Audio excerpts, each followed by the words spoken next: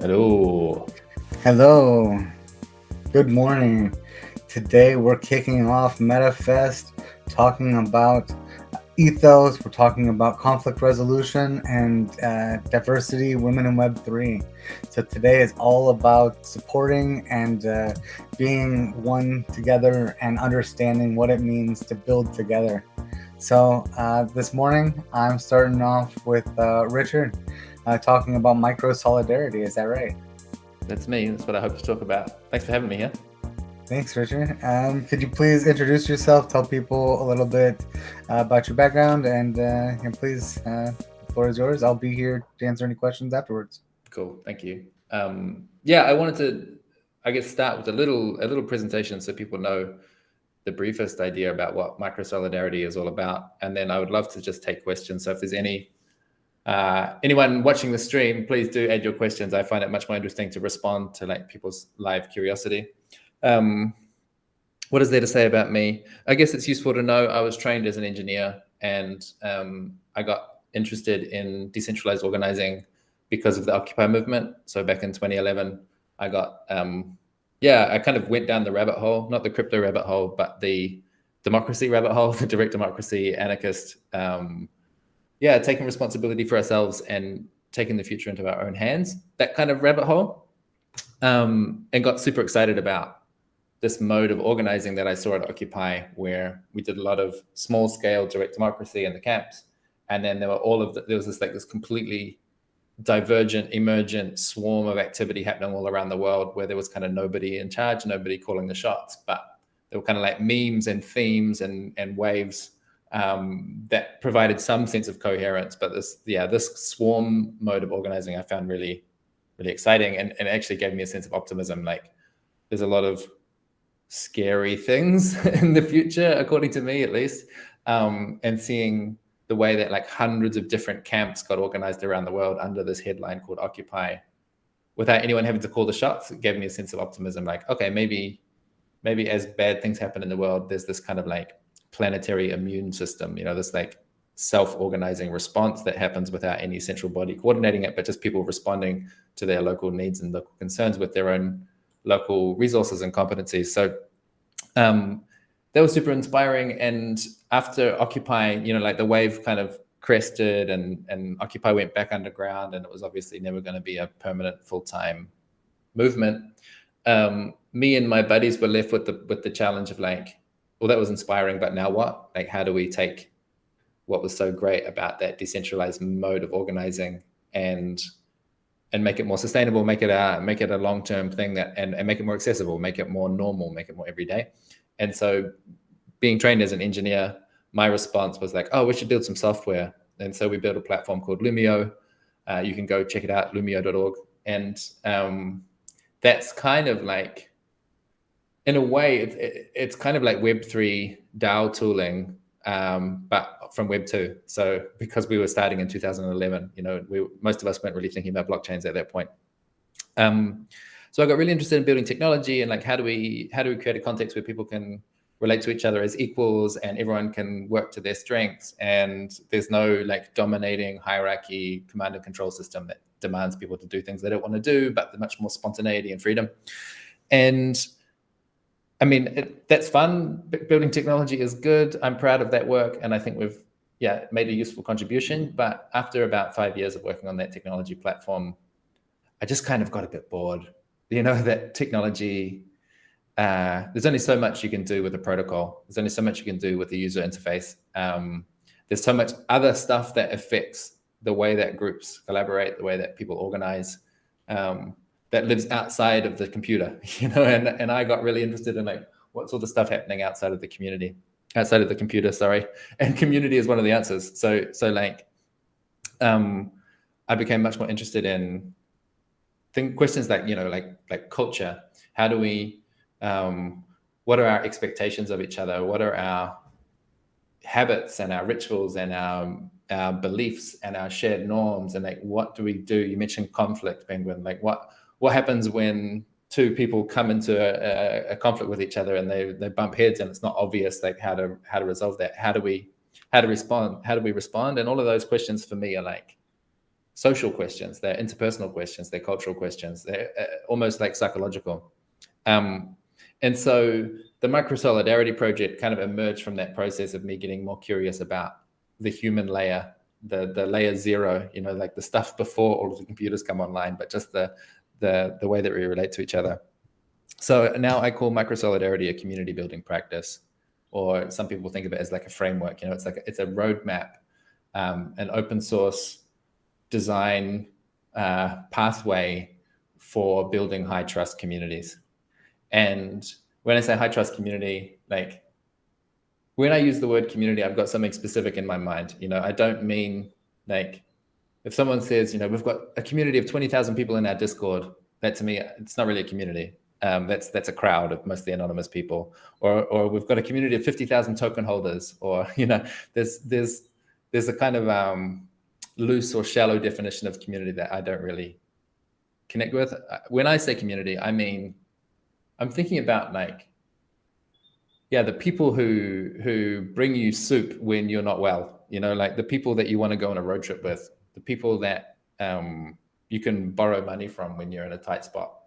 So like, I'm thinking about a much smaller, more high trust definition of community rather than this like kind of vague computer term. And I've been really, I think tremendously privileged and blessed and lucky to have had some powerful community experiences. For the last 11 or 12 years now, I've been part of a community called NSpiral. And NSpiral is like, it's fluctuated between 100 and 200 people. We're a network of friends who are all interested in doing meaningful work, doing things on purpose, like using our time and energy to work on stuff that matters rather than just having a soul-sucking job. And we're also interested in decentralized organizing and working together without this traditional command and control hierarchy. And in that network of a couple of hundred people, there's just been dozens and dozens of different projects and companies and like small ventures and lots of experiments and ways of organizing. And that community over the last 10 or 12 years for me has been such an essential ingredient in my well-being and my sense of belonging, my sense of purpose, these like fundamental human needs. And so the question for me is like, okay, it's awesome that I get to enjoy this like amazing community called Inspiral, where I get my belonging needs and my purpose needs are met there. But it only works because it's small scale, like you can't really scale that very high trust, intimate relationships. You can't do that with 50,000 people. You can only do that with 100 or 200 people at the very maximum. And so micro solidarity is like, how could we make many, many Inspirals? Like assuming that there's many people out there that would love more sense of connection, more sense of belonging, more sense of purpose, more sense of solidarity, like people having your back, people that care about you and are invested in you for the long term. They're going to have your back for a long time. Like assuming there's lots of people out there that want that, and they can't all fit in one community. What's a roadmap for them to follow? So that's the micro solidarity project, and it's it's like the result of more than a decade of thinking and practice. So it's hard for me to download the whole thing in a short space of time. I would point people to the website microsolidarity.cc, where we have all of the open source resources and practices and theory and podcasts and videos and all that sort of stuff. I wonder what's the most useful thing. Maybe a little bit about what micro solidarity communities look like. There's a couple of dozen of these communities around the world at the moment, and many more coming online. And I have the privilege of like connecting to all these communities and supporting them and recognizing what are the patterns in their experience. And the reason it's called micro is because it's so much focused on the small scale. It's so much focused on what I call the crew. In Web3 terms, you might have heard of pods or squads, this idea that there's like a small, tight-knit band of people. They're the ones that get shit done. In most DAOs and most organizations, like there's always these very small, tight-knit teams that are where the real action is. Not even organizations, but like at a conference, for example, usually the good shit happens in these little clusters of like 3 or 4 people. That's where the real magic happens. That's where the fun is. That's where the insight, the new ideas, the sense of enthusiasm and inspiration all seems to happen at that small scale.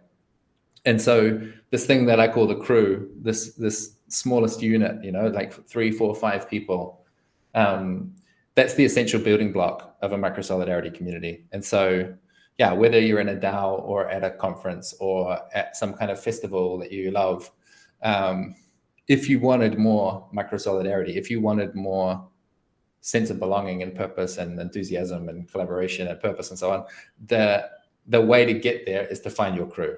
And it's sort of like that's the mission that I invite people on when they're entering into a new group, is like, so, okay, there's 500 people here and they're all exciting and you've got some shared interests and some enthusiasm about meeting them. But who are the 3 or 4 people that you're really gonna form this tight-knit little crew with?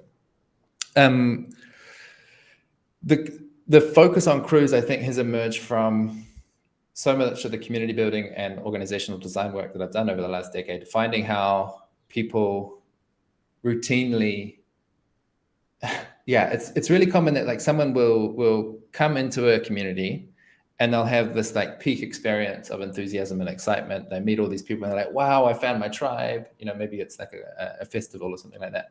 I found my tribe. I feel like I really belong here. This is so great.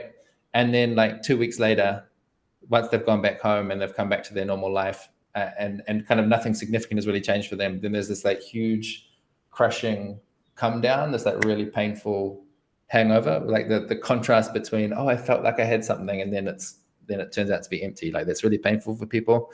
So that's one of the reasons that I'm always recommending people find their crew, because like if you did get inspired, if you did get excited about connecting with a new community, there needs to be some kind of vehicle or some kind of structure to take that peak experience of enthusiasm and translate it into actual life changes, like to change your quality of life, to change what your livelihood, what your work, what your day-to-day reality looks like. That's like a long-term project that might take multiple years.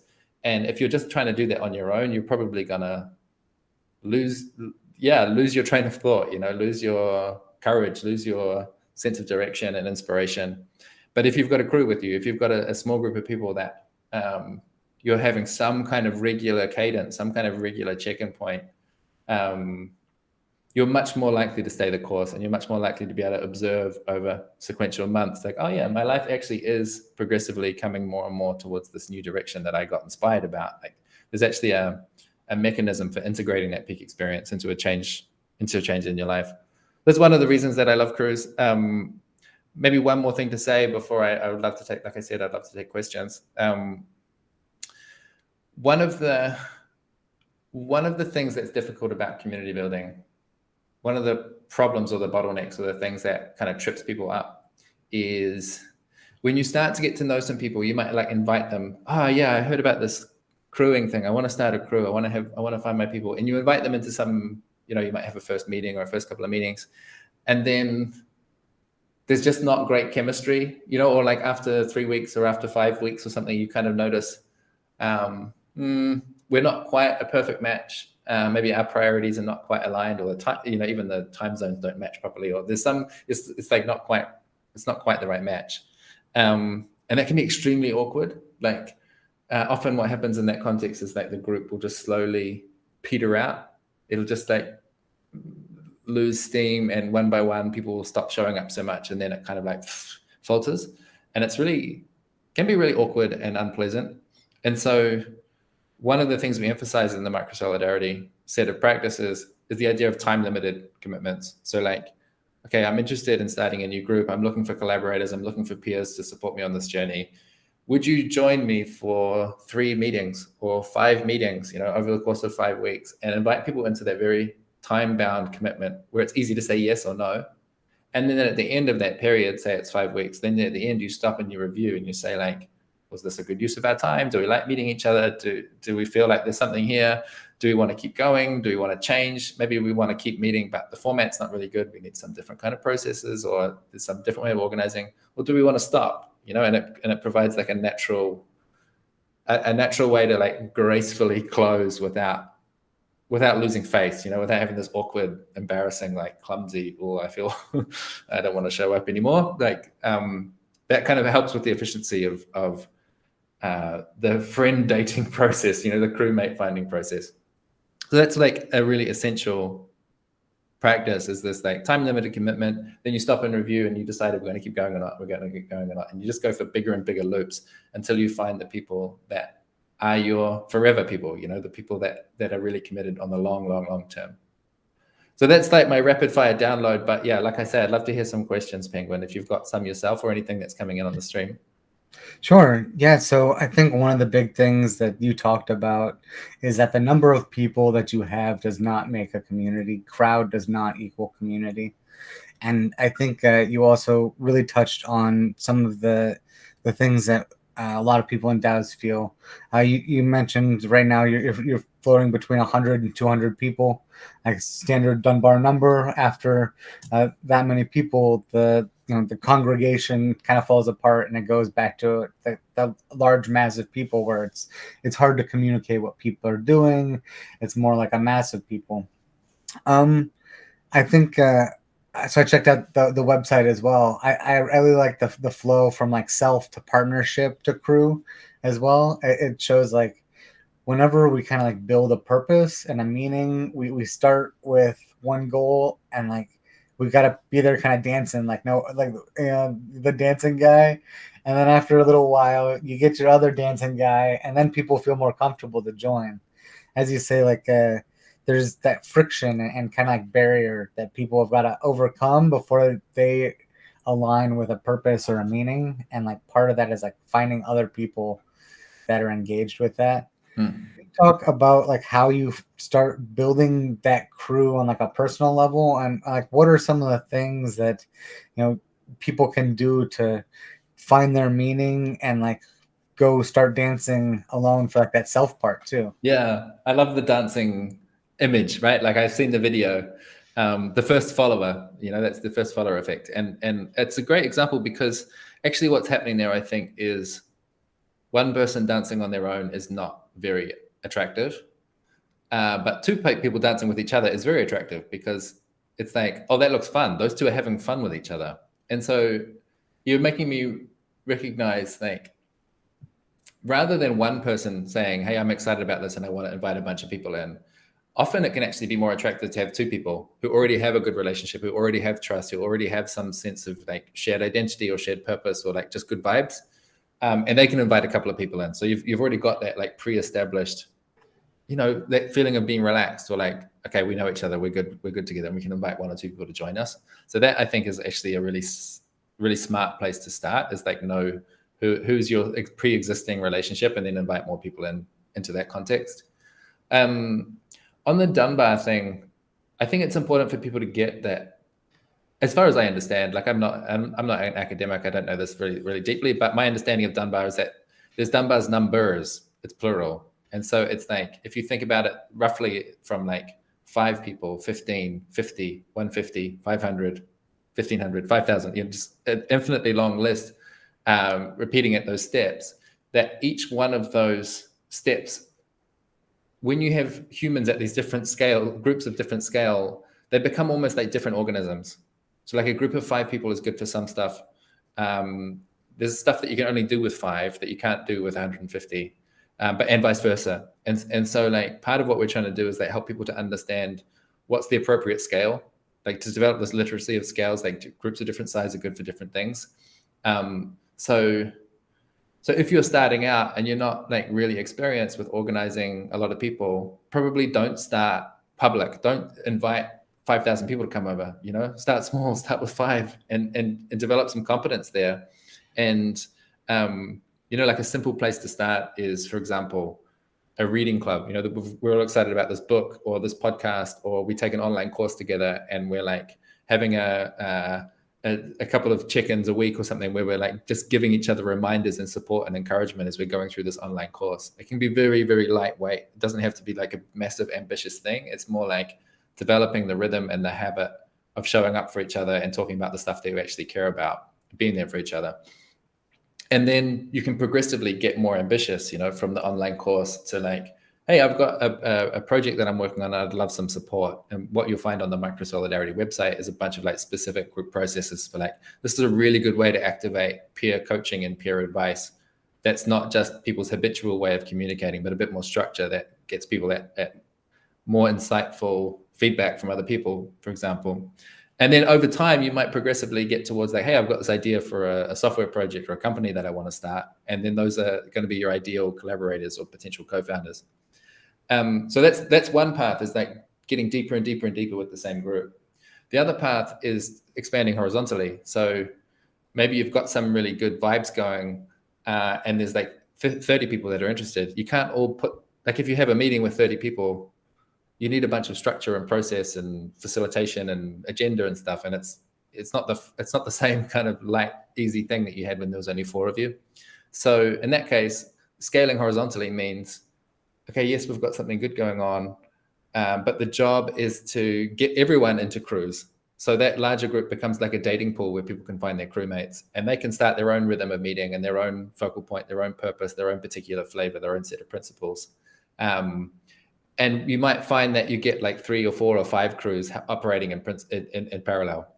And that in Microsolidarity terms is what we call a congregation. It's like that's the larger community, which goes up to about 150 people. And if you've got, that scale with like lots of these small groups, it's an incredibly efficient and powerful and really inspiring environment to be in, because everyone's, like I say, got their slightly different focal points, but they're all heading in a broadly aligned direction. And it's super inspiring to know that, okay, there's my little club over here, and there's your one over there, and your one over there, and they all add up to something much bigger. Yeah, I've been part of a lot of different companies before stepping into Web3, startups, medium-sized, large companies, and companies that employed kind of like this squad mechanic as well. So you see it especially for like really well-organized companies that, and also well-organized DAOs, is that a squad of 5 people can do a lot of power. And as you say, if you have a few different squads operating autonomously, like they don't have to be reporting to some kind of boss, they get to do whatever they need to do to complete their meaning and purpose. And if you have a few different powerful groups working together towards common goals, a lot gets done. I would just want to add on that, because you mentioned in the intro that one of the topics we're talking about today is conflict. Mm-hmm. And I wanted to mention that because I've just seen some kind of high-profile Web3 conflict hitting Twitter today. And one of the reasons that I emphasize so much these like nested circles of group identity is that ideally conflict can be solved at the smaller scale. So like if you and I have a bump into each other and have a little awkward moment, maybe we can resolve it directly. But often that's kind of awkward and not that likely to work. And so if you and I are in a crew, then we can bring it to the group and say, hey, look, we need some support. This thing has been going on. We need some mediation, or we need some empathy, or we need someone to kind of mediate this conversation between us. Or if that doesn't work, if our crew can't solve it, then there should be one larger circle that we can go to and get some accountability and some support at that next scale, and so on, up and up and up until rather than what we often see, there's like this lurking conflict between the two of us. There's some informal, murky backroom kind of trying to fix it in the background. It doesn't really work, and we don't feel like there's any path to getting justice or getting accountability or getting support. And so we go public, and then it's like this massive scandal and drama, and usually nobody comes out with support. Yeah. I definitely have felt that as well. And yeah, the best thing that I've seen is open communication, as you say, bringing it and kind of containing it. Obviously, if people are in conflict and direct conflict with each other, the ability for them to work it out is kind of pivotal. But working on the internet, we can't really control a lot of times who we're working with, and sometimes it's not our friend. It's not someone that is willing to kind of meet us in the middle. So having that process and like we're going to go to our circle first so that it doesn't blow up into a giant problem is definitely something that people should do. And there's different kinds of conflict, right? Like there's the conflict which is this person's an asshole and they've been misbehaving, they've been mistreating me, and that you just need to resolve. You need some kind of like process for cleaning that up or excluding that person or something. But then there's the other kind of conflict, which is very, very common, which is like we just have different priorities or different values or a different way of seeing. We're just interested in different things, or we've got different personality. And what we really need is just to be in different crews. Like we just need to be in this is the environment that's more anarchist, and this is the environment that's more communist, or whatever is your flavor. Like that you've got a space that you can be with like-minded people and have that like I say, you're part of a bigger group that has some coherence. But a lot of the drama and difficult decisions that happen in DAOs is because everyone's trying to agree on something where they could actually quite happily coexist and disagree if they had different pods to be in. Yeah, I think it might have been Dennis Leary that said, for a successful marriage, you guys don't have to like the same things. You just have to dislike the same things. And I think that the same thing is true, right? If we're working together, you don't, as you say, there are other parts and other crews that people can be in that they'll have a better connection with people. And if we have too large of a group of people that aren't really all grooving together, that's kind of when, communication breaks down. Then you are only speaking to the masses.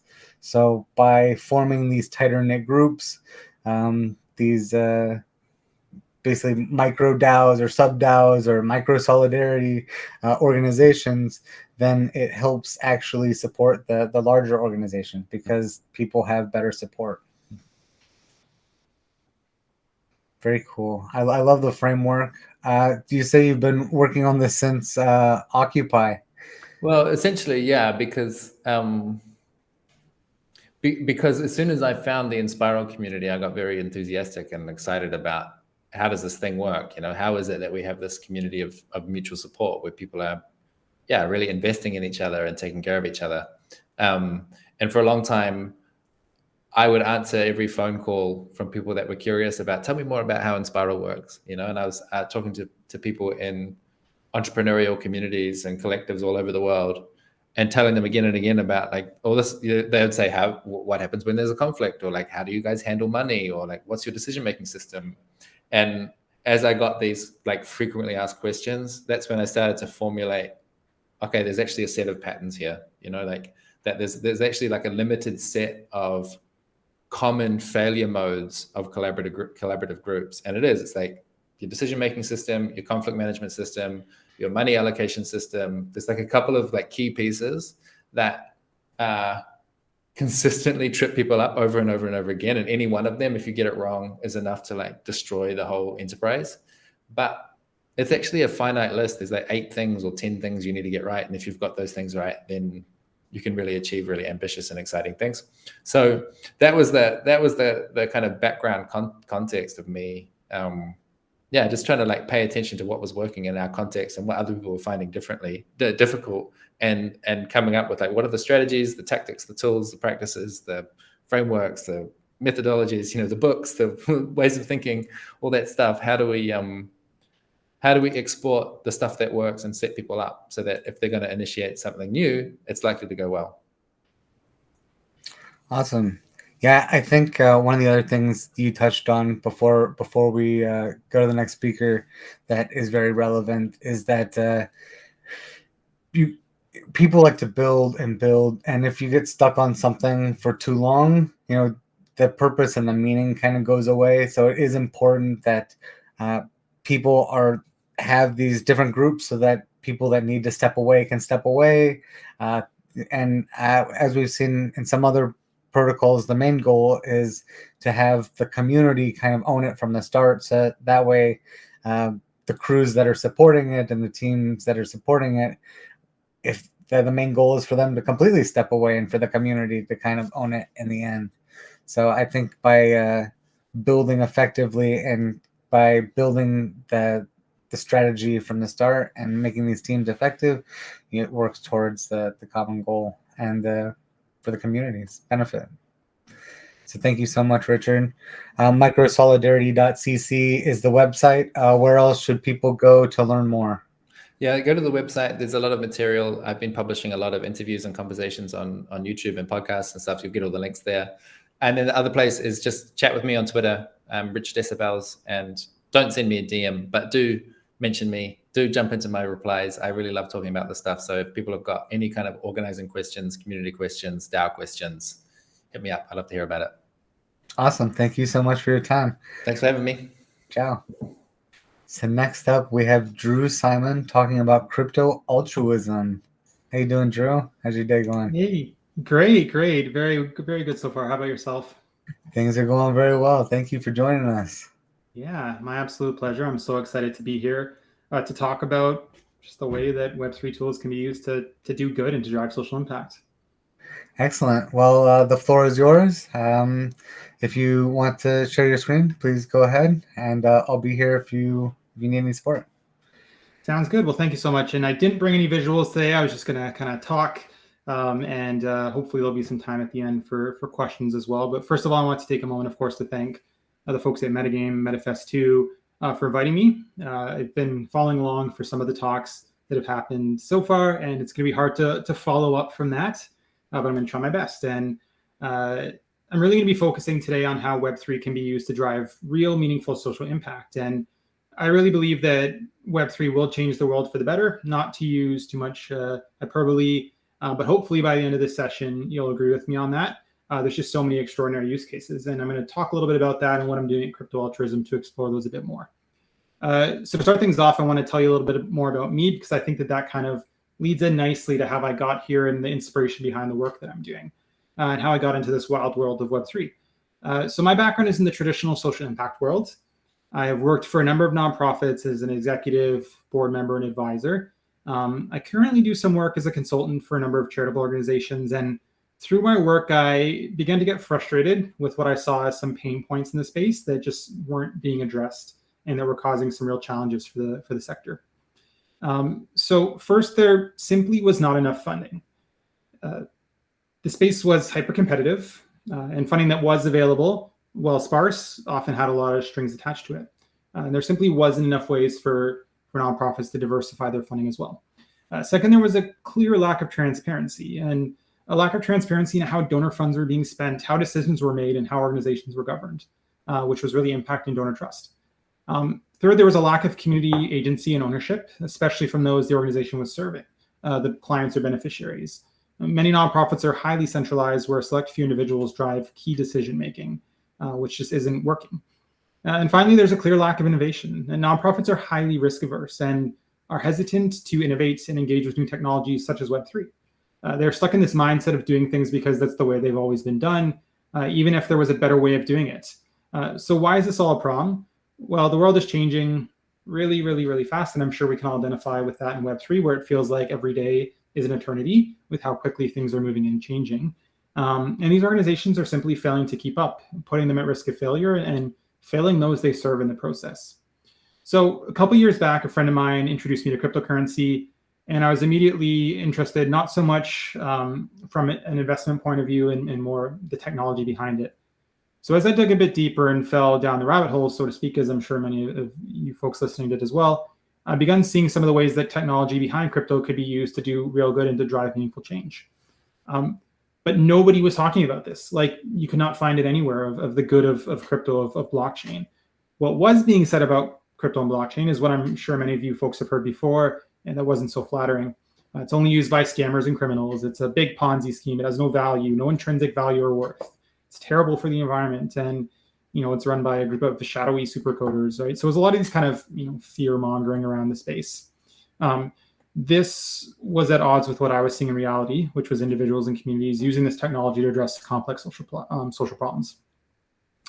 So I was bringing these ideas to nonprofits, trying to evangelize them about the power of blockchain for good, but they were hesitant, to say the least, echoing many of the same criticisms and talking points that I just mentioned. So I made it my mission to help bridge the gap to the world of Web3 for those in the social impact space by elevating the many amazing ways blockchain can be used for good.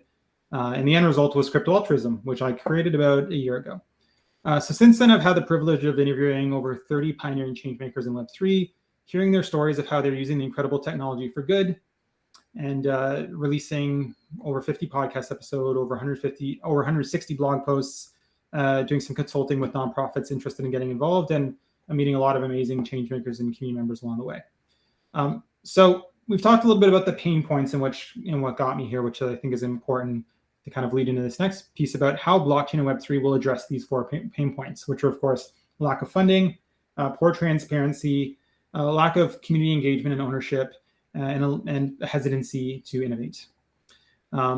So probably you don't know this, but there are some 1.5 million nonprofits in the United States alone, which is insane. That, of course, accounts for more than just charitable organizations or 501c3 organizations, but also includes things like churches and some interest groups and stuff like that. But for the purpose of this, I'm going to focus on the hundreds of thousands of charities that exists in the United States and around the world. So I want to first talk about the first pain point, which is a lack of funding and how Web3 can address this.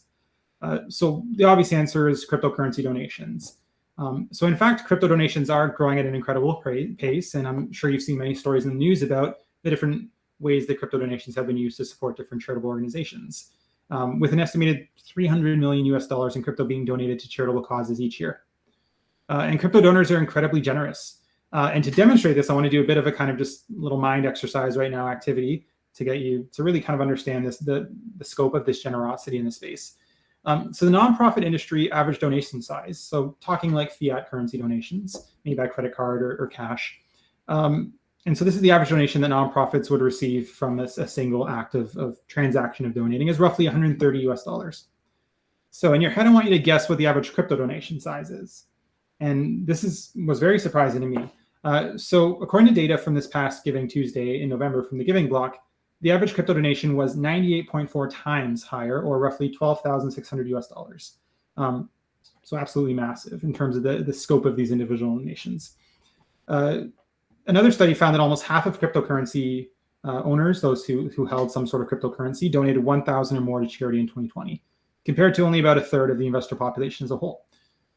So all this goes against the narrative of crypto donors being self-serving or scammers or criminals, because a lot of folks are using crypto to support really important causes. A more recent example of this, of course, of this generosity can be found in the Web3 community's response to the Russian invasion of Ukraine. Since the beginning of the crisis, large amounts of crypto have quickly made their way to humanitarian organizations working on the ground and even directly to the government itself. To date, somewhere around $150 million worth of crypto has been donated to Ukraine. And what's really exciting is most of this is on chain, so it can be verified and you can see who it went to and how much went to them. Crypto giving can also be highly cost effective. With many traditional charitable giving platforms, those kind of middlemen for accepting crypto donations, taking as much as 15% in donation fees. Then you got the 1.5 to 3.5% charged by credit cards, and then there's payment processors. This means that less goes to charity and more goes to these big corporations. So crypto can help bring these costs down by cutting out these unnecessary intermediaries that just kind of take a piece of the pie but don't really provide a whole lot of value. So accepting crypto donations can also help expand an organization's reach globally and open them to new donor demographics. There are a few communities and you've probably seen this, that are truly as globalized as Web3. And I like to use the Chainalysis Global Crypto Adoption Index as a kind of reference point for this to show this, in that every continent but Oceania and of course Antarctica have representation in the top 20 list of crypto adopting countries. So it is something that's really being used all over the world and adopted very quickly all over the world. But beyond just accepting cryptocurrency donations, which is just one small piece of the puzzle, there are many other creative ways that organizations can use Web3 tools to fundraise for their nonprofits. NFTs is a great one, of course, as well. So the number of organizations that have used NFTs to raise funds is growing at a rapid pace. And this includes organizations as big as UNICEF, which is one of the largest nonprofits in the world.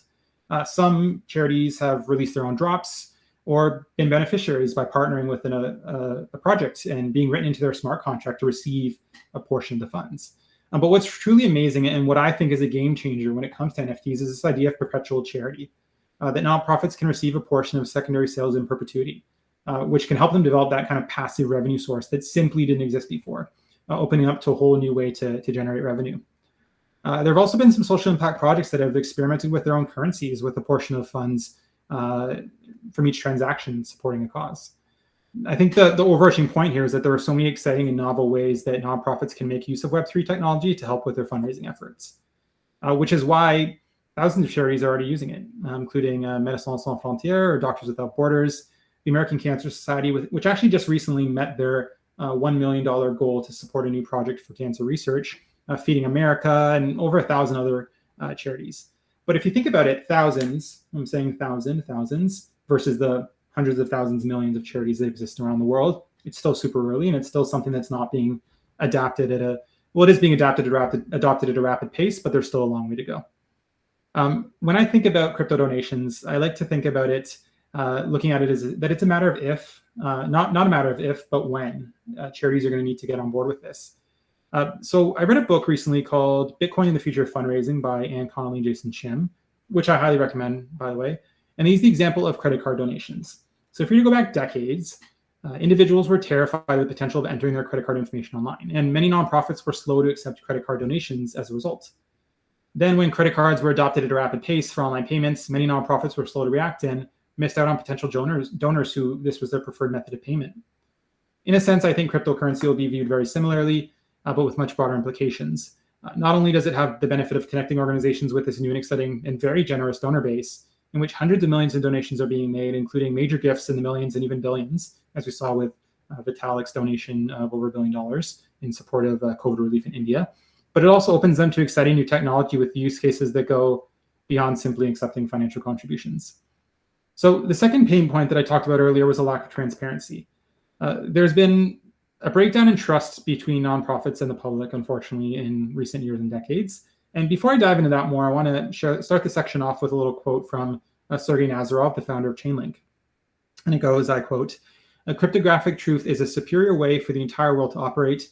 Once you experience the transparency, personal control, and lower risks of a world powered by truth, rather than a world backed only by just trust us ideas, you simply cannot go back." We have unfortunately seen cases of fraud, misappropriation of funds, embezzlements, you name it, in the nonprofit sector in recent years and decades. It's important to note, of course, that the vast majority of charities do amazing, honest work and are great stewards of donor funds. But unfortunately, it only takes a couple bad apples to impact public perceptions, which has certainly happened. Transparency is one of the core values of Web3, and as such, most cryptocurrencies by their very nature are highly transparent, easily auditable. This makes it much easier for donors to see how much crypto is going to a charity, which can help them hold the charity accountable. If they're seeing a certain amount of funds go in, but not seeing the end results that they expect, it helps ensure that and hold the charity accountable to putting the money to good use on meaningful projects that are doing real good. In a future world where the vast majority of donations are made through transparent cryptocurrencies, it can really go a long way in helping rebuild this trust that's broken down. As donors can now know for certain how much in crypto is each charity is bringing in and the impact it translates to, and can hold them to that. For generations that grew up with the internet and social media, transparency is important. It's for most of our lives, for me at least, I've had access to any information I wanted with the click of a few buttons. And so transparency is personally important to me, as it is to the emerging generations as well, who will be the big donor base of tomorrow. So these are the donors of tomorrow, and if nonprofits don't get on board with the importance of transparency, they will risk losing them, and that's a big role that Web3 can play. So some organizations have begun experimenting with new on-chain donation mechanisms, so donors know exactly how funds are being spent and how much is coming in. And I believe that this will be the norm in the future, because nonprofits will be held to a higher standard and will have to adopt to this. So by creating mechanisms through, let's say, DAOs, where community members can vote on key organizational decisions, is another way that can help increase transparency and accountability, which leads into the next point, which was the third pain point I highlighted at the beginning, which is a lack of community ownership and engagement. So I'm just going to adjust my mic here. I just realized it's a bit far away. So most nonprofits are heavily centralized, and this is not something new. This is the way it has always been. While there are efforts being made to bring about decentralization through boards elected by membership or annual general meetings or community consultations, they often fall short. Most nonprofits are led by an executive team or board making big decisions that substantially impact those they're serving, even if they're thousands of miles away. This is an issue that, as the organization may not fully understand the needs of the community they are serving. So let's say there's a rural and remote region in sub-Saharan Africa that lacks access to basic education. So a well-intentioned nonprofit sends some volunteers over to build schools in the region, but surprisingly, they find that once they build the schools, nobody shows up, despite the region having a very large school-age population. What this nonprofit failed to recognize was that the vast majority of this population, let's say in this example, are subsistence farmers, and that the community relies on the school-age population to provide support on the farms during the day so that they can simply survive. So a better solution would be the nonprofit working with the community to resolve this root challenge, as opposed to spending all this time building schools that won't be utilized. And so where Web3 can help address this is by creating new ways to engage the community, including those being served, in governance and decision-making. And the most obvious example is, of course, DAOs, right? Which I know has been a big theme of this conference so far. So DAOs create amazing opportunities for individuals to participate in movements of change that simply didn't exist before, and for them to take ownership over causes important to them, or causes directly impacting them. So we've seen a number of social impact DAOs and Web3 projects emerge in recent years that are using community governance and tokenization to drive their mission. One example I like to use is Impact Market, which is a decentralized poverty alleviation protocol that allows communities to take ownership over universal basic income programs in their communities. So programs that they can implement in, let's say, a refugee settlement or a remote region that provides some sort of guaranteed basic income to community members. In the past, these programs have traditionally been governed and administered by centralized bodies, often on the other side of the world. But what Impact Market does, which is why I love this organization so much, is that they allow communities to be the managers of their own UBI programs. They make their own decisions over how funds are distributed, ensuring they go to those in need most. They know the challenges of their own communities way better than those thousands of miles away, and can adapt to that and make sure that the programs that they're offering serve those more appropriately. So I think that that's just one really exciting example of one of the ways that DAOs are being used and decentralization is being used to make sure that community members have more ownership over the projects that are impacting and the services that are impacting them. And the final pain point that I spoke about earlier was a lack of innovation. So nonprofits are historically incredibly risk averse. And this makes sense because they need to be responsible stewards of donor money and are hesitant to engage with new technologies and ways of doing things because there was always the risk of how it could impact their funding and their perceptions in the community. And, think about it, right? There's a nonprofit that wants to engage with cryptocurrency and Web3. A huge barrier to them can be those stigmas and those points that I mentioned above, of that seeing in the news that it's only for scammers and criminals, and thinking about how that could alienate their donor base, right? So that is a barrier, and that's another reason that a lot of them are hesitant to engage. But there is a real consequence to this, because the end result is organizations are being stuck in perpetual cycles of doing things the way they have always been done, as opposed to doing them the best way and the most efficient way and the way that's going to deliver the most value to community members. An example of this could be an organization that provides, let's say, direct financial aid to victims of natural disasters. The aid could take days to weeks to get to them, as it goes through slow bureaucratic intermediaries like banks. On top of this, the intermediaries may take a substantial cut of the funds, meaning less gets to those in need, and more goes to often large corporations whose executives may be making millions. Alternatively, imagine a world where this aid was provided like instantly via cryptocurrency in, let's say, the form of a stable coin at a fraction of the cost, and getting to the beneficiary way, way faster. Instead of taking days to weeks for the funds to get there, it could take seconds to minutes. And not to mention, it would all be on chain as well. So theoretically, they can cut out the costly and time-consuming bureaucratic practices of monitoring the funds and auditing to ensure that the funds went to who they should have, when they should have. This information would now conveniently all be on chain, making it easily auditable and transparent, helping again with that rebuilding of trust. Another example could be a massive food bank that expands extensive resources on, let's say, tracking mechanisms to monitor their food supply chains. Many of these large food security organizations or food banks have extensive supply chains behind them of food making their way to the front line to serve those in need. But supply chains are often highly wasteful. And in fact, as much as 30% of food in supply chains can go to waste due to supply chain failures. So how can blockchain help address this? I like to look at cold chains as an example. So what cold chains are supply chains of products that must remain refrigerated or frozen. So let's say that there is a food product that must be kept at a certain temperature, or else it will spoil or go to waste. In the supply chain, a refrigerated container, let's say with a device to monitor temperatures, could record any unsafe temperatures or fluctuations and automatically record it to the blockchain. This could help the food bank more quickly address temperature issues, helping reduce spoilage and ensuring more of the food goes to those in need. So to share a real life example of actually how this is being done today, because it is, there's many amazing projects that are using blockchain to improve supply chains. I'm going to use the example of Walmart. And I know I hate to do this because I'm not the biggest fan of Walmart, but it does serve as a good example, I think, of the power of blockchain to improve supply chains. So previously, it could take as long as, in the case of Walmart, 7 days to get specific data on food in Walmart supply chains, which is crazy. However, with the increasing need to monitor for foodborne illnesses, for example, and disease controls in food supply chains, 7 days is too long. It just doesn't cut it. So to help address this, Walmart teamed up with IBM and makes use of their what's called their food trust platform built on Hyperledger blockchain to more efficiently gather food data. So now with this blockchain-based platform, they're able to gather the same data, which once took 7 days, in just over 2 seconds. So 7 days to 2 seconds to gather this vital information. It's truly incredible. So this could really help cut down on waste by making sure information is available to the food banks so they can address issues in their supply chains. Smart contracts can also be used to ensure greater efficiency in this example. Let's say the food bank distribution center receives a large shipment of canned soup from a provider. And when the product is scanned at the distribution center, it automatically triggers a payment to the provider, cutting out the need for a bank or any individual to give the stamp of approval. Less intermediaries, of course, means less costs, as there are fewer actors taking a cut of each transaction. So all in all, Web3 technology has the potential to drastically improve the efficiency of nonprofit operations, really allowing them to deliver their services at a fraction of the cost, cutting through traditional bureaucratic systems that slow things down, and eliminating the need to just go through so many costly intermediaries. So on a note of innovation, I want to touch more broadly on some of the key areas where I've really been seeing innovation in Web3 through my conversations with change makers and through my research, and where I believe there'll continue to be these massive positive disruptions. And it mostly pertains to historic institutions that have inhibited progress for decades. And I'm going to share a Vitalik quote to sum this up. And it goes, if crypto succeeds, it's not because it empowers better people, it's because it empowers better institutions. And I think that this is vital.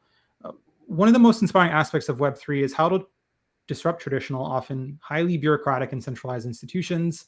And I want to use the examples of DeFi, ReFi, and DeSci. And I apologize for the acronyms. I'm obviously fond of them, as many in the Web3 space are. We have a lot of them. When it comes to DeFi, I think it speaks for itself. Decentralized finance has the opportunity to drive greater financial inclusion for 2 billion people who are unbanked around the world, who lack basic access to those financial services, decentralized insurance, all these different things that can really help those in the emerging economies and help nonprofits deliver their services as well. Looking at basic financial services, for example, could help that UBI, universal basic income provider, make sure the funds get to those in need, as they now have access to financial services, which they didn't before. So they might have had to rely on paper money, for example, and giving out cash, which can really slow things down. So that's one use case there from the DeFi point of view. And I'm just really excited about a world where big bloated financial institutions are no longer needed and no longer determine who has access to these services that are really preventing them from getting the support they need. ReFi is another amazing one in helping us, so regenerative finance, and helping us fight climate change, an area that has traditionally been in the hands of governments around the world. And as we've seen, it hasn't gone well. Thanks to Web3, individuals can now play a larger role in driving climate actions. And a good example of that is ClimateDAO, which I believe is speaking at this conference later on, where a community has come together to develop a carbon-backed digital currency. And to date, it has absorbed nearly 18 million tons of carbon, which is the equivalent of about 88,000 hectares of forest, nearly 4 million cars annually, and over 500 million liters of gasoline. Actions like this, where individuals could contribute to this sort of project and have that level of impact, simply wasn't possible before and was reserved only for massive institutions and governments. And then, of course, there's DeSci, or decentralized science, which is an area that I think excites me perhaps the most. And it's putting scientific research and developments in the hand of the community as opposed to certain gatekeepers like scientific journals, traditional educational institutions, or big pharma. And I think that this will be a game changer. While each of these institutions has their place in society, they can also inhibit progress by creating unnecessary red tape and bureaucracy. So since the beginning of the DeSci movement, which is relatively new, we've seen projects emerge. Like an example I like to use, and great organization, which I had on my podcast, is Crowdfunded Cures. And they're using the power of decentralization to drive the development of public good medicines. So think off-patent drugs that have amazing use cases, but big pharmaceutical companies don't want to fund research because it's not profitable. Because they're off-patent, they can't make more money from it by being that exclusive provider of that drug. So I think the overarching point here, whether it's with the charitable sector or with social impact more broadly, is that Web3 has the potential to take old, bloated, and slow-moving institutions and sectors and using this technology bring greater efficiency and community ownership to them. So I want to finish the talk off today with one more quote, and I promise it's the last one. And I'm sure you can tell by now I love my quotes. But it's from Julie Sweet, the CEO of Accenture, and it reads, "Blockchain should be used to address opportunities and problems that lack easier answers." And in all the examples I've used above, and all the pain points I've discussed, blockchain can be used to address these challenges where, for decades, organizations and institutions have chosen the hard way of doing things because it's the way it has always been done, and it's not the best way of doing things. So I want to obviously end this with a caveat here, is that Web3 will be a game changer now and into the future, but it is not a panacea for all of the world's problems. It's not a fix-all. It's not a one-size-fits-all solution. But what I think it will do is I think it'll make addressing these problems a hell of a lot easier, which is, I think, the important point here. So that's all for me. A big thank you to the folks at MetaFest2 for inviting me to speak today. Please don't hesitate to reach out, and I'll stick around and answer some questions for a few minutes as well. But my DMs are always open. My Twitter handle is crypto_altruism. Shoot me a message, or you can hit up cryptoaltruism.org to get in touch. And so thanks so much. And yeah, if there's any questions or anything, happy to take them. Awesome. Thank you so much, Drew. Yeah, I definitely have firsthand felt this pressure too. And so I was part of an NFT project where we gave away the majority of the money to charity. We funded Gitcoin and Giveth, and then also we gave money to wipe away medical debt and directly wiped away families' debt. $7 million worth of debt was wiped away. And then because the charity took cryptocurrency, the trolls, online trolls, came out and just ripped them a new one. Like, how could you be destroying the environment? And it's stuff that didn't really make any sense. And a lot of them look like fake accounts. So yeah, I definitely know that the resistance to kind of this change, but being able to meet people where they need help and support, and being able to support people directly rather than what some organizations prescribing, is key. I think your example of the schools in a farm country where the kids aren't going to show up, it shows like the disconnect, right? It's like people being like, oh, I'm gonna fix this place. They're not going to school. I'll make a school. It's like maybe there's a reason that they weren't going to school, and just kind of doing something that someone's not asking for, you're not really solving a problem for them. Yeah, absolutely. So I think directly meeting people where they need help and funding them through things like Gitcoin and quadratic funding, which goes a huge way as well, and has the transparency, is where we're going. So I definitely am 100% behind what you're saying. Can you tell me a little bit more about the organization? Do you guys do any kind of funding directly yourselves, or are you advocating for it? Yeah, so what we do is one area where I saw a gap when I originally founded Crypto Altruism was that just around that kind of the narrative in the space, right? That there was a lot of good being done, but it wasn't being showcased or highlighted. We're only seeing the negatives. And, I saw that as something that really needed to be addressed, and that I could use my experience in the nonprofit sector and, through my writing and my storytelling to really address this. So what we do is we're primarily a content platform for elevating these use cases. So we interview change makers. We have a podcast and blog. We've had about 55 episodes and 160 blog posts, put out a number of resources, infographics, resources on crypto giving, all those sorts of things. Done some consulting with nonprofits as well to help onboard them into the space and make use of these tools for good. And we're growing at a rapid pace, of course. So that's a little bit about us. We're just getting kind of dipping our toes into playing more of an active role in fundraising and supporting charities that want to make use of Web3 to raise funds. But really our primary focus, which is our strength, is on the content side of things and helping change that narrative so that there's a one-stop shop that nonprofits that are interested in engaging in the space can go to say, oh, there's something special happening here. I'm seeing all this stuff in the news, but here's all the amazing use cases and ways that this technology is being used for good to help then bridge that gap and onboard them into the space. Awesome. Yeah, because as you say, 90% of the people that I've engaged with are out there trying to help other people. They're supporting each other, and the Web3 community that we're part of is very much a builder and supportive community. So, thank you for helping bring those stories to life, because that's one of the hardest parts. Is we can build and we can do everything the right way, but if no one knows about it, we're helping people, but there's still the people that are speaking so negatively about all the stuff that we're doing that the noise it overrides a lot of the progress that we're making. Absolutely. So thank you. Yeah, thank you so much for having me. I really appreciate it. And yeah, don't hesitate to get in touch. My DMs are always open. And Twitter again was crypto_altruism, or you can go to cryptoaltruism.org to get in touch. Great. Thanks so much, Drew. Thank you. Have a great day and enjoy your time. So next up, we have Dr. Nick talking about a framework for understanding power in DAOs. How you doing, Dr. Nick? I'm very good. Thank you, mate. Thank you for having me along. Nice to meet you. Nice to meet you as well.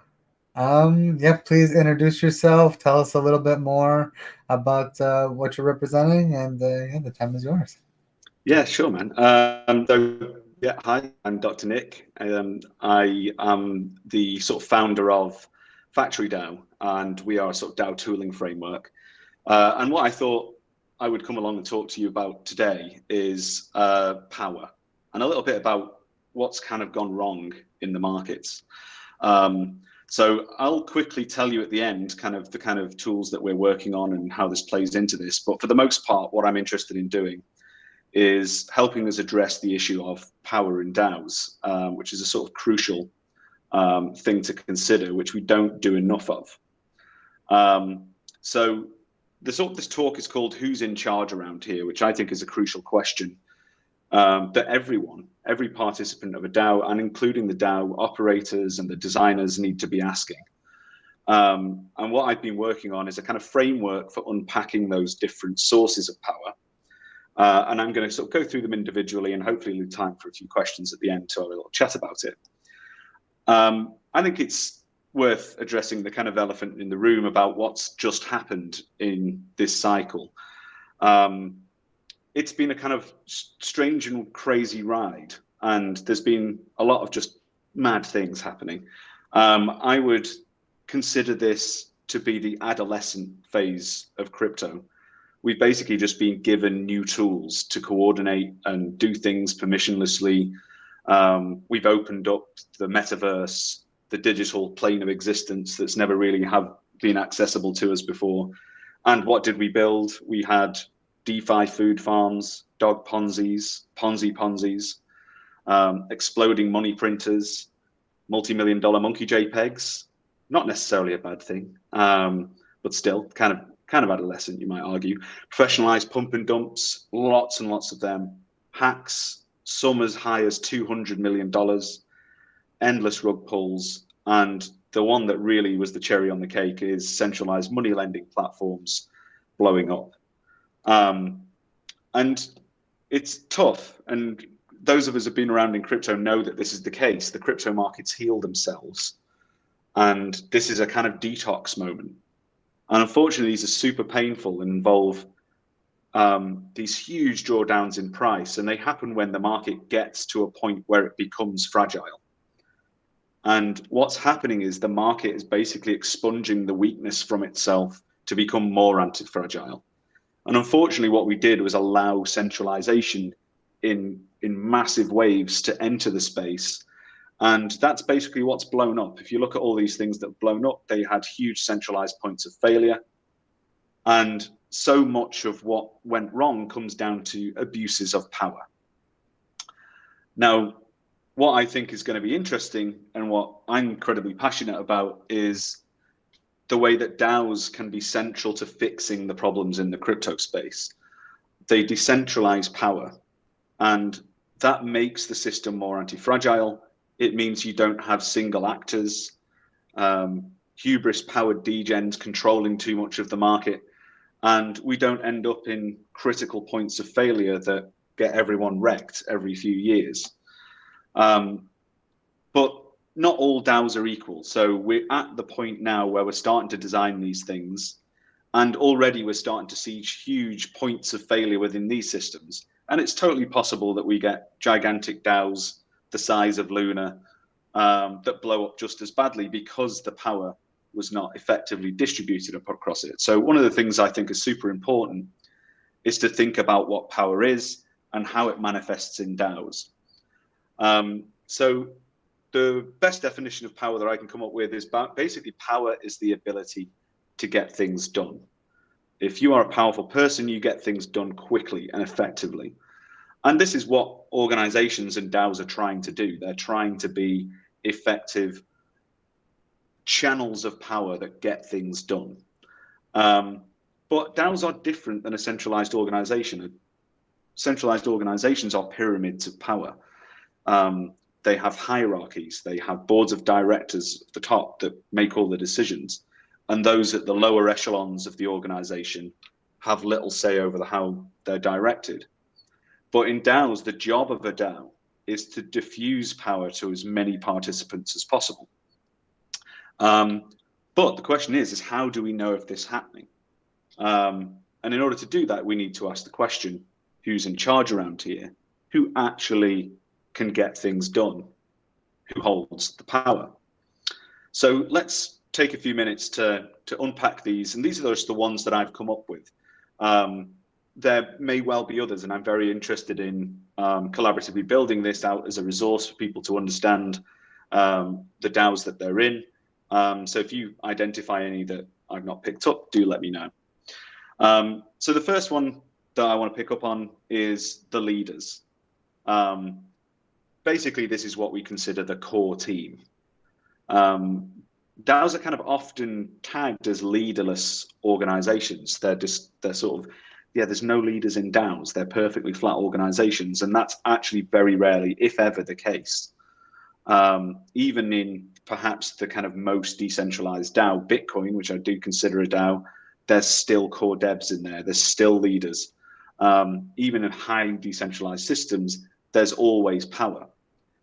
And in DAOs, this is very much obviously the case. There's always a core team. Even if it's a totally emergent DAO, there's people who are there day in, day out, more engaged, doing things, getting paid from the DAO, and they are kind of de facto leaders. But unlike centralized organizations, they're not a board of directors. They are not an executive class who make all the decisions and everyone just sits around and waits for them to do stuff. That's not the goal of a DAO. So in DAOs, leadership is much more fluid. I've heard the words leader-full organizations rather than leader-less, which I think is really apt way of framing it. And one of the things that DAOs need to do is create the opportunity for almost any participant that wants to be a leader to be a leader. So everyone should have a clear path to taking a leadership position. The other thing is that you need to have lots of leaders, and they need to not just be the same co-located crew. The best DAOs will have very diverse group of people covering many perspectives and disciplines. The more interesting new ideas that you get in DAOs, the more effective they will be. So that's the leaders. The next is, and the people sometimes believe that token holders are the ones that are in control. That's kind of the thing, that's the kind of sales pitch for DAOs that has floated around in recent years. But it's actually pretty far from that at the moment. The token holders should ultimately direct a DAO, but it's probably not fair to say that they are actually in control at this point. Because the reality of it is they're only empowered as much as the process is available to allow them to make decisions. And the other dynamic of this is that actually one coin, one vote, token governance, which is kind of the most prominent thing at the moment, is really highly plutocratic. That is that those who hold the most tokens hold all the power. And the sort of Degen Spartan tweet really sort of nails it. Sometimes a founder or someone with a huge token bag can come in and instantly swing a vote, in which case the vote is kind of meaningless. So this needs to be addressed as a power source with actually good distribution models. So this is getting tokens into as many people's hands as possible. And I actually think that NFT governance is going to be the next major wave of DGov, because that allows you to have NFT identities that can have power that's not directly linked to token holders, which might allow you to elevate people up to the level of, or even past the big crypto whales based on their contribution and earned power in the DAO through a kind of meritocratic process. The other dynamic is proposal creators.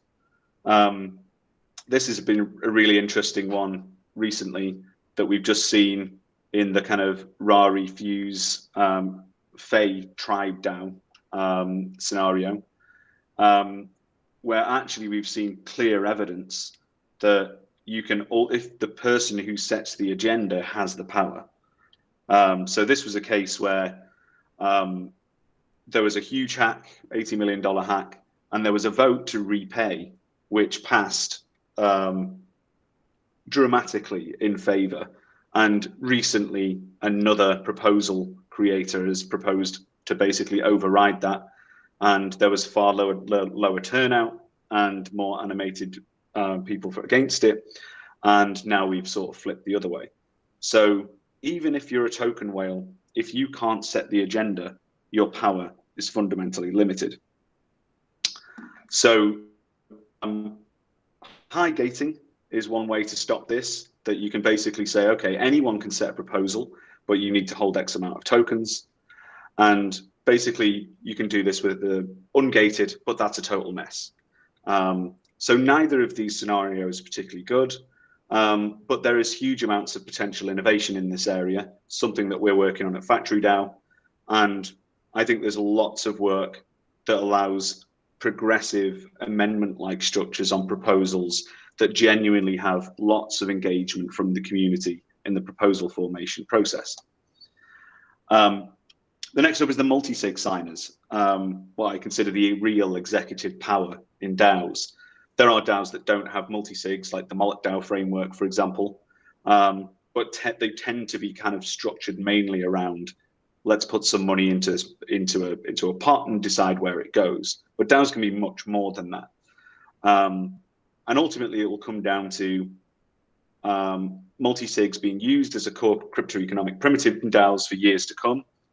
But it's about how you build the power structures out and trust around those frameworks.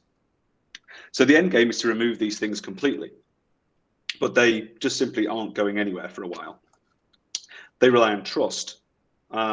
You need to trust a 2 of 3 multi-sig to actually deliver on the will of what the voters say. And they also are potentially regulatory target. So more signers is better. If you have a 5 of 7 multi-sig, excuse me, but that gets more and more difficult to coordinate. So management keys, what I consider those who control the rug. Management keys have basically unlimited power in DAOs. Excuse me, frog in my throat. So these need to be identified in any DAO. These are the management keys that can basically upgrade contracts, and that can be a real issue. And actually, they are the people that can ultimately end the game if it's not done effectively. So these can be offloaded to voting, but that's incredibly risky because you're exposing yourselves to governance attacks. So I consider these basically DAO God mode. And there are many of these drifting around in the DeFi space.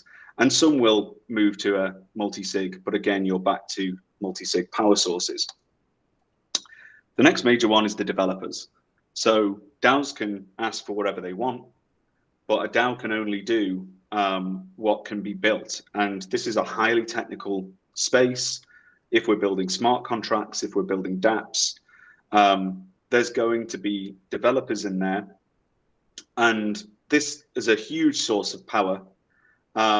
Developers can leave, developers can demand lots of money, developers have huge knowledge asymmetry, and they therefore have huge amounts of power. And they're, of course, incredibly crucial in the ecosystem, and there are many great developers across the space, but they are a key source of power, and the responsibility for delivering a roadmap can often lie with them.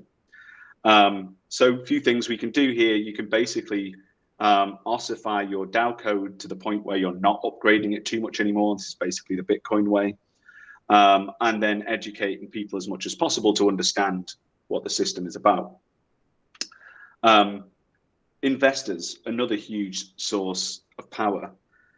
Investors, and this has been a huge narrative in the space, that they can hold huge amounts of tokens, and that can basically, they can control huge amounts of governance power, influence and control. And quite often there's entities behind the scenes where there's huge equity investment that is in an unclear way associated with the DAO. So one of the things I think we need to see is what are the clear and overt relationships between a DAO and its holding companies, and if there's equity investment, how much investment do they have, how much control do they have?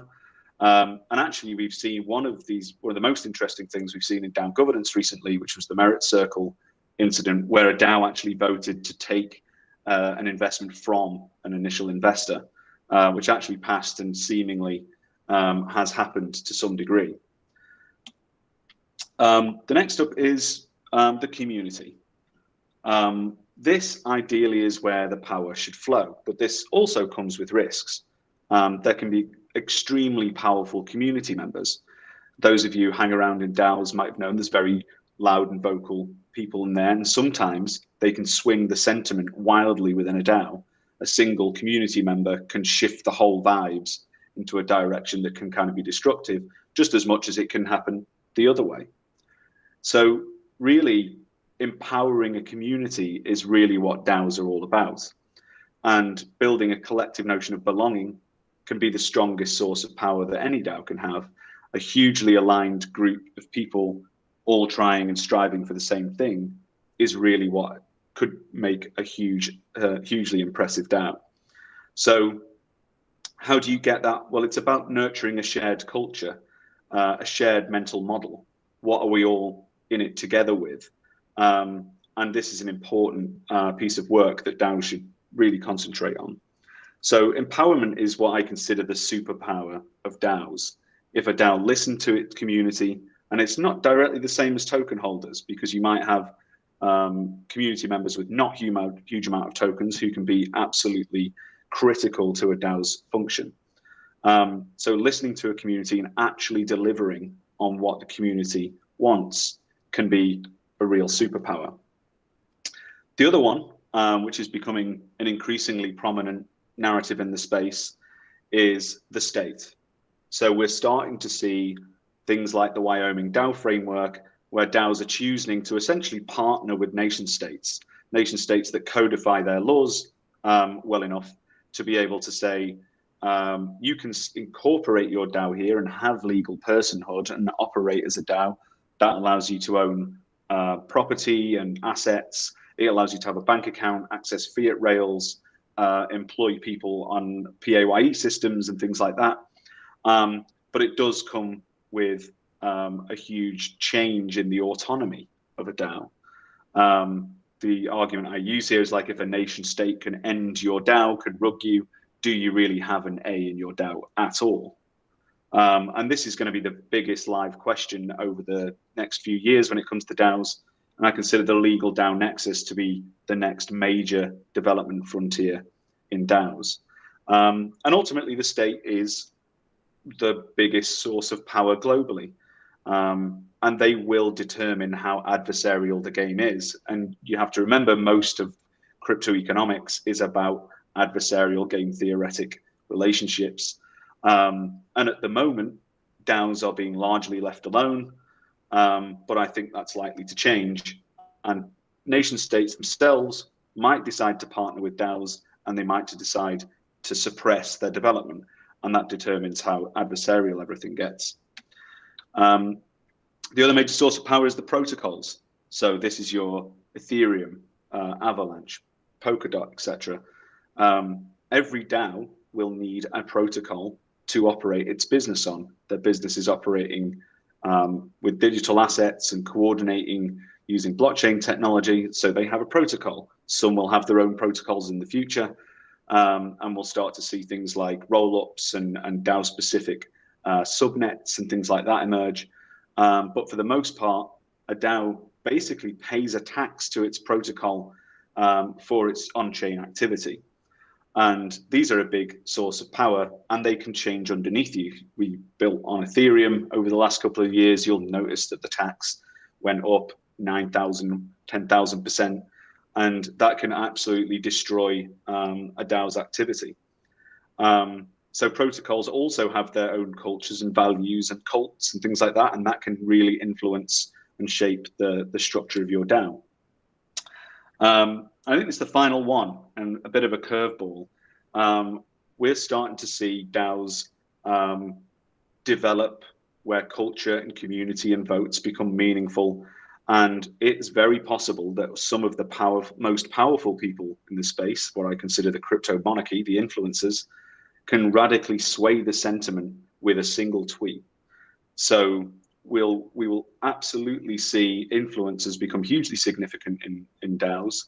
And in fact, a huge theme of the space has been influencers taking money from protocols and projects to support them, and they can change on them at their whim. And yeah, frankly, I have no idea how you would control for this one. I'm interested to see any of your ideas. But you can imagine DAO votes coming along, an influencer getting involved and radically swinging the consensus. It can make or break a DAO potentially. So all of these are sources of power. And I think these are something we've been considering a lot. I'm just going to show you a final slide of the apps that we're working on. So Factory DAO is essentially a modular DAO framework. And this consideration of power and decentralizing multi-sigs and decentralizing power out to network participants is basically infused into every one of these applications. So the top three here are basically for launching fungible tokens, so better distribution mechanisms, so launch as an auction system for bootstrapping AMMs, and that's designed to enable a really good starting distribution for tokens. As is yield, this is about liquidity mining and staking, but again, built in such a way using Harberger taxes actually, which distributes tokens to as many participants as possible. So it means that Justin Sun can't turn up and take the whole pool and dump all the tokens or keep them and control your governance. And Bank is there for distributing tokens out to potentially millions of people. So this is a mechanism that uses Merkle tree cryptography for both vested token distribution and airdrop distribution, potentially millions of people. Same with Mint. We think NFT governance and spinning up NFT DAOs is going to be the next major wave of decentralized governance, and making sure your tokens don't all get cornered by people who minted the contracts is hugely important. And this has, again, integrated whitelisting, price discovery mechanisms that make sure all of the tokens go to the right people. And Influence is our kind of decentralized decision-making system, which uses NFT governance and implicitly built with quadratic voting, which is for defeating plutocracy and allowing reputation systems to emerge in NFTs. All of those are built and on-chain, top 6, including our EVM bridge, and the bottom 6 are in our roadmap, where Decision will use zero-knowledge cryptography to basically decentralize multi-sigs out of the game using NFT voting. And I'll let you come and ask us about the other ones. So yeah, do come along, check us out on our website, join us on Twitter, drop into our Discord. We're always looking for DAO participants who will help us. We're just going through a testing phase at the moment where you can come and get involved in testing all of our dApps as we roll them out over a range of chains. So come and get involved. And yeah, if you want to hear more about me discussing this topic, follow me on Twitter. And that's it for now. So does anyone have any questions? Thanks so much, Dr. Nick. I think you did a great job of explaining power and executive power. I think also a crazy example of how power has failed us, and how centralization and kind of ethics that are outside of us have corrupted a lot of it. I think that one page of kind of what has all of this given us, is very memorable. Obviously, we've done a lot of good as well. Can you talk a little bit about how a new organization structures their power in a way that's better for the organization? Yeah, like I said, I think it comes down to DAOs are going to be these very organic structures, and they'll be set up in different ways for different things. I'm expecting play-to-earn DAOs to be quite radically different to curation DAOs for NFT art, for example. And the amount of power that's around is basically going to vary, whatever it is. So it's about using this kind of framework to understand where those risks are. It might be totally fine for a trusted group of people if they're doxed, for example, or high reputation people. They're not going to rug everyone at the multi-sig. So that's probably not that much need to go into some hard, trustless DAO environment. But yeah, for me, it's basically about designing these systems in such a way where token holders get a wide distribution. So eliminating people who can control all the governance with their tokens, or at least softening, dampening their power, bringing in the long tail of token holders more effectively. I think reputation systems are going to be hugely important because that allows us to there might be someone who's incredibly important for a DAO but doesn't have $50,000 to buy into a token, for example, and should have a meaningful contribution into that DAO. So reputation things are going to be interesting. I think things like soulbound tokens are going to be very interesting over the next couple of years. I'm a little bit nervy about them, but I think they're a huge dynamic for building governance power and distributing power. And I think that whole DSOC thing is very much about this problem, I think. I think another one of the slides was the fat cat investor slide. Yes. So obviously, organizations need capital, especially public goods. We've got things like Gitcoin with quadratic funding, but what's kind of one of the ways that people can get support and can get capital without turning over power to these investors or kind of like being beholden to them? Yeah, I think that I'm a huge fan of the quadratic funding stuff that Gitcoin does. That's definitely an interesting thing, and we're very into quadratic voting and interested in that stuff as well. I think things like grants can be great. So DAOs can be really, really good at structuring bounty-like work, grant-like work that can essentially flow funds and tokens to people who are contributors.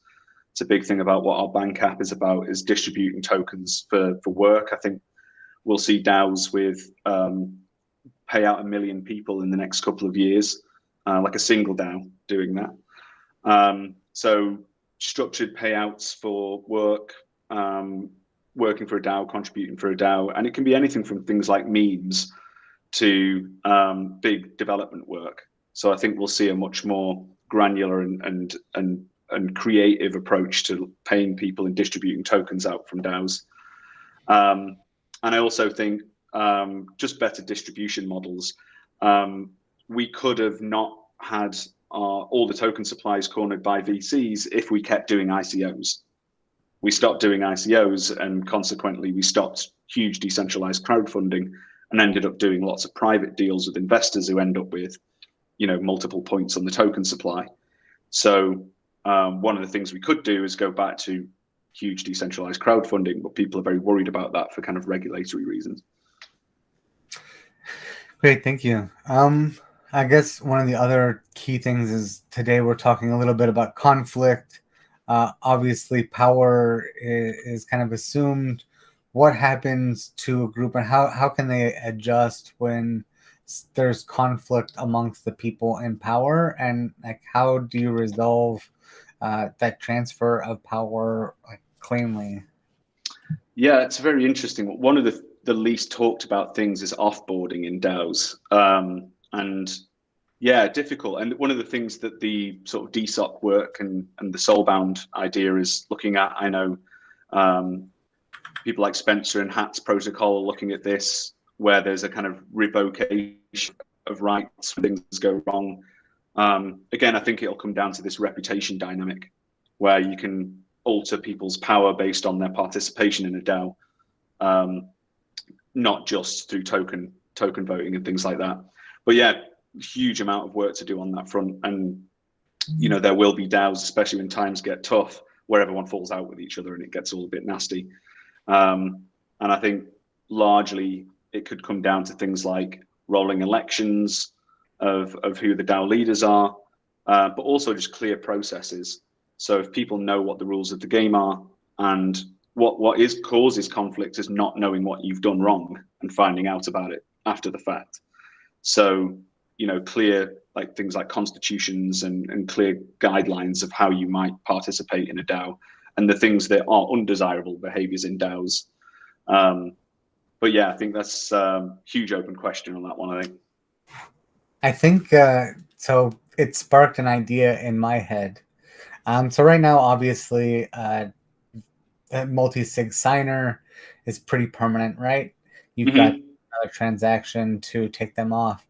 What if we had like voted terms for a multi-sig? Like, as you're seeing, we've got the common elections that need to happen. If there are conflicts, you could vote in someone else during the next multi-sig term. Obviously, their duty is to fulfill any kind of need that the organization needs, not to be a dictator, but at the same time, it leads for an effective policy for transition. Maybe you vote for the same person every time, maybe you don't.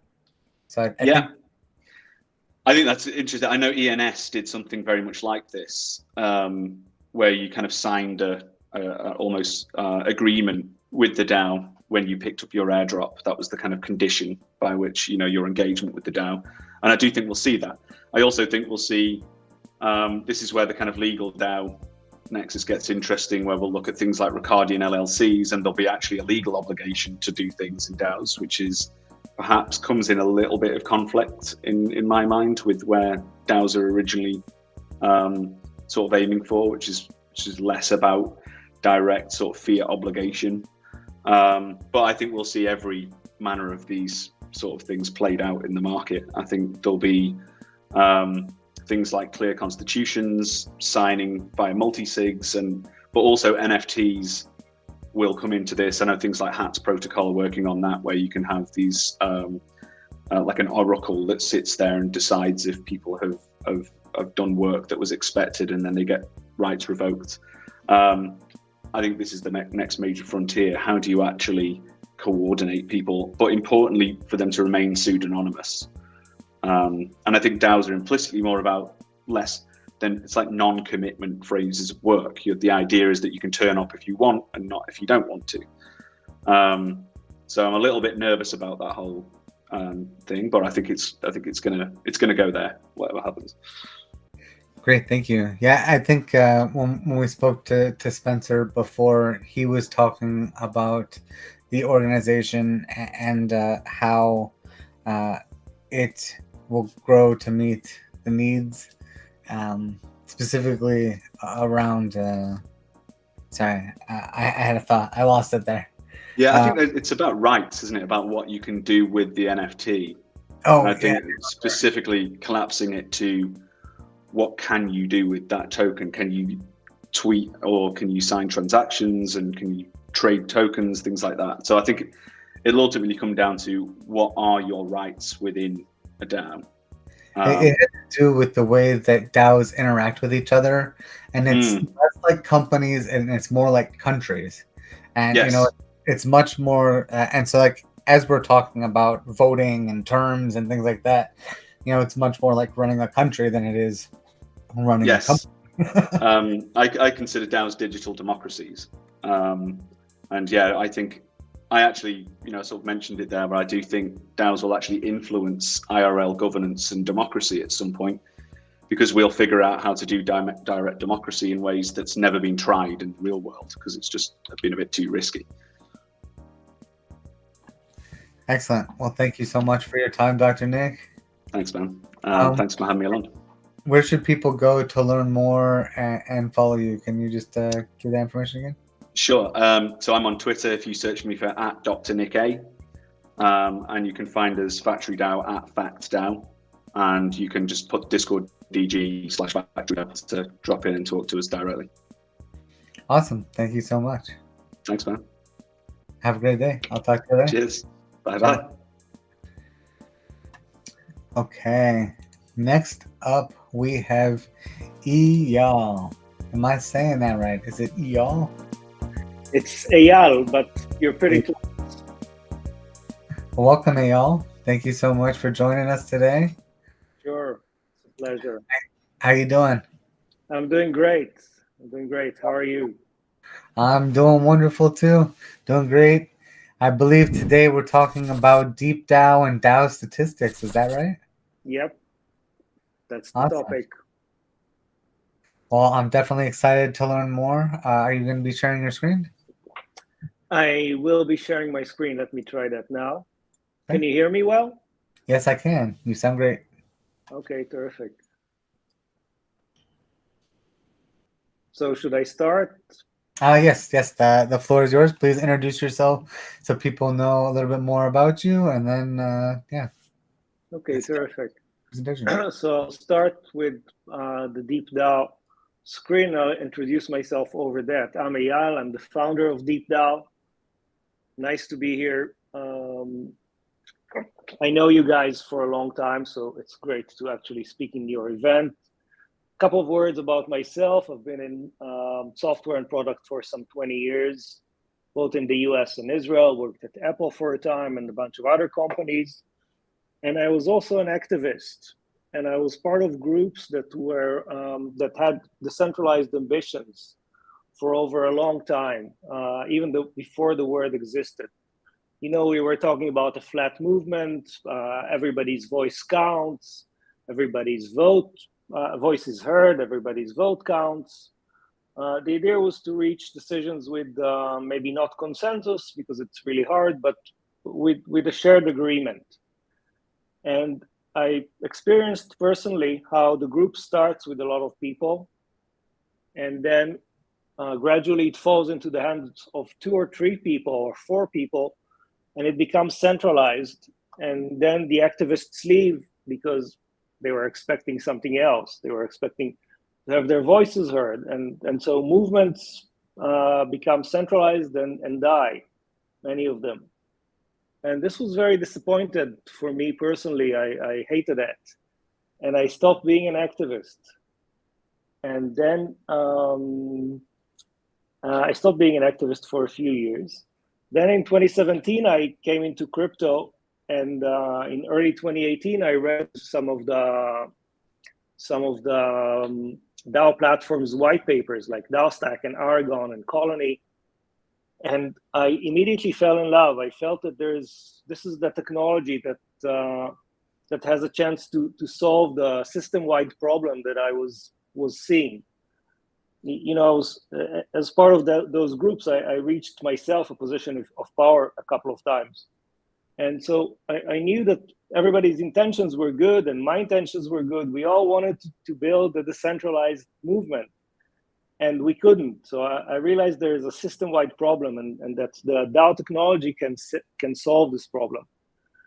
And so I joined the DAO, the first big DAO that was around, which was Genesis Alpha by DAOstack, and started hanging out with people. And then after a while, I really wanted to see a DAO explorer to understand who is voting, who is proposing, what are the patterns, who is winning a lot, who is losing a lot, who is voting with whom, because I knew that people in groups vote with their friends or with people who have their interests aligned. So there are coalitions. And I really wanted to see that. So I bugged the team to build it, and the team was busy.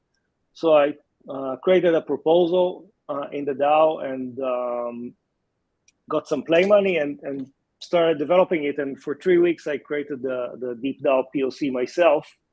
Then the community was excited, and I added more DAOstack DAOs, and then Moloch DAOs, became DAO House DAOs, and then some Aragons. And here we are 2 years later with as you can see, almost 5,000 organizations on Deep DAO, which to me is still amazing. I'm still amazed at every DAO that we're adding. And should I continue? Just continue on? Okay, I assume that the answer is yes, so I will. So I prepared a few stats for this call. It's very informal. I don't know if it's possible for you guys to ask questions, but if you can, please stop me and ask any questions. A discussion format is great. So if you can see my screen, this is a presentation I actually prepared a few months ago for an event that was called the State of DAOs. And they asked me for several things. For example, to explain what is a DAO. So I'm sure everybody here knows what is a DAO, but basically it's a group of people working together towards a common goal and manage assets together. And at that time, this is six months ago, there were 1 million governance token holders. The number of DAOs on Deep DAO was 150, and all of them together were managing $10 billion, which is a huge number. I still remember a time where DAOs were managing a couple thousands, or maybe 50,000, or less than $1 million. And so these numbers are from September 2021. And let's look at the numbers from now, from today. There's 3.6 million governance token holders over multiple chains. So the number really jumped 3.5x in the past 6 months. And the number of DAOs is 4,833. We're adding more and more all the time. The AUM has gone down. Bear market reached DAOs as well. And if you actually want to compare the number, if you look on DAO, you can see that out of these 7.4 billion, 2 billion are investing contracts. And back in September 2021, we did not even count vesting. So that number would be 5.5. So bear market has really hit DAOs hard. At the top, in December or January, the total AUM was actually about 16 million. And If you would have counted the vesting contracts, it would have been over 20 billion. So a huge amount of money managed by DAOs back then. And again, the number is smaller right now. But the number of active people and governance token holders continues to rise. So there are 673K people, or rather addresses, who voted in a DAO, in any of those almost 5,000 DAOs.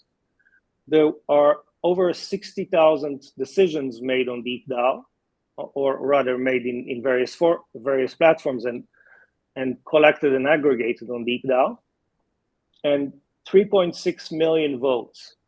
These are amazing numbers to me. I think the promise of DAOs that was just something that we were all hoping will happen in 2018, then 2019, is really happening.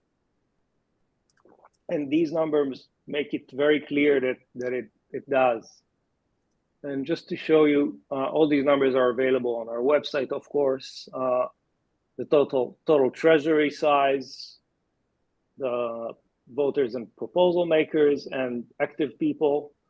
There are 94 organizations, DAOs, with over 1 million, and 53 with over 10 million, and 32 with over 100 million. These are amazing numbers. Very, very impressive to my admiring eyes. And over here on our dashboard, you can see the treasury size for each of these DAOs, and you can roll over and see liquid investing, and you can see the last 24 hours change. I like to, over the past few days, I like to look at, okay, we're in a bear market. Who's rising in a bear market? And you can see some of the people who are actually doing pretty well, even in this climate, over the past 24 hours. Not that few of them, actually. And even some of them, Rarible, for example, Laser DAO, and so on and so forth. And so these are the large ecosystem numbers. And just to talk a little bit about growth. So this is 2018. 2 of the 5,000 DAOs listed on DeepDAO started in 2018. These numbers reflect the first proposal ever made in a DAO. So there are 2 proposals from 2018 on DeepDAO. And 2019, you can see 15x, very impressive. 30 proposals were created, 30 DAOs, 30 new DAOs that created a proposal were added to DeepDAO in 2018. And then if we continue on, 308 in 2020. Again, very nice growth. And then, of course, the explosion in 2021 with over almost 3,500 DAOs added to our dashboard. I don't have the 2022 numbers, but this is continuing to grow. This gap is, I should tip my hat to Snapshot, which came with a brilliant idea of how to actually do governance at the time where gas fees were almost making this impossible. I remember there was a time back in, I think around 2019 or 2020, when it became, it was like $30 to vote in a DAO. And that's really crazy, even for people in crypto in a bull market. So it's now possible to vote in a DAO.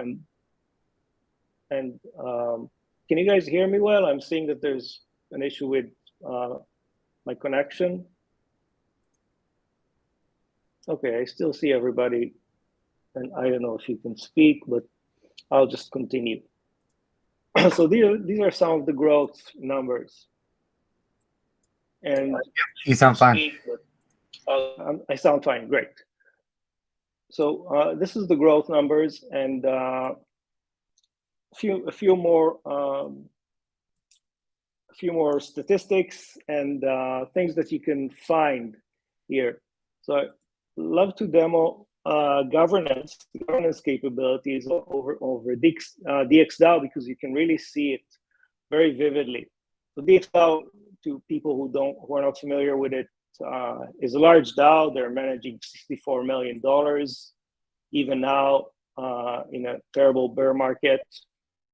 And they're doing a lot of proposals. There's a lot of activity in this DAO. They have 777 proposals and 522 people with voting power. And if you go to the on the finance, which is really a general, you can see a bunch of information, including the treasury composition. So you can see that a lot of the money here is coming from the project's own token, the DXD. Over almost 60% of the treasury is coming from DXD, and then ETH, and then some stable coins, but really most of it is in the own project token. And here you can actually see all the data that we're using, all the sources of the data. Everything is very, very open. DeepDAO is not open source, but our mission is to show as much data and share as much of the data as we can. So these are the two governance systems that the DAO is using. And these are all the treasuries. And you can see that 4 of them are liquid and 1 of them is vesting. And this is the project token. And over here, you can see the top stakeholders based on activity. So these are the people that created the most proposals and voted the most. And similar organizations. So this is traversing the social graph and finding people that mutual members and mutual tokens that are held in the treasury. And you can see some of the other big DAOs are involved here, ENS and Gnosis and Uniswap and Gitcoin, MakerDAO, really the OGs of the ecosystem. And here's something that's really interesting, and you're able to see. Remember, when I started this this journey, I really wanted to see the power dynamics of the DAO. And so this dashboard allows you to see it. And if you sort by share percent, which is voting power, you can see that the top person on this DAO has 7.2% of the voting power. Then it goes down to 5, 4.3, and the number 10 still has 3.2, which is a lot. It's very nice distribution of power. And then it goes down, and the 20th person still has 1.5. Again, this is very equitable if you're thinking about large companies. And then it goes to less and less, and like the bottom 100 is rounded to 0. People still have power. And I really wanted to see what people are doing with this power. So is this person active? And you know, in Moloch DAO, for example, the strongest person for a time, the early stage was Vitalik, a Vitalik account. But he never voted and never created any proposal in the DAO. So he basically put some money, gained a lot of voting power, but left the community to decide what they want, which is a nice thing to do. And this person, strongest person in the DAO, created 20 proposals, won 90% of them, and 18-2, and voted on 232 proposals, which is a lot. It's almost a third of the proposals in DAO, and winning almost every time, every vote. 230 wins, 2 losses. And then I really wanted to see the coalitions that this person is involved in. And to see that, we're looking at this dashboard, and you can just do a simple copy paste, and you can see these are the top 2 coalitions, coalitions of the top 2 people. And this person is a member of many of the coalitions, which is really not surprising. People vote with their friends. And here you can really see it.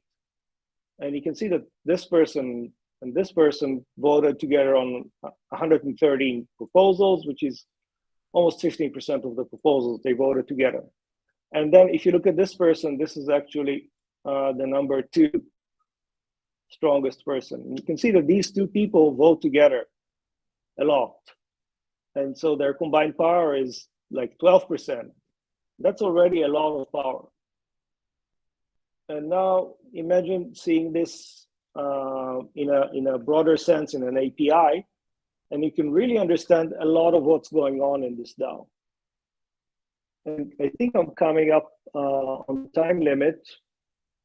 Should we keep it open for questions, or do you guys want to see some more statistics? It'd be cool to see a little bit more statistics. Okay. Okay, so here's our first cut of API. And these are the ecosystem stats.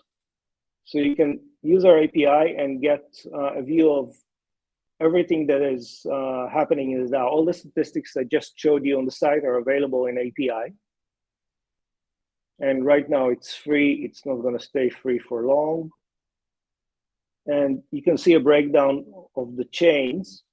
So the largest number of the total treasury size is the biggest on Ethereum, mainnet, the most votes, token holders. And then the second strongest chain is Solana with $667 million in its treasury. And the third strongest is the Substrate, which we just added a few days ago, like the Polkadot and Kusama ecosystem. And they're managing together $434 million in 8 organizations, chains and parachains. And so this is the ecosystem stats. And over here, you can see active proposals. And this is interesting because one of the things people are talking about, everybody that looks at governance for the first time and DAOs the first time, they're like, oh, participation is very low. Only maybe 1% of the people are participating. And this is really, I laugh when I hear that, because compared to what? Compared to the world at large, where people don't vote ever or don't participate in governance ever, compared to democracy, where modern democracies, where people vote once every 4 years or 5 years or 6 years even, in a system like France, presidential elections, for example. So in governance, people are voting every day. And when you look at this API endpoints of active proposals, all the active proposals on DeepDAO, so basically everything that you can see here in our DAO feed is an aggregation of proposals from all these 5,000 organizations. And you can scroll down and really get a picture of what's going on in the DAO ecosystem, in governance, both discussions and proposals. And if you look at this proposal, for example, it's active right now, and it has 4,400 voters. This is an amazing number. It's a huge number. And then if you go to the second proposal, there's 2,321 voters, and 1,700 voters, and 1,500 voters. 1,500 voters. There's a lot of voting activity going on. There's real governance, real community participation. And all of this is available, transparent, and people can see it and understand what's going on. And to me, that's really revolutionizing the way people work and people organize. And this is not a small number of people. This is not small participation. It could be potentially small in percentage, but a lot of people, thousands and thousands of people, are spending the time and putting the effort to understand topics and to develop an opinion about them. This is amazing. And just to look at use cases, so you can find each one of these 5,000 DAOs on DeepDAO. For example, you can find MetaFam, and you can see statistics. That's probably a misspell. So you can find MetaFam in here and 5,000 other organizations. And you can also search by categories. So you can see which categories. DeFi is the largest category by number of people and by total treasury. NFT is the second largest category. NFT is a very, very much a rising use case for DAOs. DAO tools is the third biggest category. It's really interesting that many tools in the ecosystem are being created by DAOs. And you can see that the ecosystem, the DAO ecosystem, is building its own tools. Like, these are the people from the inside, and they're building what they need in order to manage DAOs. And a couple of working collectives and physical assets, which is really interesting. Of course, you know about Constitution DAO, but Moon DAO, I hear it's the same people and others. There's scientists are getting together in DAOs in more and more numbers these days. Gaming, of course, is another use case for DAOs, arts and culture, and VCs, obviously. This is one of the strongest use cases. There's whole platforms for VC DAOs like Tribute and Syndicate. And really, that's where it stands. Awesome. Thank you so much. I think that was an amazing interface to check out DAO statistics. I didn't know that something like that existed. And I think it speaks really well for like integrations and being able to integrate DAO proposals and things into a front end. Are there any kind of rate limits or things that people should know about when accessing the data?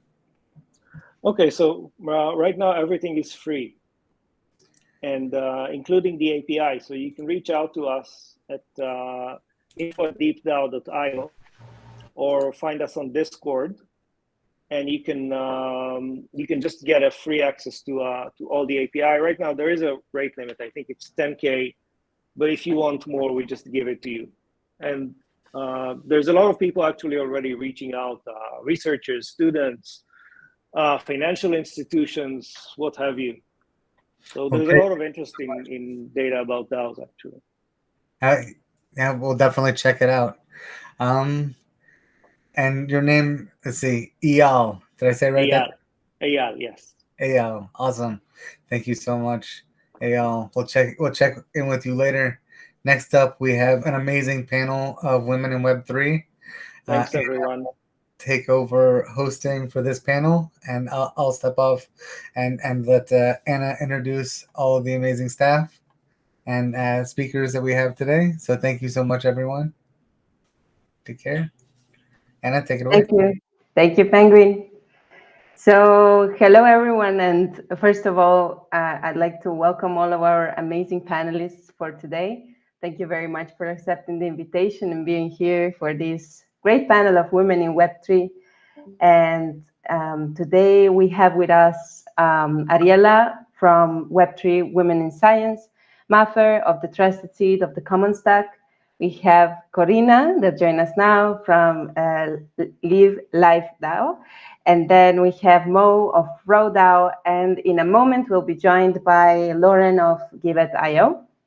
So welcome to everyone, and thank you again for being here. I'd like to spend the first, let's say, 5 minutes introducing the panelists. So I would like to invite Corina, for example, to start. Would you like to tell us a little bit about yourself? Hi, yes, sure, thank you. I'm Corina. I'm a connector, community builder, and collaborator. I'm doing partnerships and communications work in the DAO space.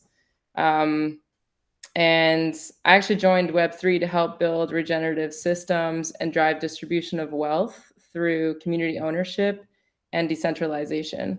And I currently work with the DAOist, with Live DAO, and with Giveth. Thanks for having me today. Thank you for joining us. And Mo, would you like to introduce yourself? Awesome. Thank you for having us and for leading this panel today. Very excited to talk with you all. I'm Mo, aka the Mo Caso of NFTs. If you don't know, now you know, as Biggie once said. But I turned my tie-dye t-shirts into NFTs, and I was able to really do that with all of my passions, poetry, photography, and finding this new technology to bring it all together in a way that makes sense. And then that turned into a passion with being able to show everyone how to go kind of physical to digital, it became. And then that turned to founding the Raw DAO, where we focus on educating people on what's happening, building networks to help support us reach the goals that we need to be successful, and transform what we are creating in the physical into the digital that will be here in the future. So that's me. Thank you very much, Mo. Mafer, would you like to go on and introduce yourself? Sure, thank you. Well, I'm Mafer, or Maria, and I'm the gardener of the Trusted Seed for Common Stack. And well, we basically, our mission is to finance, develop, create tools as a community for public goods. Remember that public goods are good, and that's our mission to create more for the future. Thank you. Thank you, Mafer. Ariela, would you like to go on? Sure. Thank you so much for having this panel and having me on it. So by day, I'm an MD PhD candidate at Washington University in St. Louis. And about 9 months ago, I was recruited to a biotech investment DAO. And at that time, I noticed that there was a very homogenous community in Web3. After I fell down the rabbit hole, it seemed to be mostly young white men.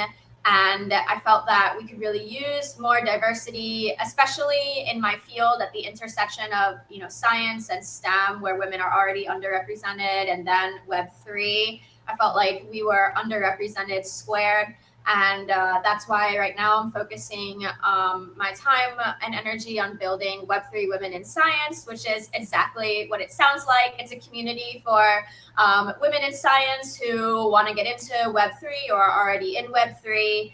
And we are in the early stages of building, but growing slowly and steadily and building functionality and utilities. And I'm really excited to get more women in science in this space, and maybe have an opportunity to work with you all as well if you have any scientific needs in your communities.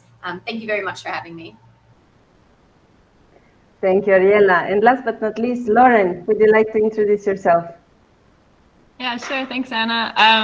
Hi, my name is Lauren Luce. I work with Giveth. I lead our comms team, and I lead the development of our Give economy. Giveth is, if you don't know, it's a platform for donating now, but it's going to transform into something that basically changes the way that we fund public goods so that they don't depend on sacrifice. Anyway, I'll get way more into that later, but I've been with Giveth for about 1.5 years. And I'm really actively participating in every aspect and every working group and across the entire DAO. It's kind of where I live in this corner of the blockchain for good universe. And I'm really happy to be here and share with you all. Thank you, Lauren, and welcome. So I prepared some questions for this panel, but I'd like the mood of it to be really flowy and really relaxed. So please feel free to join the conversation and share your thoughts at any time when you would like to say something. And first of all, I would like to start with a question that says, what brought you to Web3? I will invite Mafer to start with it, and then others can join. Well, for me, it was a little bit of destiny, I guess, and a little bit of common, normal job seeking. But yeah, I saw the beacon. I am a social entrepreneur in my country, in Venezuela. I actually work with educating entrepreneurs in financial tools, legal stuff, business models, but with a social impact, which social programs. But then I saw the beacon on Trusted Seed to be a junior gardener, which is community builder. And I saw that they use blockchain. For me at that time was wow, blockchain and social impact and public goods and commons. And I was like, how can I be part of this? Because definitely blockchain is the future, and my goal in life is to work forever in social impact, and so I think that was like perfect for me. That was what attracted me more than a job and or a salary or just like a professional thing. I think right now Web3 is definitely something that I want to keep in my projects, in future projects, and with the trusted seed and common stack, the fact that I can build with a community is incredible. So I think that that's what keeps me here almost a year. In August, I'll be 1 year in Trusted Seed and Common Stack. And yeah, I think social impact plus feature tools is my thing. Yeah, and also building with such a big community that you never feel alone and you always have something new to learn. It's really inspiring. So yes. And Corina, what brought you to Web3? Well, it kind of started, I'd always been working in Web2 tech for most of my career. And I was actually at a period where I was taking a break after working for a hypergrowth, like VC pumped company, which was pretty intense. I learned a lot, but also was looking kind of for something new after I came out of that organization. And I started exploring alternative ownership models, actually, and I was going a little bit deeper into the cooperative space and discovered platform cooperatives, which are, I'm still a proponent of, actually. They're doing some incredible work in that space. But while I was exploring that, I discovered Web3 through a friend who encouraged me to take a look at some of the JPEGs he was buying and some other funky stuff going on there. What really caught my attention was actually when I first discovered the DAO space via one of the DAOs events actually in Lisbon last year. And I realized I had found this crew of systems thinkers that were talking about tackling issues in different ways, really looking at things globally and talking about addressing those issues through collaboration rather than competition, which, I mean, and also leveraging new organizational structures, financial models like growth models. And again, this collaborative piece is really what kind of made me decide to keep exploring the space further, because I really believe like that's going to be the biggest differentiator here. If we want to create really like something new and not just another version of Web 2, it's really those components that come together, I think, to create true systems change. So that's sort of my journey into Web3, and that was sort of the net that caught me and kept me here. Yeah, that's awesome. Like if we can all manage to go in the same direction instead of trying to push other back and competing with each other, it's truly what can bring us to have a good change in the world. And yeah, so then I'd like to ask, what has been your experience so far as a woman in Web3? Lauren, would you like to share with us your experience?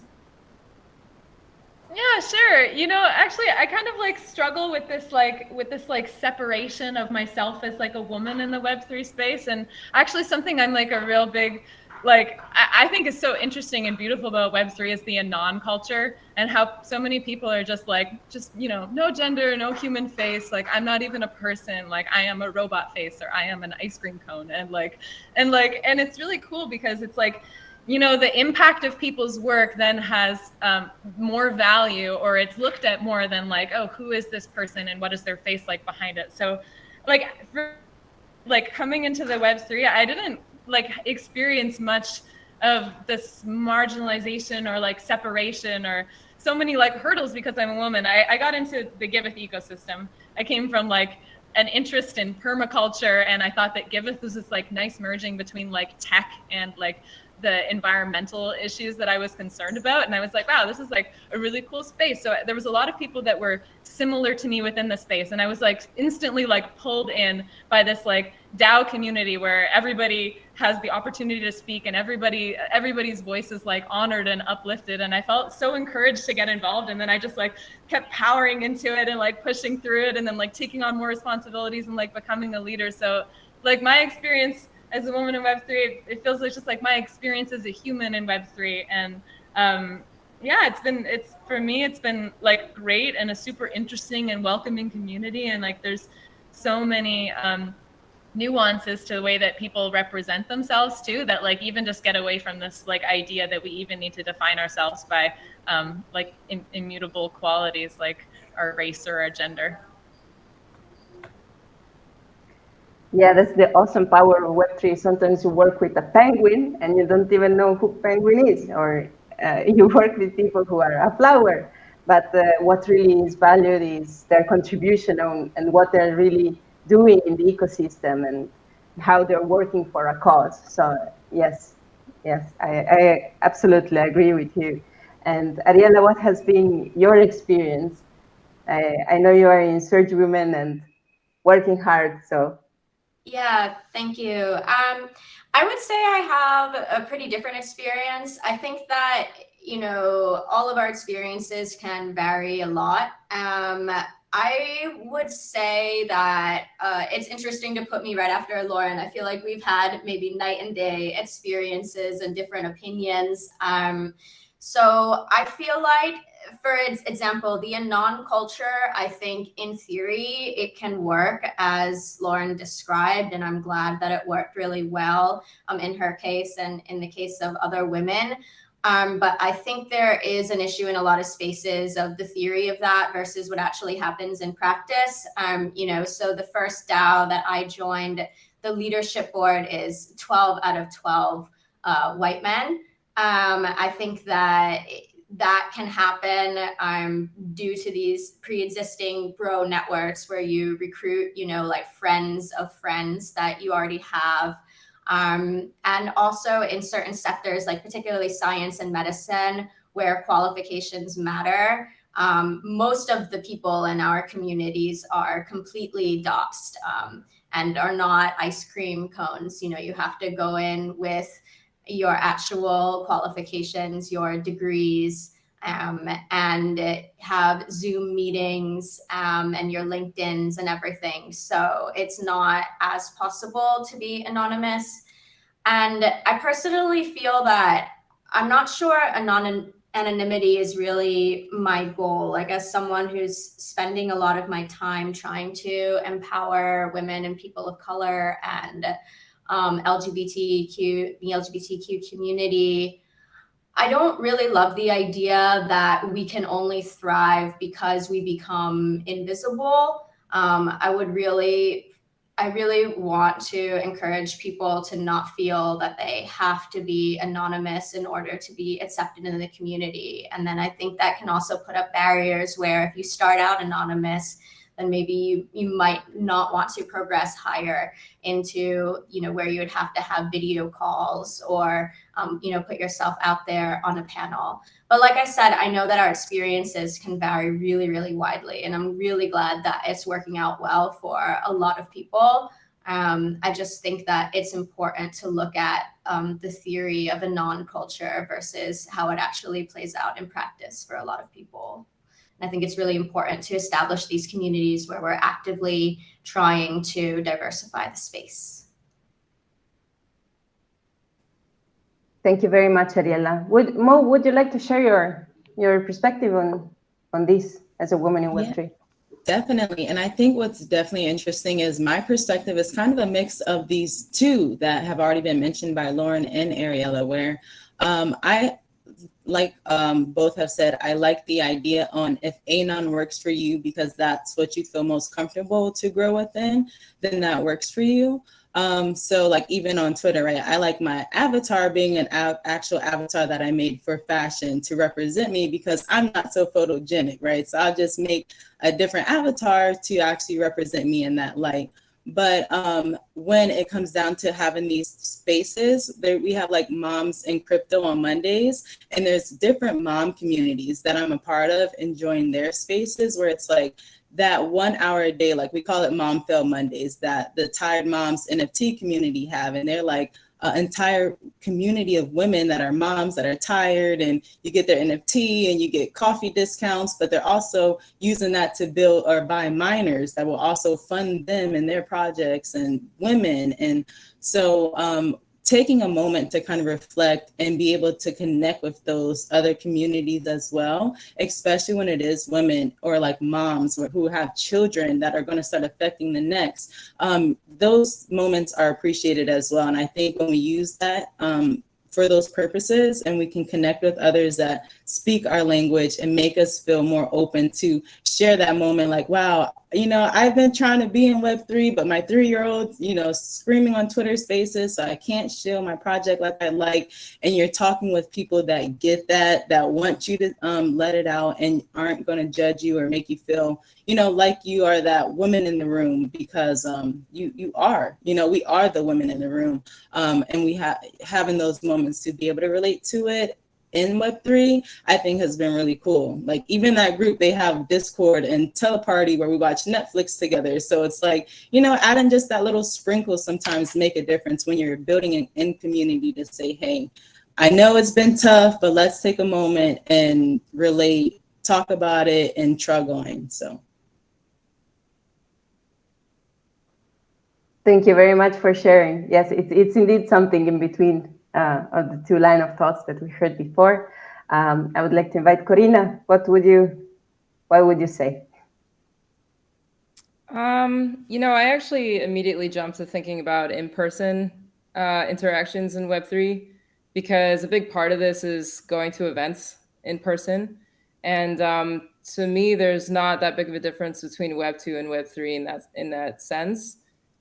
It helps to be outgoing. It helps to be confident in the way you speak. It helps to be able to deal with a room full of men. And I'm actually like very grateful that I've had a lot of training in that in my career. I was always in a client-facing external position for different tech companies. Like I know how to approach, like walk into a room with 300 men and like make myself heard and seen. I've had the same experiences as in Web2. I'll be standing in a group of people in the middle of saying something, and some extroverted guy shows up and literally cuts into the conversation and tries to take over. It's happened many times. I know how to address that pretty quickly, actually, and kind of have fun with it. But you know, there's all those little nuances. They just still happen because it's still a male-dominated sector. It's going to take a while until that changes. So otherwise, I found most people to be quite respectful, aside from those little nuances that happen, or somebody making a flirty comment to you, like while you're trying to seriously talk about something. Those things just happen. It's the business world. So I had those experiences in Web3 as well. But what I've also found is that the women in Web3 are amazing. Like, they're some of the smartest women I've ever met, like every event I go to, and super supportive and like really helpful. You know, it's incredible, actually. Like there seems to be some like automatic filter happening here. So that's really nice, you know? And then in general, like most of the men that I've worked with, and for sure in Web3, like they're awesome. So, I think we just have a lot of the same issues still, and those need to be known, especially when you look at like leadership positions in Web3 held by women. It's like the numbers are, I think, obvious to everyone, but they're extremely low. So, you know, we have a lot of work to do, I think, to change that, whether people are anonymous or not. Like it seems it's still, at the end of the day, like if you want to found a company, eventually you have to dox yourself at this point. So, you know, I think that's kind of where I sit with it. But yeah, in general, that's why I'm a big proponent, actually, of like groups to help bring women into the space, like onboard them to the space and give them a support system, because the numbers are even less diverse in Web3 than in Web2. So I think that helps a lot. Yes, and something that it's very cool to see is also how many DAOs are being created with the purpose of supporting women in Web3 and giving them like the wind, the help they need, the push. Like Her DAO, we have Surge Women, we have Meta Gamma Delta, and many, many more. And yeah, while browsing Twitter, I'm always happy to see when something new and research about it. So it is small steps for a big result, right? Mafer, would you like to share your point of view? Sure. Well, I think I have seen a lot. I just came back from a 2-month trip from Brazil to Austria in events, and I saw a lot that definitely in Discord is not seen. I think that the fact that we can build with anons and people with mental and physical limitations and everything is amazing. Like there's no tax when when it comes to building, and that for me is great.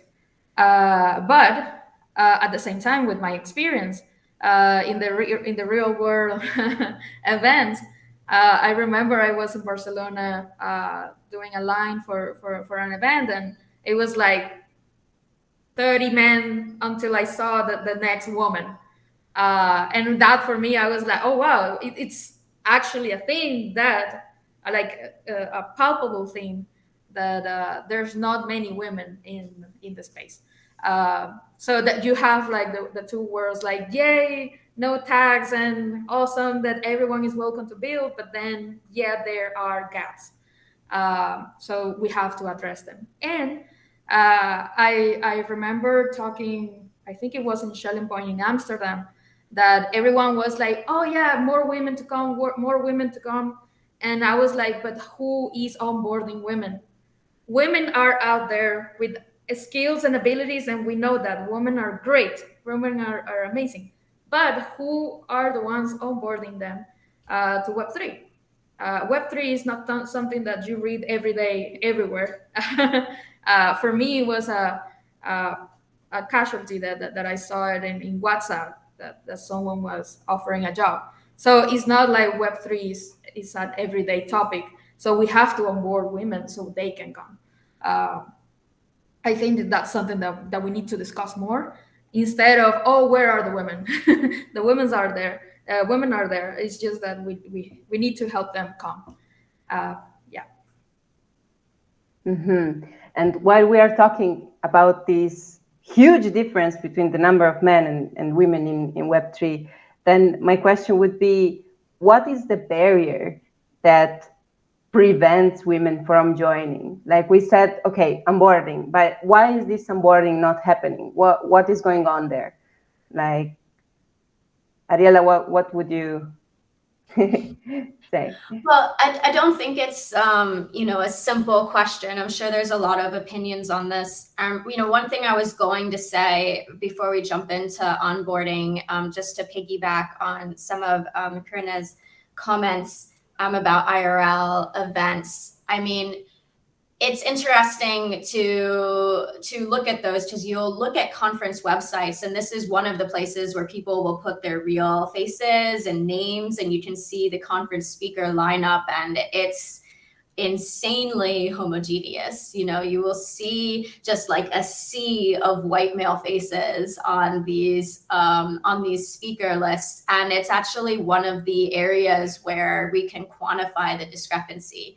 And one of the things that makes Web3 a little bit difficult for DEI, diversity, equity, and inclusion advocacy is due to the anonymous and decentralized nature of everything. It's hard to get concrete data on these issues, and it's also difficult not having HR departments and things like that in DEI offices, diversity offices.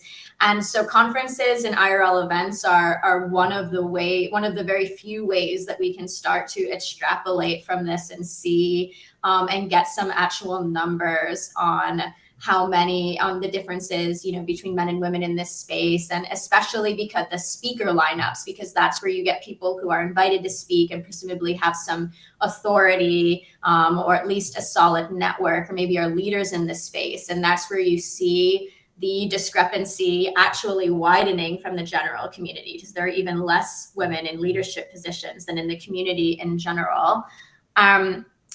And I've had people argue in our sector of the intersection of Web3 and science that we've achieved equality. Like they see people like me and some of my colleagues, Jocelyn Pearl, Sarah Hamburg, founding organizations and hosting spaces, and they're saying, decentralized science, so DeSci, that's what we call this sector, is not like the rest of Web3. Like we have plenty of women here doing things.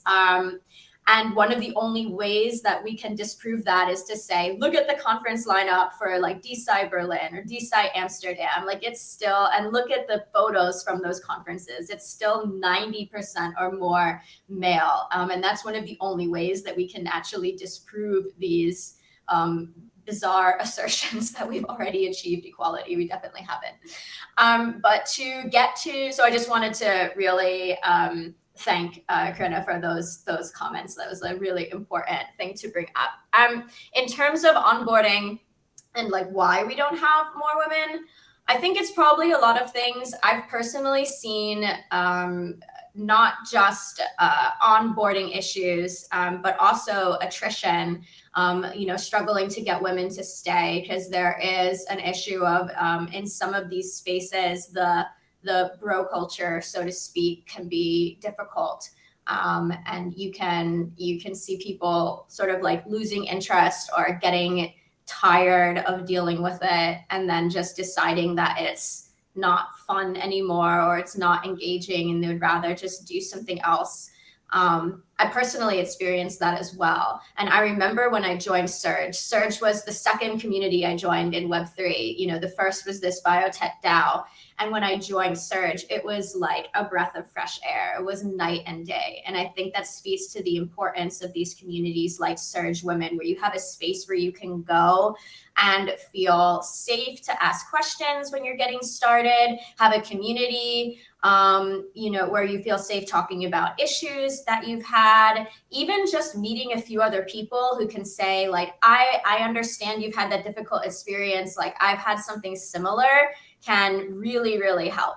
And so I think having these spaces is really important. And there's so much data showing that when you create a space that's specifically for a marginalized group, like women or people of color, LGBTQ folks, that you get a much higher influx of those people. Like they might not feel as empowered to join a space that's generally just advertised as onboarding people to Web3. But if they see something that's onboarding women and non-binary folks to Web3, that they are much more likely to engage with that. So I think it's really important to keep creating those spaces, supporting the ones that already exist, and creating new ones that are maybe specific to certain fields. Like I personally felt like I could start tackling the scientific and medical fields. I didn't really see a lot going on there in terms of the intersection of women and that field. So that's why I started my organization. But I really hope that more people start doing that and start creating spaces to onboard marginalized groups to specific fields that cater to those people's interests. Because I think, again, we see over and over again that when people see a community that's specific to their identity and interests, that they're much more likely to engage with it and feel like that's a space for them. Whereas they might not feel that Web3 automatically is a space. The last thing I'll say before I turn over the mic is I was one of those people. I mean, my boyfriend was trying to get me into Bitcoin and crypto for the longest time. And I was like, why would I want to do that? I'm not a finance bro. I'm not a tech bro. This has nothing to do with me. Like this has nothing to do with my interests or skill sets. And it was only when I was recruited specifically because I moonlight as a science writer and illustrator, and they said, oh, well, we need those skills for this, that I thought this might be the place for me. So I think we just need more awareness that you don't have to be a finance bro or a tech bro to join this space and create safe spaces to retain and support women. Thank you very much, Ariela. Those are really, really good points. And Yeah, I think that having these specific, so sometimes when I see tweets about we have scholarship for women, we have a course for women, and even if I resonate with the tweets that say we have scholarships as well, sometimes the direct invitation really triggers the point, and I click on it just because I feel welcomed by it. Lauren, what do you think are the barriers that women encounter to enter Web3, or barriers in general? Yeah, I mean, it's actually, I feel like I have a hard time relating to a lot of the barriers that a lot of people talk about, because I don't experience them like myself. I never really see like a group of like a male dominated industry to be something intimidating for me, because I find like the interests that I have to be more like subject specific. So if I'm like interested in like a certain tech, like I don't care who's around, like I want the smartest people who are building that tech around me. And like it's like, I much prefer it when it's a diverse group, because it does create like an interesting, like, intangible sort of balance when there's like more women or more people from different like gender or racial backgrounds as well. It's like it creates like different perspectives, and that adds a lot of value. But like I never feel intimidated like entering the space. So it's like hard for me to think of like what could be the barriers for women entering. I do think that like it can be intimidating for a lot of women to come into a space when it's just like super male dominated, because it's not like something that they feel comfortable entering into. I grew up with brothers, and I studied mechanical engineering, and I'm just like, this has always been kind of my life. So I'm like, it doesn't matter to me. And I'm like, I'm going to just kind of like, figure things out and try to be the best at whatever it is that I'm doing. But I think like in general, at Giveth, like I'm in a leadership role at Giveth, and I have a lot of buddies. Like we have a decentralized buddy system where like, instead of having managers, we have, people who support to onboard different people into the space. And like I have buddies, and some are men and some are women. And like the thing I'm always trying to do to empower them is like also figure out what it is that they like to do, and let them know that that's something that they can do. So it's like when people come in and they're like, hey, I actually really hate writing tweet threads, but and then somebody else is like, I really love writing tweet threads. And I'm like, you never have to write them, but you can always write them. And it's like, so just kind of like getting to know the people and what their interests are, and then empowering them with like this like do-ocracy awareness. Like instead of being like, someone has to give you this task and then you have to like fit this mold, it's like the DAO space is really like, flat, moldable, kind of like meshy, like it molds and it warps. So like you can come into it and you can find what you're good at doing, and then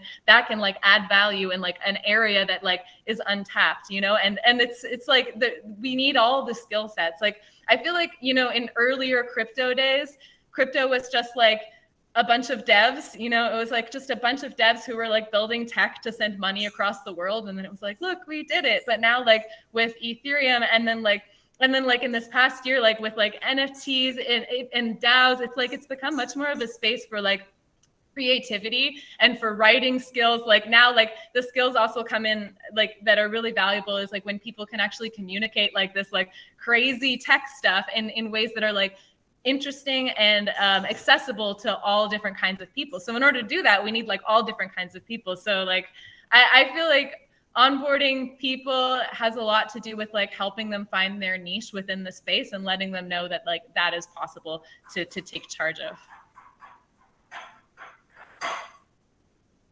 That's great. Yes. So taking care of what people love to do, I would combine it with what Ariella said of having also direct invitations for, let's say, women or LGBTQ+ or whatever it is. And so people feel targeted directly as a direct invitation and feel safe to actually show what they're good at. And then having a good onboarding system that tells you, oh, you don't have to tweet if you don't like doing it, but if you really like doing it, then do it. I think the combination between these two could be a good, winning strategy. Mo, I would like to invite you. Can you talk? Yes, definitely. And I was going to say all of that as well, whereas I feel like a lot of women in particular feel like this space, they will have to abandon everything they've once known in order to come into Web3. And you just have to remind them that you don't. You know, that's how I came in cryptocurrency, because I'm more into economics. And it's like, it makes sense. You understand the utilities and the new systems that are coming about. And me, I'm not the type of person that you can tell me about a business or an idea that you have, and I know that there's holes in that, and I'm going to tell you it's a good idea, where instead we can look at the future and where things are headed and talk about things that make sense so you can truly be successful in that.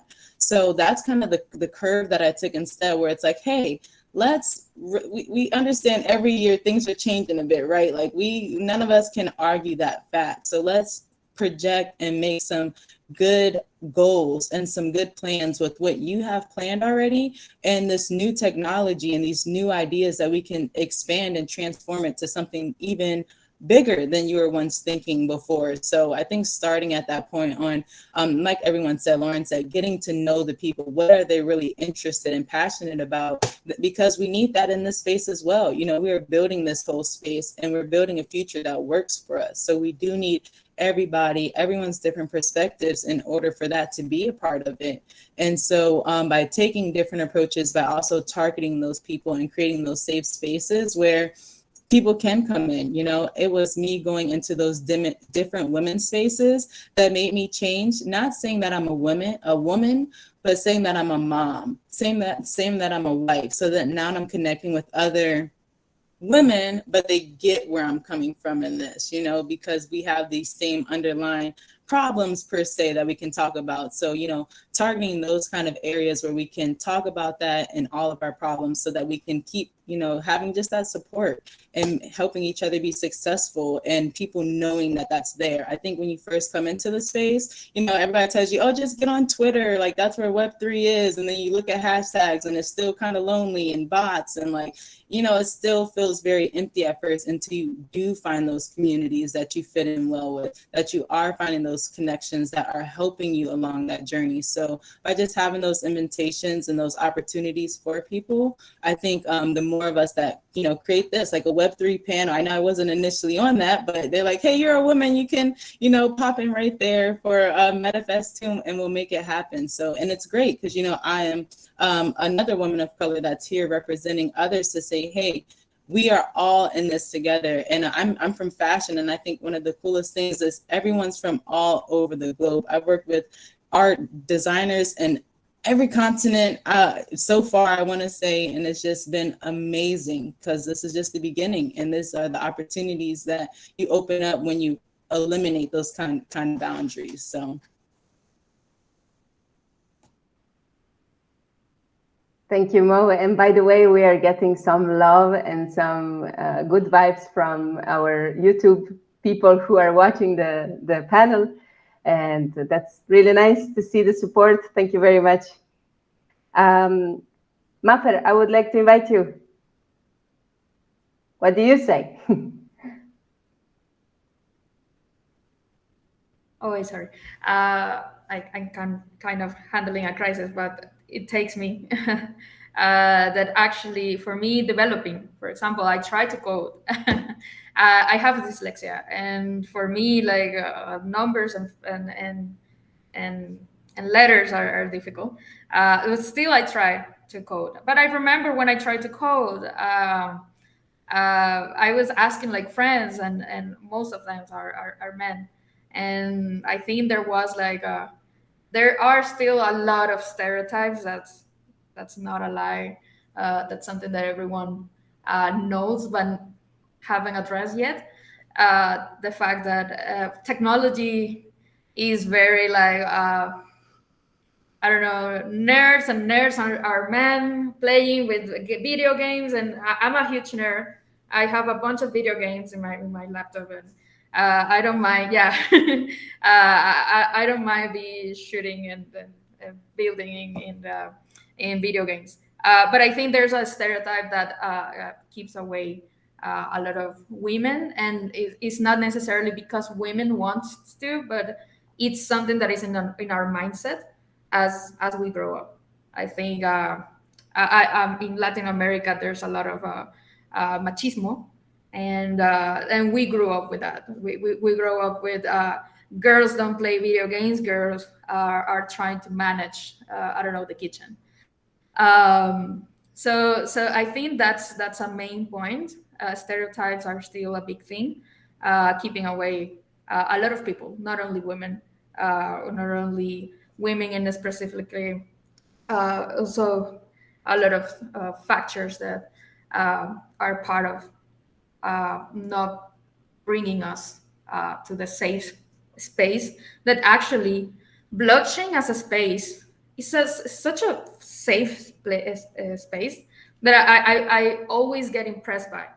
I come from corporate, and it wasn't safe for me. I remember I was doing therapy, talking to my therapist, like, I cannot tell my boss that I have anxiety. I cannot tell my boss that I need vacation. And he was a German. Sorry, Germans, but you're kind of square boxes, and that's another stereotype. Sorry, but yeah, I was feeling afraid. But here, for example, in Trusted Seed and Common Stack, the team is such an open team that I actually being asked to schedule my summer vacation. I was like, what? So I think that there are so many barriers that we have a chip for it that we have to break, and that starts with maybe with women or every other people, but yeah, I think that's something that we need to take care of. Yeah, those barriers are then not only Web3, but are barriers that we've been programmed to have since we were basically born. You're a girl, you like pink, right? And I'm very glad you talked about the corporate part, because I remember once I was invited to do some job interviews as the interviewer, and my boss was also there, and we were interviewing like 5 amazing women professionals. And then my boss always had this question, do you plan to have kids? And the first time I heard it, I was very shocked, and then I told him, I don't think you should be asking this. It's very discriminatory. And I almost got fired because of that, because he was like, how dare you tell me what I should ask first? And second, I don't think it's a problem, because if they do plan to have kids, then they're not fit for this role. So that was like, wow, I was fresh out of college, nobody tells you these things are going to happen, and then they happen, and it's like a slap in the face. So yes, and thankfully nobody asked me this in Web3 so far, and I hope I will never be asked that. But if it happens, then I don't even want this job, because then it can go worse, and how it cannot be pleasant to work in such an environment. Corina, I saw you also like playing video games, right? So you were very happy for what Maher was saying. What would you like to add something? Yeah, I mean, full discretion, I don't play video games now, but I loved playing games when I was, I think, a teenager and like preteen, computer games, and I grew up with brothers, only boys on my street, like it just definitely had that influence my whole life. But I think, yeah, there are some significant barriers to women entering the space. One thing for sure that I love that you mentioned is the language. The language that is used in Web3, like WAGMI, and like actually I saw someone post a glossary once of 50 terms, and it's right. Like there's more than that actually. You have to learn a new language to get into this space, and that language is born out of the gaming space, which is coming from men. So it's already a barrier in that sense, like for women to enter.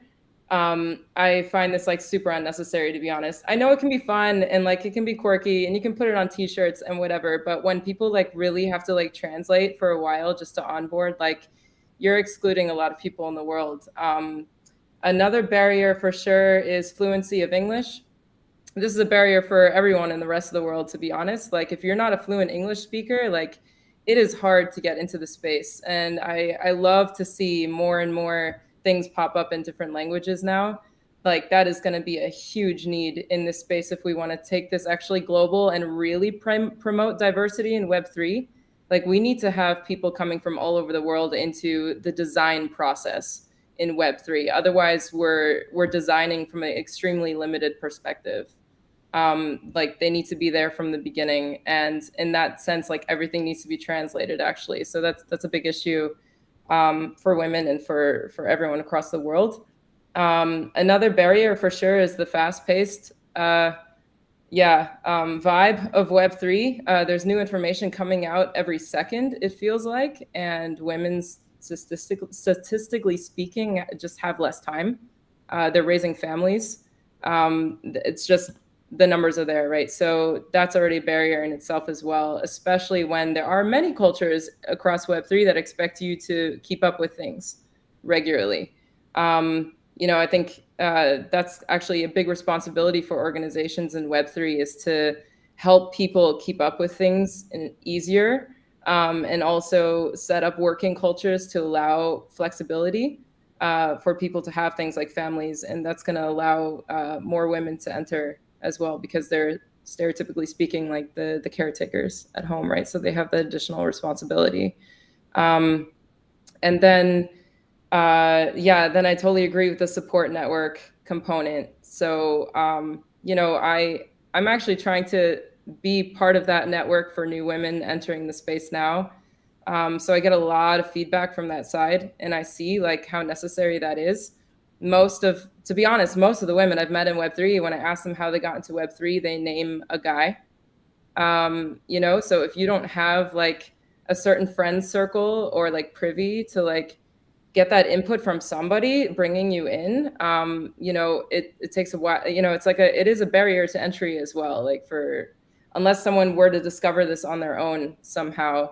And then even if they do, then they get the advice from the internet saying, go on Twitter, join Discord, just start contributing, and someone will hire you, which requires a lot of time and like sorting out things on your own. Like, this is not, in my opinion, great advice. Like the way that you really enter the space is like finding supportive people or a supportive safe space, or a group that will that you can reference like as you're onboarding yourself and learning things. And then there are some obvious things like technical education, like in general, that's been less accessible to women, and access to the internet, like these things, but I think we're all aware of that. So I think that's the end of my list for now. Thank you, Karina. All very important points. And we can close this session with the last question that would be, what piece of advice would you like to give to women who would like to enter Web3? And what do you think, Mo? What advice would you give? Just do it. Although every day there is a lot to learn, the longer you wait, the more you're going to have to learn. Putting it off isn't going to stop it from happening. It's not going to, it's just going to delay you. So I would say just do it. Do what you can. And that's what I always promote. Just do what you can and then grow from there. Start by finding these kind of people. Everyone on this panel I can see is a part of amazing communities that have this information and are, open to onboarding women to help them, grow into that space. So just start where you feel comfortable. Do your own research. Always, always, always, of course, double check and use that. Have a question, go research and, find some answers. And then that would just keep putting you in the direction on finding out exactly where you need to be in the space. But I would say just start, start with research, start with learning, and start by digging in now rather than waiting. Thank you, Mo. Mafer, a piece of advice. I think the best advice that I can give is what I practice in my life. It is that what keeps me moving professionally and personally, it's education, like learning. Even though I couldn't code, I still learn everything around the code. I keep learning and going to places that I 5 years ago I wouldn't imagine I would be. I don't only work with Trusted Seed and Common Stack. I work with different organizations in my country and internationally that are, for me, are reaching limits that people put me, that I can tell them I can, and I can go beyond. And I think for women all over the world, keep going, because if you want to learn, if you want to achieve, you can just do it. Just as Mo said, that for me, it would be the best advice. Back to you. Thank you, Mafer. Corina, a piece of advice for women who would like to join Web3. I agree with everything that's been said so far. Like, that's great. And then I would add on to say that the two core things are start building a network and attend events if you can. Because this is where a lot of things like will like escalate for you. And to build a network, what I would advise is like, think about what topics you're really interested in, and then start doing some research on what organizations are working on that topic. And you can find them on Twitter, you know, and then as you keep exploring through there, you'll kind of find out like who's working in that as well. And you can follow them for information. You can, you know, start building your knowledge that way. And then you can also see what events that they're attending. And if you can, try to go to those events. If you go to those events, like, you will have the opportunity to meet them in person. And usually people are pretty welcoming and open, especially to someone who's like showing up, trying to learn and to expand their network. And I've done this personally. It's worked really well. And along the whole way, of course, you're learning. So that's a given. But that's what I would say is like, start building a network and find those groups that you resonate with, the companies that are working on things that you like, and try to meet the people behind them, and show up as much as you can, and make friends and have fun and learn things. All right. And maybe don't be scared if you enter a Discord and it has 87 channels with 3,500 messages a day and you don't know where to start with. Just stick there and hang around. Lauren, a piece of advice for you. Yeah, I think following what you're interested in and what your skills are is like a really great compass for entering the space. Like, you can come into I think Karina's advice about going to in real life events is like such a great opportunity. You can go to these talks, go to see panels, and then get to start talking to people that pique your interest, get involved in those DAOs. And then like, don't worry about the obstacles that like may arise with being a woman, and just go for what you care about, go for what you want to do. And then also know that because you're a woman in Web3, there are also a lot of opportunities available to you. There's a lot of resources for women. There's scholarships. There's DAOs that are solely focused on helping women onboard. And if it feels intimidating to you, there are people and communities that you can reach out to. So it's like, there are its challenges, but then there are also tons of opportunities. And then if you kind of follow what really like kind of plucks your heartstrings, then I think that you'll find your place in the space. Absolutely. And if you go to real life events, like I had the pleasure to meet Mafer and Corina and Lauren in these events, and it was super inspiring, and I felt super like pumped. Yes, let's do it. So yes, Ariela, what would be a piece of advice you would like to give women? Sure. So first of all, I think I said this before, but in addition to joining a community that matches your skills and interests, I would also recommend right from the beginning joining a support community to go along with that. I think that would have really helped me if I had joined one of those in addition to the Biotech DAO from the very beginning. You know, to get advice and, you know, guidance and be able to ask those questions. So I would join one of those from the very beginning. And, you know, I think it's important, as I want to say, to be clear, I'm not intimidated by male-dominated spaces. If anything, the problem is the opposite of that. It's that when people interrupt me, I don't let it go. I just keep talking. I don't let people interrupt me, and the men don't like that very much. But, you know, I am human and I do get tired. And sometimes in some of these very homogeneous spaces, the sheer quantity of micro and macro aggressions can be exhausting. And if you have that support community, it can really help you get through it.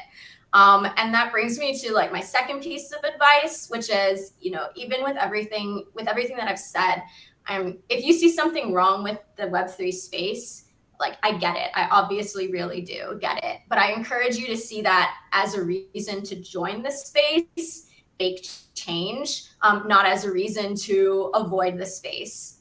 You know, we really need more people coming in that are acknowledging that there are problems and trying to innovate and make changes.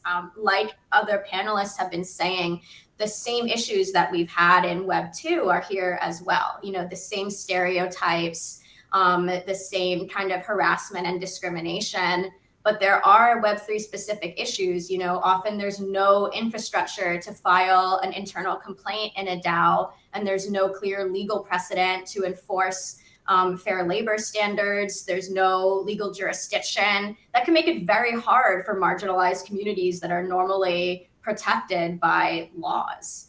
In a lawless land, those protections disappear, and benefits like maternity leave, you know, things like that, that all disappears. And there are some communities that are striving to create that infrastructure on their own. And I think that that's really important, and we need more diverse perspectives so that we can make those trends more pervasive. And the last thing I'll say is I'd encourage you to get a buddy. You know, being in the space alone can be tough. And on that note, my DMs are open on Twitter. It's not like only for followers. And I would encourage anyone, especially if you consider yourself from an underrepresented group, like women, non-binary, LGBTQ, people of color, people with disabilities or chronic illnesses, just DM me and ask me a question. That's fine. My Twitter handle is just @ArielaStudies, just studying all the time. And yeah, so just my DMs are open, and I encourage, you can just ask me. You can just say hi. I don't care. You can ask me any question you want. Thank you very much for sharing. And we came to the end of this panel, like 1 hour, and it went by super fast. I'd like to invite people who are watching to go on our Twitter. There you can find the Twitter handles of all the panelists that were here today with us, and to follow them and follow their work that is truly inspiring. And well, with this, I'd like to thank you once more for taking part to this panel. It was amazing. I checked some of the comments on YouTube. People are sharing a lot of love and support. And well, hopefully meet you in real life, and hopefully you will meet between each other in real life. That's always super cool. And yeah, thank you very much, and hope you have a nice, well, afternoon, morning, wherever you are, and a great weekend. Thank you. Thank you so much, ladies. Thank you, Anna. Thank you. Thank you. Have a good one. Thank you. Thank you so Thank you. much. Bye-bye. Bye. That was an amazing panel, Anna. Thank you so much for facilitating. I think, you know, one of the best ways that we can support diversity and women in Web3 is by putting them in power. You know, we definitely see that there's still a lot of the problems of the real world, but, you know, by creating culture that is more supportive, and you know, by building an environment that doesn't allow these microaggressions, and being radically inclusive is what I like to say. You know, really supports the growth of all individuals. You know, people can't really assume that their opinion is correct, and as we talked about power, if we have this domination and a power that is coerced, then it's not really representing the people or the meaning. It's not very effective at building culture or forming crews. It's much more demagogue and control. So when we step into Web3 and when we talk about DAOs, we talk a lot more about diversifying and changing the model to make it something that's more acceptable for people and switching the power. And part of that is making sure that we empower people that are previously underrepresented. And that means also putting aside conceptions of other people, making sure that if someone says something that's sexist or oppresses someone else, that we don't just sit back and let it happen, that we are proactive in supporting members of our community and reducing any kind of friction. So talking about friction, we have 1K Bell with Gravity DAO coming up next, which is all about conflict resolution. And we've talked a lot about different organizations and the ability that they have to support members.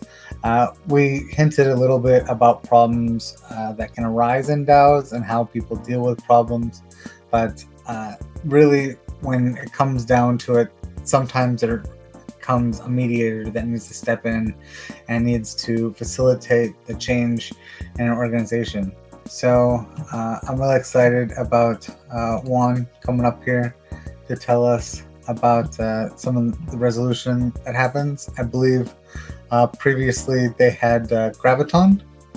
So Graviton training and Graviton stewards were members that could help facilitate conflict resolution. How's it going, Juan? Good to see you today. Hello, thank you. Thank you for the invitation. Great to be here.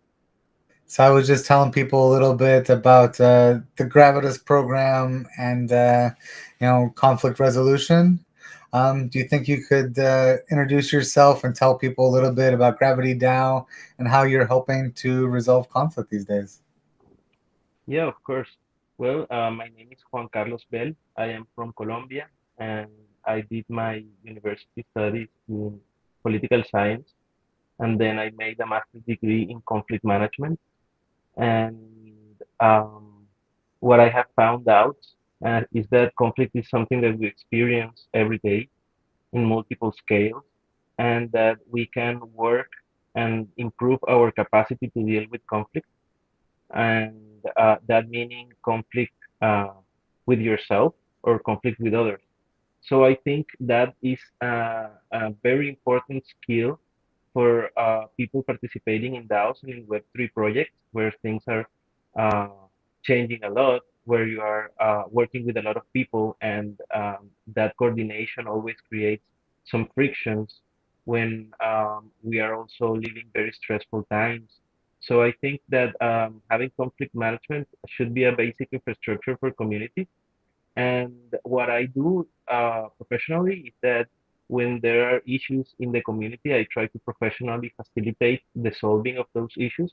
But at the same time, we train people to do the same so that it's not something centralized like um, I am always going to be the mediator, but like we all can act as a positive third party in a dispute. And I want to raise competence and awareness about this so that there is more people willing to facilitate and to solve conflict in a transformational way in this community. Thinking in the long term that this will help projects to achieve their goals and also build a more non less violent culture.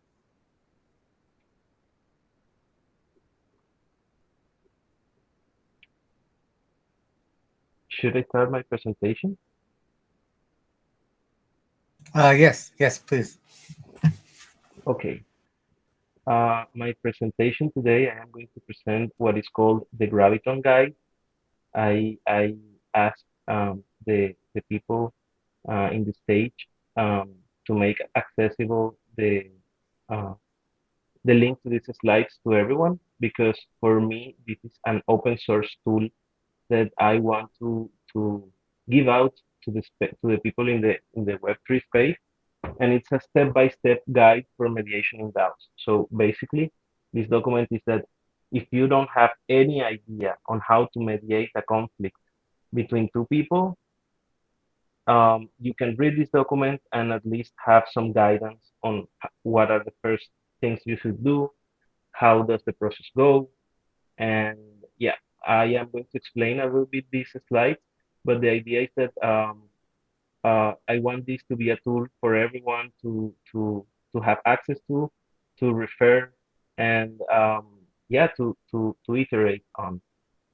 So first, we start explaining what are the ethical standards and requirements for gravitons. That is what the way we call mediators.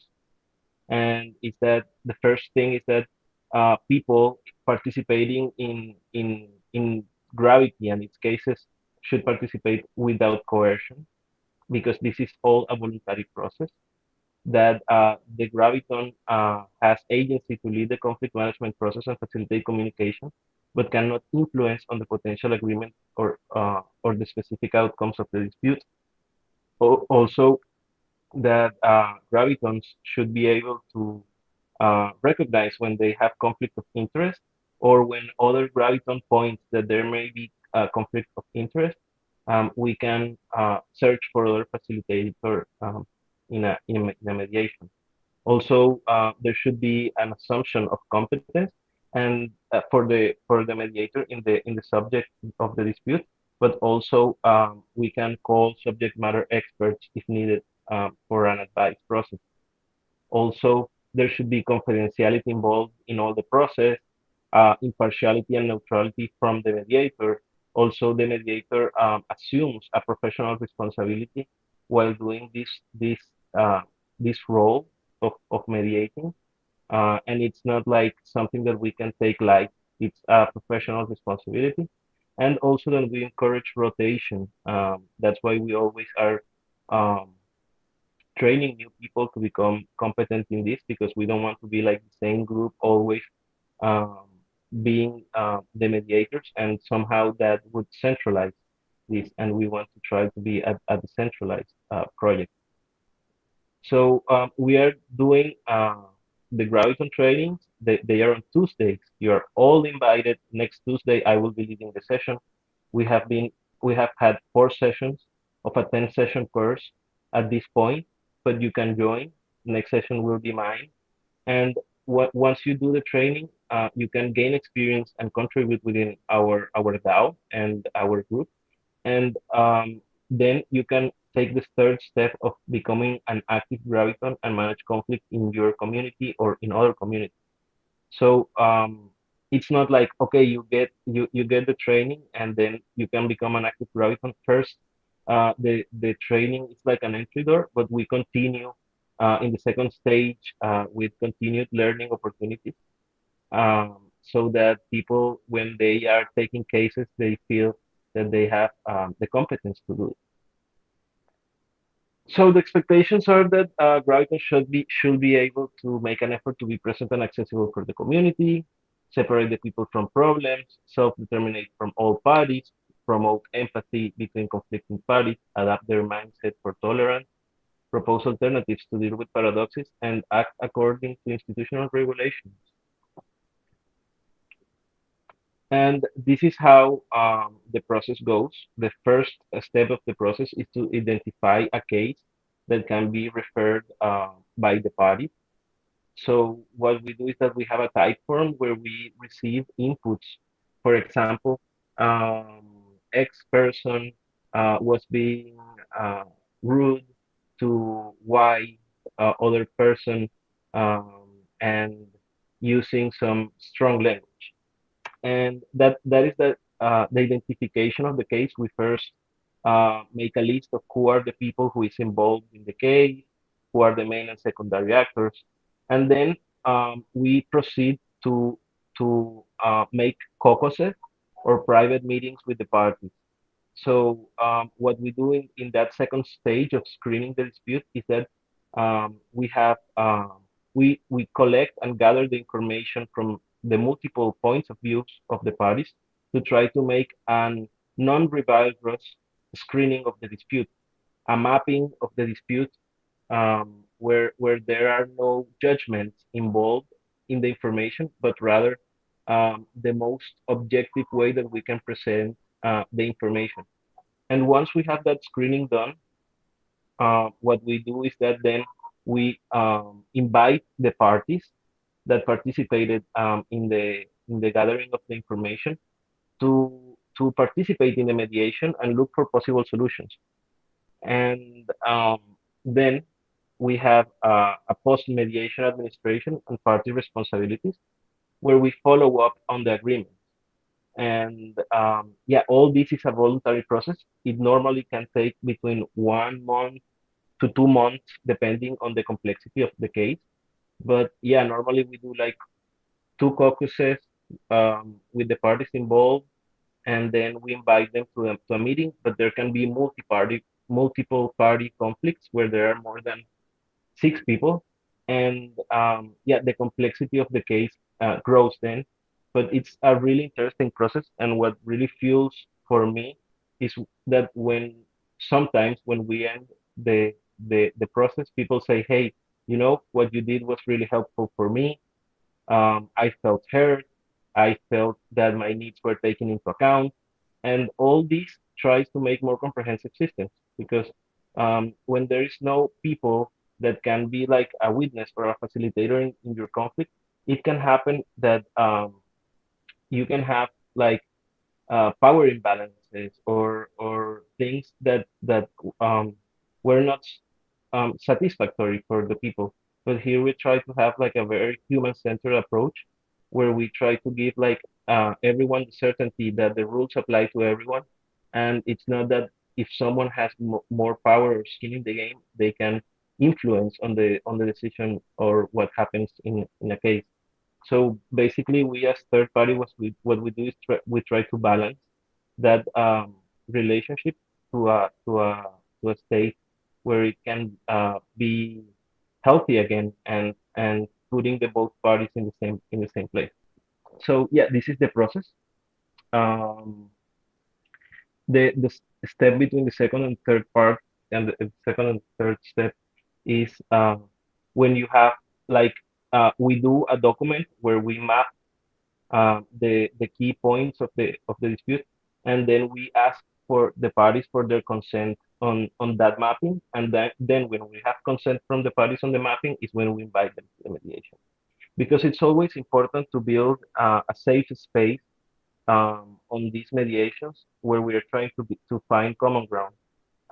Sometimes people try to make like a mediation process, but without taking these two first steps. And what happens if you try to have a mediation without a proper preparation is that sparks uh, can come out of the mediation, and then the conflict can grow again. So what we try to do with this first and second step is to try to create a very, very, very safe space where we can take out all the possible things that can make the conflict scale again. So for creating that safe space, empathy is the key. For some of the things we do is that we separate the people from the problems, because sometimes people, when they are speaking about the problem, they tend to individualize it or to point it out to other people. So they say like, hey, X or Y people is the problem, but the problem is not the other person. The problem is a situation where both parties are involved. We try to ease communication between parties. We generate a variety of alternative paths, and we use relatively neutral criteria to generate legitimacy and impartiality. So one of the first actions from the mediator when trying to help people in a conflict is trying to get them to their optimal arousal zone. Basically, this is a psychological concept that we all have 3 states of arousal, and we can be hyper aroused. And when we are hyper aroused, our instinctive reactions are to respond with flight or fight. And we can also have an hyper-aroused state where we can freeze or fawn. But our first action from the mediator is to try to build confidence, to allow expression, to letting steam off, listen carefully, take notes, asking key questions, identify feelings, use careful language, try to not influence in any particular idea, just being there to understand the other and trying to bring them to their optimal arousal zone. Sometimes, and that is why it's so important to have a previous process before having a joint meeting of mediation.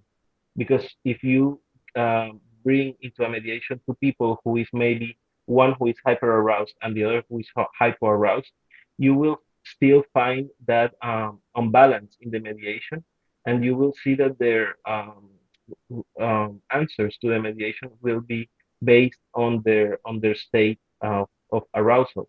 So basically, we try to do this work of bringing the people to a place where they can be able to talk and manage their emotions. But also, sometimes we see a lot of communication constraints, and this is something that we learned from nonviolent communication from Marshall Rosenberg, and is that sometimes we talk with interpretation, with judgment, without connection, trying to have a strategy and demanding. But we try to also in those caucuses and in those private meetings and in that process of getting people to their optimal arousal zone, we try to traduce all of the feelings and the communication that they want to express with observation, feeling, needs, and requests that are things that favor and enrich the transformation of a conflict. Sometimes we want to transform a conflict, but we stay in the judgment phase. But instead, when we move to the MVC language, when facing a dispute, what we do is that we focus on how can we meet our needs, and how can we enrich life, and what can we do to understand and to put in place feelings that are something universal to all humans, and something that we all can experience and relate to. So for that, the four components of MVC are observation, feeling, needs, and request. And what we do also with the information that we take from the caucuses or private meetings is that we try to identify what are the feelings that are involved in the dispute, what are the needs that are at stake, and what are some of the requests that people think that can help them. We always try to encourage that the outcome comes from the parties, because we think that they are the ones that really have the answers. So we always ask, like, okay, what would you think that would be the best possible outcome for you? Or what would you think that would be a key strategic transformational action that could have a high impact on you? For that, we also have this toolbox that is the Liberating Structures toolbox that is really interesting, because if you don't know how to create a dynamic to try to gather some of this information, here you have a toolbox where you can find, like, okay, maybe for this situation that I am living, or for this conflict, maybe this tool is better than the other. And that this is something really cool, because before, my approach to mediation was like one tool fits for all, and I was always doing the same. But with this toolbox, I am doing something more creative, and it's not like you are always having or doing the same, following the same processes. But if you identify that maybe one of these dynamics is better for the situation that you are having than other, then you have like some place to go to, and to not always be like doing the same over and over again. So also we have a framework for conflict analysis that is what we call the 4Ps, that is people, problem, processes, and possible solutions. So basically, when we are mapping a case, what we do is that we identify who are the actors, what are the relationship of power, what are the interests, and this is the observation process. Then we, on the problem side, we write what is the context, what are the arguments, what are the aspirations, scale for each of the conflict, recognition, and willingness of the parties to address the conflict. Because if there is no willingness from the parties to address the conflict, there's very low possibility to have impact with a mediation in that case. So there's also some boundaries of mediation, and by recognizing the willingness of the parties to address the dispute, is when we know if we have competence or not to continue doing the process. Then we have the third P, that is the process, that where we try to understand what were the triggering events, what are the ways of fighting, what has been the management given, how has been the communication, and the chronology of the conflict. So there we also try to relate to the needs, and then we see possible solutions, where we try to map alternative proposals. Uh, so not like one. Sometimes when we enter into a conflict, we get into that prisoner dilemma of of if you win, then I lose, and a zero-sum game. But with the mediation, we try to offer always like a third way, an alternative approach, and we try to create also blended approaches where it's not you win or I lose, but like we can produce um, a positive sum game from communication. Here are some of the main aspects of the four Ps. So if you want to map a conflict, just take this and write, okay, who are the main people, who are the main and secondary actors, what is the problem? Here you have like the definition, and you can just with these variables, you can easily map a situation. And recognition of the conflicting party. Here we also have some key factors from the process and the possible solutions. You also can use a comparative method. Like sometimes when we experience a conflict, if you look, you can see that there was other community that had a similar conflict, or you can see, and there are some cases that were that have been already mapped, or some conflict that have been similar. So we use a lot the comparative method also to try to see um, how the process and possible solutions can come out. And basically, yeah, this is the mediation flow. I already explained that if the parties agree to mediate, we can continue. But if they don't agree to mediate, then the process stops. And when there's an agreement to settle, we continue with follow-up and post mediation responsibilities.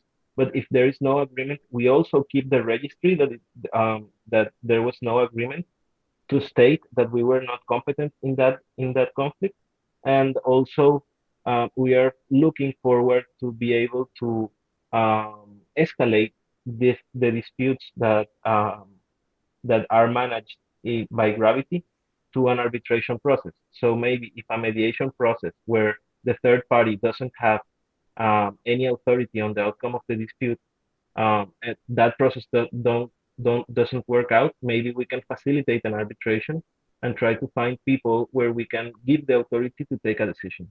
So that's in the case there's no agreement to mediate, then we will try to escalate.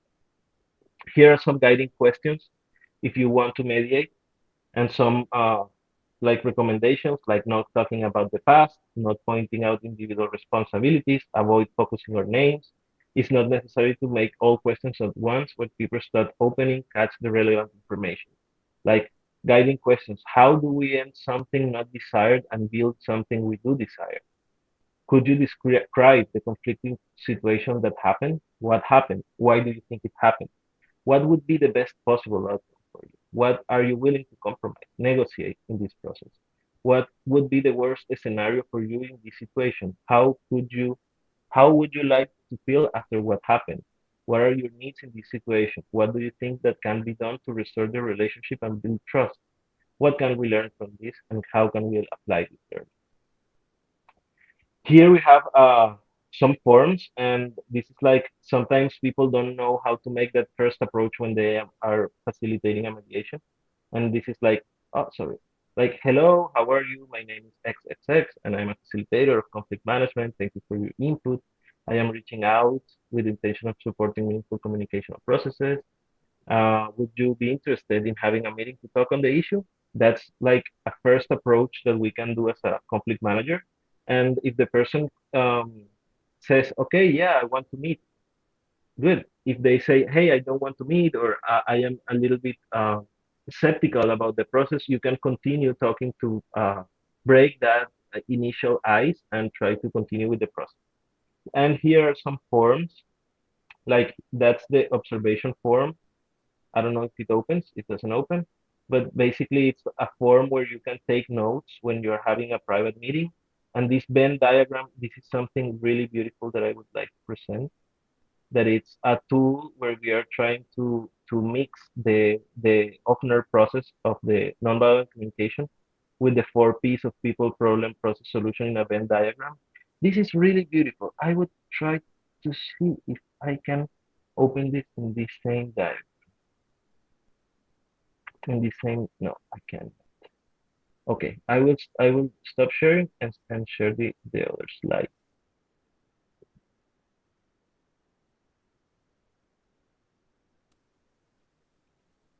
Yeah, so this is a tool that you can use to map a conflict. So here you write who is the people involved, what's the root of the problem, what's the process, what are some possible solutions. Here you write observation, feeling, needs, requests, and here you have the resistance, here you have change, and here you have short-term actions that can be done and long-term strategical actions that can the short term are to like mitigate the immediate scaling of the case, and the long term are to strategically build things that prevent and build a better culture out of the conflict. And then you have here what is the strategy, what is the intention, how are you going to implement legitimacy, what will be some consequences, and what is the main purpose of this mediation. So all this is open source, so it's just Google Slides. If you want to map a conflict, use that tool. And I am finishing my slides, so this is how a mediation process goes. There's always a most desired outcome and a least acceptable agreement. And you have that from one party and one from the other party, and you will try to find what is the mutual motivation or the zone of possible agreement that is the common ground between the desires and acceptable agreements from the parties. We keep the registry of all of our cases for transparency and our accountability. We have managed right now 24 conflicts. It's been more than, I think Gravity has 2 years, so we have had like 2 conflicts per month. And we are still growing. We try to offer these processes and these services to DAOs. So the people who participate in any community that wants to have this, it's just to contact with us, and we will try to facilitate. We also do this as a way to be sustainable and to find, long-term sustainability for this project. Right now, the agreements that we have are on Google Docs, but we are also moving to Unbreakable Bows soon. That's a hackathon project that tries to have encrypted agreements. So with this, what we will have is that we can have a cryptographic signature of the agreement, and that way we can have more legitimacy on the outcomes of the mediations. Because Google Docs sometimes there's no binding anything with Google Docs, but here at least we can have the registry of a transaction in the blockchain. And this is what I was explaining before, that we have first a negotiation, and we offer some transformational actions. And if that doesn't work out, we will try to integrate and offer also the service of escalation to arbitration. And that's the end of my presentation. With that, I am saying Ho'oponopono. That means thank you, I love you, forgive me, and I'm sorry. Well, thank you so much, Juan. Has an amazing presentation.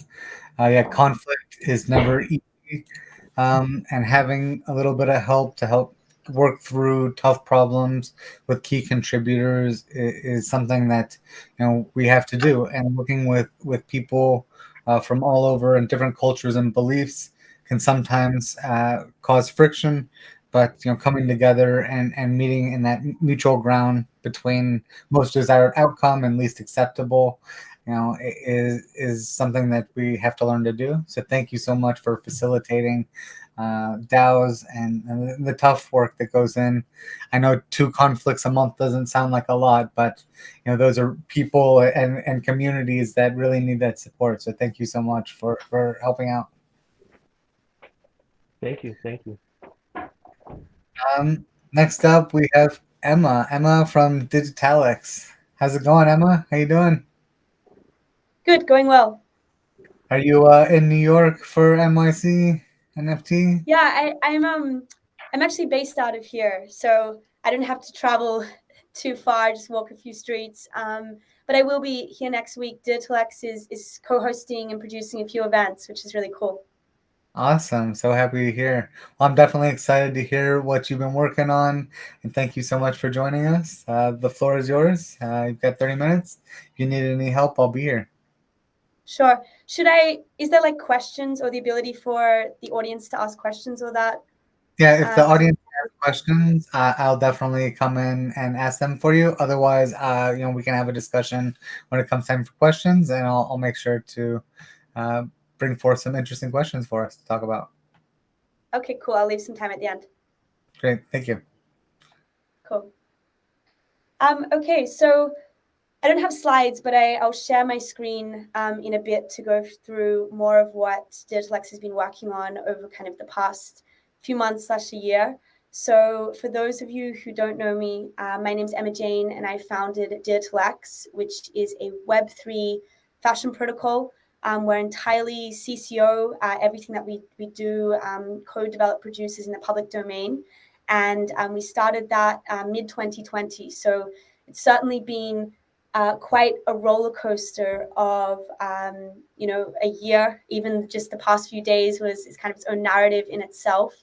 And myself, I've been in the space for many years before that, both from engineering and a finance side of things. So I'll dive more into what Digitalex has kind of been doing and what we do in a moment. But I guess more interestingly, to kind of look more at the global economy that all of us are experiencing right now. For some of you, it might be your first time experiencing the true volatility of crypto that we've seen in kind of the past few days when we look at our wallets and everything's 90% down or more. And then also when we look at the traditional economy and the supply chain crunches, the exceeding demand, inflation at all-time highs, the Fed on fire. I know I saw a Twitter post just the other day, and it was someone standing outside of the Fed doing like an oil painting and showing flames literally coming out of it. So it's pretty crazy times to be living in. And for a lot of us, it really drives home more of the point of why Web3 is so important, why Web3 tooling is so critical. How do we actually improve and enhance globally connected, decentralized coordination, which is really what the blockchain is all about.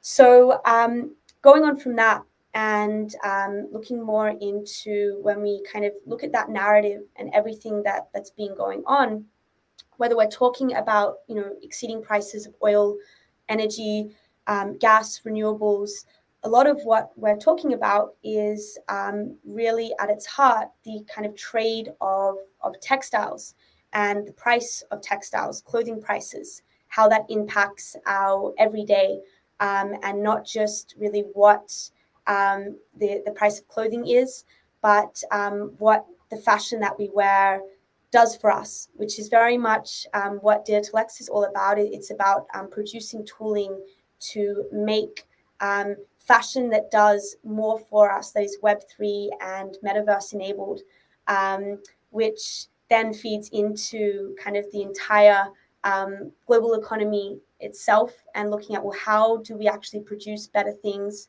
at higher quality, lower prices, and how can we use what we make to better accomplish the things for us. So that leads me more into kind of this direct part of fashion and what is actually fashion in Web3. What does fashion do for us? How can we use it for really accomplishing more things to make it in the market, particularly when everything is very volatile as it is. So it's really moving from this concept of Web3 equaling money or open money, which is a lot of what a lot of us associate with it, to, well, how does Web3 actually equal more of the open production of stuff in a globally connected way? How do we move from making money bags, which is kind of a lot of the memes on Twitter, to how do we actually make fabric bags digital and physical, which is very much what DigitalX is at the heart of, is how do you actually equip people with more localized tooling where they can be self-reliant and produce fashion, whether that's the digital kind of streetwear that goes into gaming environments, to actually being able to walk IRL and use that fashion to get into clubs as an access pass when you're going to an exclusive event in New York City, and when you're wearing Balenciaga a dress to Prada shoes, what is that signal to the doorman over kind of rocking up in sandals or old jeans? Not that there's anything wrong with that, but fashion really being used as this access pass to also it very much being something that protects us from the elements. When we go outside and it's hot or it's cold, how we adapt to that. To also it being a medium where we can carry things. We can use pockets, we can use handbags, we can use backpacks. So it's not just about, well, what does the fashion that we wear about its style, but what does it actually do for us? But very much about, well, how do we produce it? How do we engage in more efficient, sustainable, coordinated supply chain practices, which is really then going more into, well, how does Web3 tooling enable all of this, which is, again, very much of what DigitalX is at the heart of.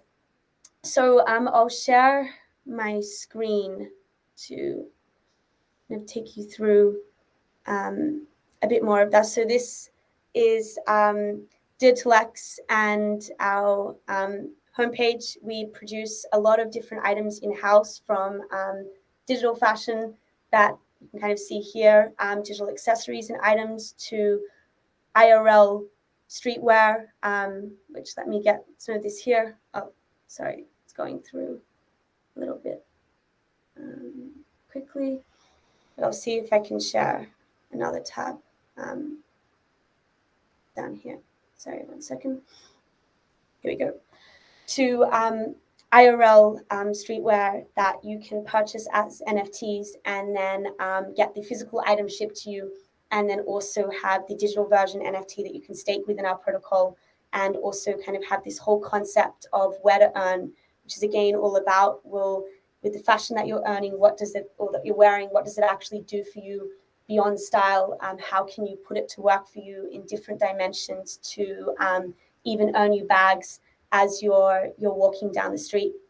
And that's a really big concept that we've been focused on for the past year or so, is how do we transform the entire supply chain process so it's becoming more localized, so that anyone can engage with it, which is really very much what the metaverse is about. When you break down beyond the metaverse kind of being 3D objects, or us considering it, okay, we put this kind of screen on our face and we see 2D cartoons running everywhere, and someone can dress up as a banana or as a fairy or whatever. But the metaverse is really about location independence. It's about hyper-visualization, location independence, and self-sovereignty. How we are able to use the world around us, engage in world building, engage in the world economy, which is in very many ways the most interesting game, to make stuff that is put to work for us, that we can really own in a very flexible way at every stage of the process, from how we order the stuff, to try it on, to purchase it, to how it's prototyped in a digital environment, to then made physically, to how it's cut, to how it's sewn, and everything in between. So really looking at the comprehensive supply chain process around all of it. So what does that metaverse or modern metaverse enabled factory really look like? And how does that change the traditional fashion economy as we see it today? Because when a lot of us think of traditional fashion, we think of it being unsustainable, but we don't just think of it being unsustainable from a more environmental perspective, but also very much from the entire industry and economy itself, where it's concentrated amongst these big brands that have total market share. Their incentive is very much just how do they decrease or really put to zero their production costs and put all of kind of the burden on the end consumer, and how do they increase slave labor to actually do this. So really unsustainable practices across the board, which makes it really difficult if you're an indie designer or if you're someone that wants to stick to more principles and practices within the industry, to be able to come in and really engage in a way where you can make money, you can maintain self-sovereignty, you can locally produce and create items, rather than having to kind of go into this whole system of shipping things off to a factory in China where you might totally disagree with the way that those items are being produced, but feel like that's the only way to actually get something into the market and at the same time have enough capital to keep a roof over your head, and stay in the industry that you love without selling out, quote unquote, to go and work for the Nikes or the Balenciagas or Pradas or Louis Vuittons of the world, instead of staying independent. And that's really what Digital X is all about. And our core mission is using Web3 tooling and the metaverse-enabled world to change radically the way that the entire supply chain, production, and process operates, in how we actually engage in what we make, and then also not just what we make, but what that fashion does for us beyond style, which is many of the points that I mentioned, from it being hyper useful in allowing us to just carry stuff around when we go outside, to it protecting us from the elements, to it giving us access passes, to it allowing us to have fun in how we express ourselves, who we are, the freedom for us being able to really show that to the world.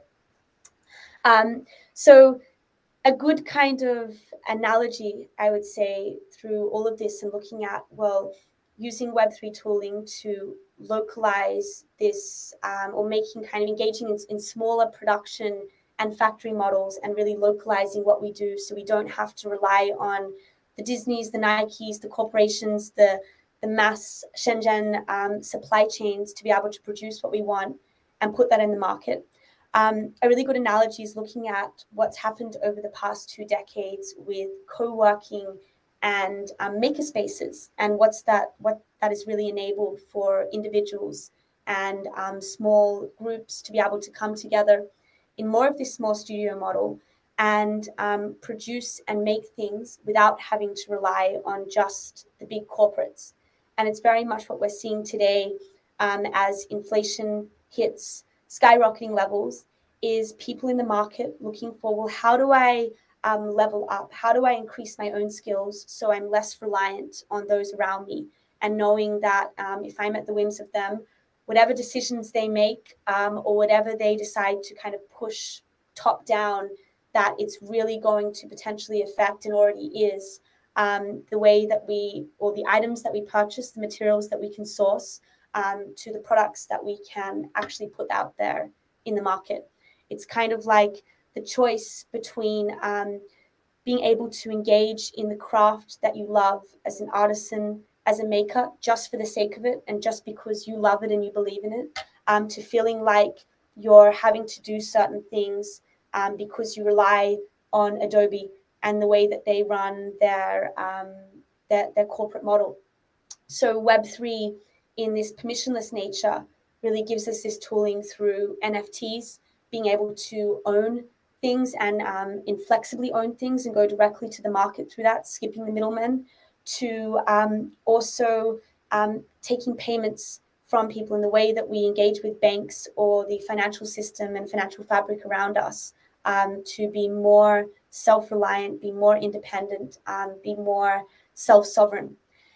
So that's really, yeah, what we do at Digital X is looking at how do we make what we make, what is that process, and how can we deliver that in different ways so it does more for us. And for the past year, we've been building the entire stack, as I mentioned, from literally digital fashion production tools, from after you create your garment or as you're producing your garment, how can you modularize that in different ways so that when it's sold off at its kind of final end sale, it's not just the one garment, say as an NFT or one digital fashion garment, but how it incorporates all of these modularized patterns and materials and textures that went into making the garment, and knowing that usually in a supply chain, there's a whole bunch of people that are engaged within that process. How can they also be involved in receiving royalties or splits as that garment is sold to the end consumer, which is one of the components of our ecosystem called fractional garment ownership, which takes all of the patterns, materials, and textures and compartmentalizes them as 1155 NFTs on chain, and then connects them to the master garment that was part of that. So when it's sold, you have kind of this transparent verification and tracking and record across the entire supply chain process, to also enabling more utility, where when you have a digital garment, how could that be worn not just in a gaming or esports environment, but also how can that be used as a prototype to actually creating the physical item as really cool streetwear apparel that people can then wear when they go out to clubs or parties, and also as an access pass as part of that. So I think a question might have come in. Oh no, sorry, I just had a buzz on my screen. So yeah, everything from physical items and merch drops. And I think I just realized that it wasn't showing the new Chrome tab that I'm on. So I'll try and change that. Now, here we go. This is some of the physical merch and items that we sell. So little hoodies and shirts to, yeah, going back to, sorry, kind of lost my train of thought. But in everything that we've created, looking at not just that supply chain process itself, and how do we really engage Web3 tooling as part of that, like this concept of open source and fractional garment ownership and on-chain record and transparency. But also looking at when people purchase NFTs in fashion, experimenting with, okay, even when they have the physical item shipped to them, what do they do with the NFT component? And for example, with these NFTs, similar to some of our other ones, not just you shipped the physical IRL item, but you're also able to take the digital version of the NFT and stake that in our staking platform, and then earn various different ERC20 tokens, which have utility in governance, in ticketing, in access to different communities and events within our entire ecosystem as well, which is really exciting, and looking more at, well, when you make things, what do they actually do for you, and how can you kind of enhance and stretch out more of that full life cycle? So I'll probably, Penguin, that's kind of a really good overview of what we're doing and what we're focused on. If anyone has any more specific questions, I can go into more of those. Great. Yeah, I love what you're doing, and the gamification of like how to stake the NFT and proceed and engage people after the purchase. So that way, it's not just like a one-time engagement with people. You're circling them back into the ecosystem. Can you talk a little bit more about the Mona token and how that fits into everything? Sure. Yeah, so Mona, that's our core ERC20 token for the ecosystem. It's one of the first tokens that we released after our first NFT sale. And this is really for coordinating governance. So we have proposals that go live on Snapshot every week. Mona is what's used for anyone in the community to be able to vote and pass those proposals. It's also used as a payment mechanism. So all the NFTs on our various different marketplaces, we have about 3 aggregated core marketplaces within our ecosystem. It can be used to purchase the fashion items. It's also used as a distribution mechanism, so how we decentralize more of the community and those that engage with it and are a part of it. Whereas I mentioned where you can take these fashion items and stake them. One of the tokens that you earn when you stake these items is monotoken itself. So yeah, it's really the underlining and underpinning fabric for coordinating the IRL digital human aspects of what we do on chain. Great. I have another question about organizing digital fashion and kind of NFTs and interoperability of wearables. Are you guys stepping into the wearable space at all, or where do you see kind of wearables going in this next space? Good question. Yeah, so we've done a ton with wearables. We've done stuff with Decentraland. We've done stuff with Among Us, with Minecraft. So that was actually a really big part when I go back last year. A few of our early auction sales were related to our esports platform, Espa, which is like a casual decentralized esports platform where when you purchase different digital fashion NFTs or wearables from our marketplace, you could take them into these different gaming environments that were also interoperable in different ways of being able to like wear the item in Among Us, also receive like a physical IRL counterpart, and then also take that into places like Decentraland as well. But as you engage in these different games, you actually also earned monotoken as a payment mechanism as part of that as well. So we've explored a lot of that space and we'll continue to explore it. But as I mentioned earlier, our really kind of core fundamental for all of this is looking at, well, although the surface layers of digital fashion are really interesting and how those relate to the metaverse, it's also about, well, how do you get the ability to create digital fashion and also physical fashion as well, and those production skills into the hands of everyone. So really looking more at, how do you keep open the entire process so it can be more interoperable? So when someone sees a really cool fashion item that they like, that someone's wearing Decentraland, if it's entirely CCO or open source and permissionless, they can take those items and then mod them and remix them and take them into Minecraft or take them into more native open source and Web3 gaming environments that we're seeing being developed at the moment. Awesome, thank you. Ten Finney also joined us. He had a question that he wanted to ask you. Ten, are you there? Sure.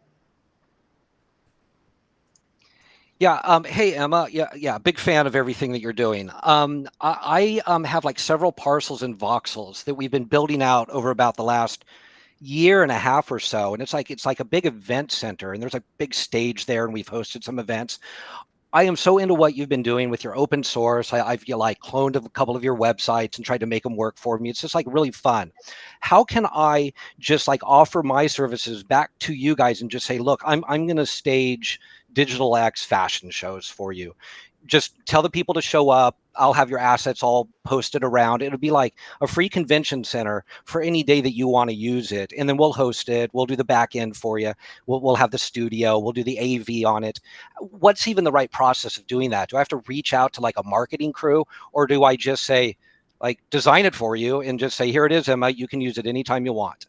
Because I want to support what you're doing. Yeah. Thank you. Really good question. So look, we're entirely CCO, which means you can take anything, you can download literally any asset from our marketplace, from our websites, and a lot of that is 3D fashion and fashion that also can be like created and kind of transformed into a voxel environment. You don't need to ask any of us. You can put the Digital X logo on it, the Global Designer Network, which is our global Web3 fashion DAO logo on it. You don't need to reach out to anyone specifically. Of course, you can like message our Discord and say, hey, we're doing this, which we'd love to hear, and then we can announce it to our community and get more people behind it.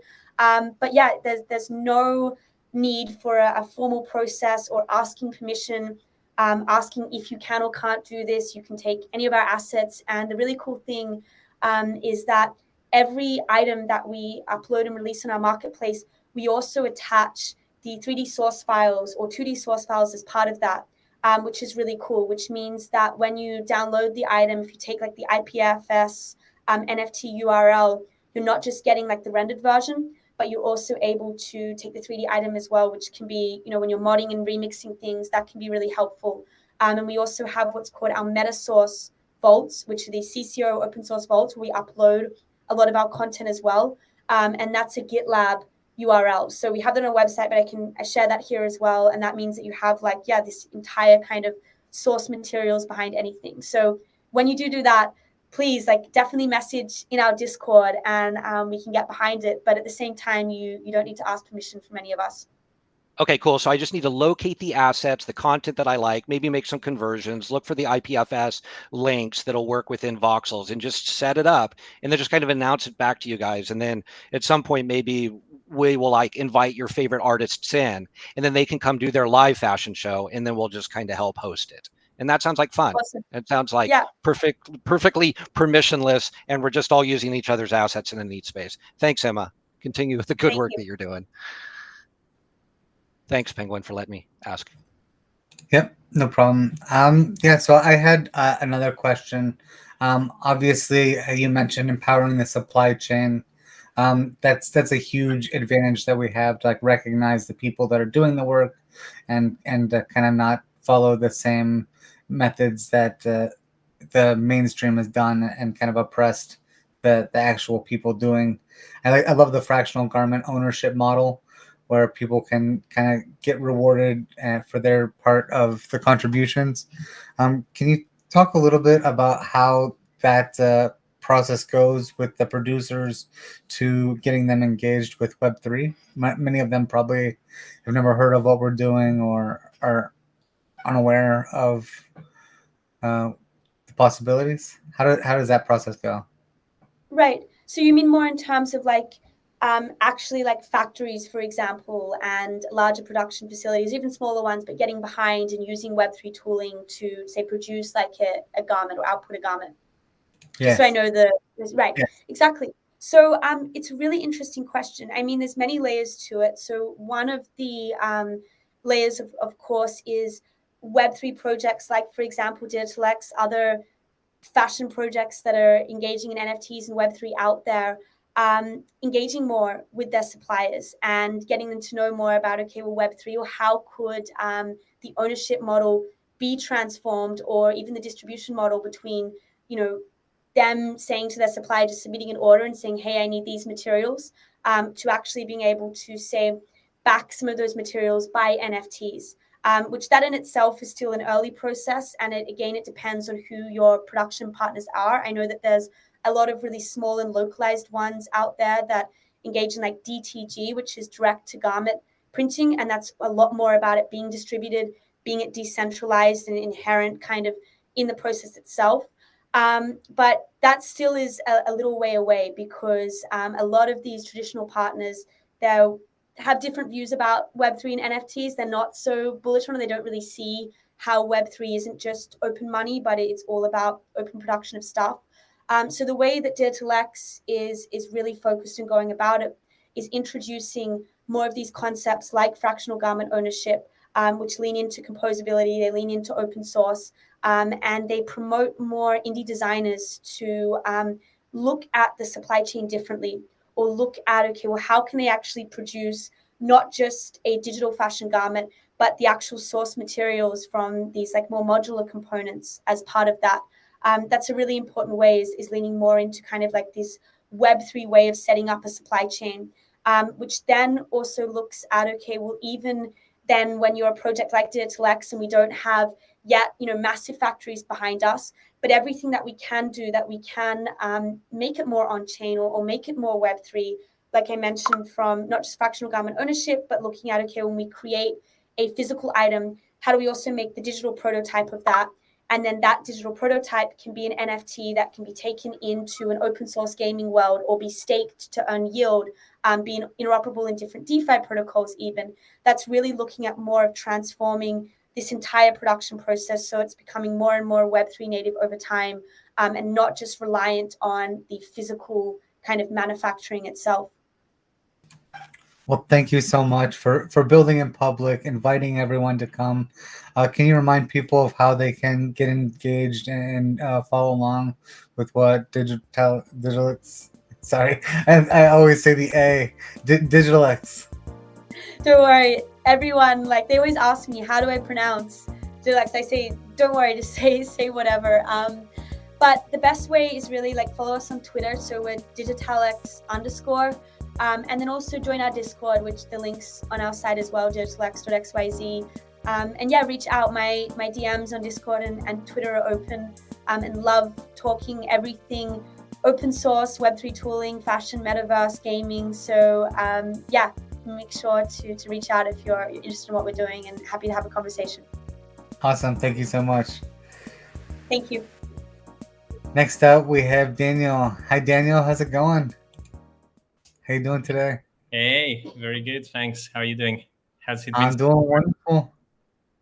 Yeah, very, very busy. Today, I think we're talking about RN DAO. Is that right? Yeah, that's it. I'm not really familiar with it. Can you tell me a little bit more about how the organization formed and who introduced yourself? And I'd love to hear more about your presentation. Yeah, sure. So, well, I have a background as a chef. Originally started my career there, and about 10 years ago, the last job I had in that industry was I was quite frustrated with the industry, because I had joined because I got fascinated with molecular cuisine, and it seemed like super creative and cool and scientific and culture and creativity and all that kind of stuff. And I joined the industry, and it wasn't really like that. It was mostly a bunch of glorified assembly line workers. But I managed to find a way to join a research and development lab. That was this food group, like luxury food group, that had an experimental kitchen. And they were doing products for the restaurants, products for supermarkets, TV shows, books, a bunch of different stuff.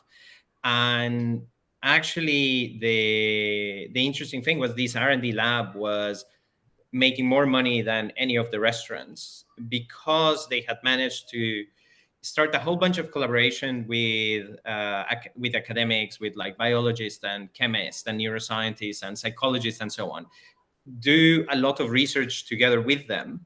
And they had created very unique insights that didn't really exist in the industry. So then they were partnering with, say, a supermarket that wanted a funky product in there. They wanted, like, okay, we're going to do some sort of tiramisu dessert, but we want it to be new and unique so people buy it. What can we do about it? And then we could apply this base of knowledge to that and come up with a new iteration of it based on all of these, let's say, out of the box influences that we're bringing that was no one else, or at least very few people were doing, especially because it takes like a lot of time for like that deep cross-pollination to happen. One thing is the quick ideas that you get, like you have a chat with someone from a different discipline for 5 minutes, you learn something, but it takes a while for you to start to understand how they think. And that's when the really interesting ideas come about. So in some shape or another, I've been trying to recreate this lab for the next 10 years, but not in the food industry, but outside of it. I became really interested in organization design and management and organizations and leadership and all of these sort of fields. And that's kind of what eventually took me to Web3 and so on. And so last year, I was at Aragon. I was head of governance there, and we had design and launch the DAO. And part of my role was advising the product team on organization design and trying to understand how DAOs work. And it's kind of like an impossible job, because no one really knows, and it's really, really complex. And you need all of these different perspectives to try to figure that out. And so I was essentially trying to reproduce this experimental kitchen pattern that I had seen, and trying to bring a collection of thinkers, of people from very diverse expertise across different institutions, across different organizations, that could help me think through this question of how should DAOs operate, and how can we envision DAOs in the future. And then at the same time have the possibility, well, that we have in the experimental kitchen, if like, okay, you have an idea, I can take the ingredients, I can cook it, and half an hour later I can eat it and see if it tastes good or bad.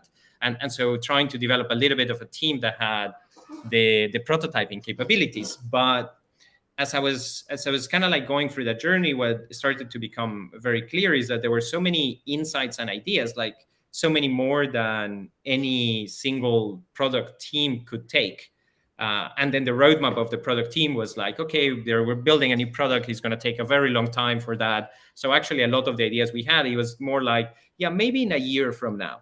And that was kind of frustrating, because also there were all these other things that I'm like, well, there is all these other DAOs out there, all these other DAO tooling projects out there that could use some of these ideas, but they don't really have, the way to collaborate with us around it. And if I need to go and write an article, well, I'm a really slow writer. It takes me kind of like a couple of days full time, like a good 16 hours of deep work to write a decent piece. Or even if I bring a writer, it's an extra expense. And it's like, how do we justify that? And so I started to think that actually in Web3, since it's a lot more collaborative, it would make a lot more sense to bring multiple DAOs to do research together, because so many of these DAOs were doing their own research, but they were not doing it very, very well. They had very limited resources. There was a lot of duplication of work, like multiple people researching the same thing over and over, like it had never been researched before, and it's not documented well. And if you just kind of like expanded the scope a little bit more, added a few more perspectives into it, look more into other influences, like organizations are very, very complex, and DAOs are very, very complex. There are so many different ways you can think about them, in a legal perspective, in an organization perspective, in a technology perspective, in the economic perspective, in a group psychology, community perspective, and so on. And if you ever don't think about one of these, it kind of comes back to bite you eventually. So it was like, can we it's kind of sort of stop solving the wrong problem really well if we can get more people to collaborate, and then we can really understand what it is that we're creating. And also through having that sort of shared vision, then these projects are going to be better at building it together, since we're talking about modularity and composability and these Lego building blocks and so on, that is this idea, instead of a single huge monolithic platform. So that was roughly how it came to be, and which is, I know, kind of like a long story, but fundamentally now it's become a research agency where we're working with different DAOs on doing research projects, trying to go very deep into whatever it is the topic that they're most interested in, then facilitating some strategy workshops with them, and then trying to get that collaborative knowledge to then, together with multiple DAOs, build those visions and so on. And then sometimes as those projects mature and there is an opportunity that is a little bit outside the scope of where let's say where a particular product team is, then we see whether we can assemble a team and together with them incubate the new tool or the new product that helps the ecosystem. So that's roughly the idea.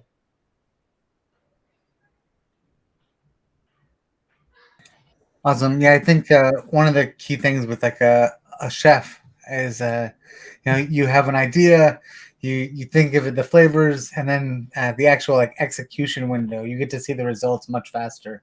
There's not like a year between the idea, people wanting to do it, and the actual product.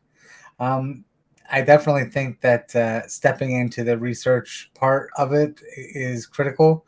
And as you say, the amount of duplicated effort is crazy. The amount like skills, bounties, we hear a lot of the same things, and a lot of great minds thinking on the same thing in different ways. And we also hear about like standards. And as we move towards standards of adoption, that like helps communicate these different breakthroughs that we have. Yeah. Do you have recommendations for how people can follow through with the research that you're building? How can they use it to support what they're doing already? Yeah, so I mean, there's a few different ways. So one of the main influences that we have identified that is super rich and has a lot to offer DAOs is the world of self-management, or all of the experiments in progressive organization that have happened before. And we're hosting regularly different speakers that have experimented with, let's say, decentralized ways of organizing just before the decentralized technology, like before the blockchain was a thing, but they were already doing it at the social layer in different forms of shape. And we're hosting these speakers regularly. If you follow or Twitter, which is @arandao__, the talks are there, and we are also sharing the videos. So if you scroll through the feed, you'll find our previous videos you share on the YouTube channel, and that's interesting as a sort of inspiration.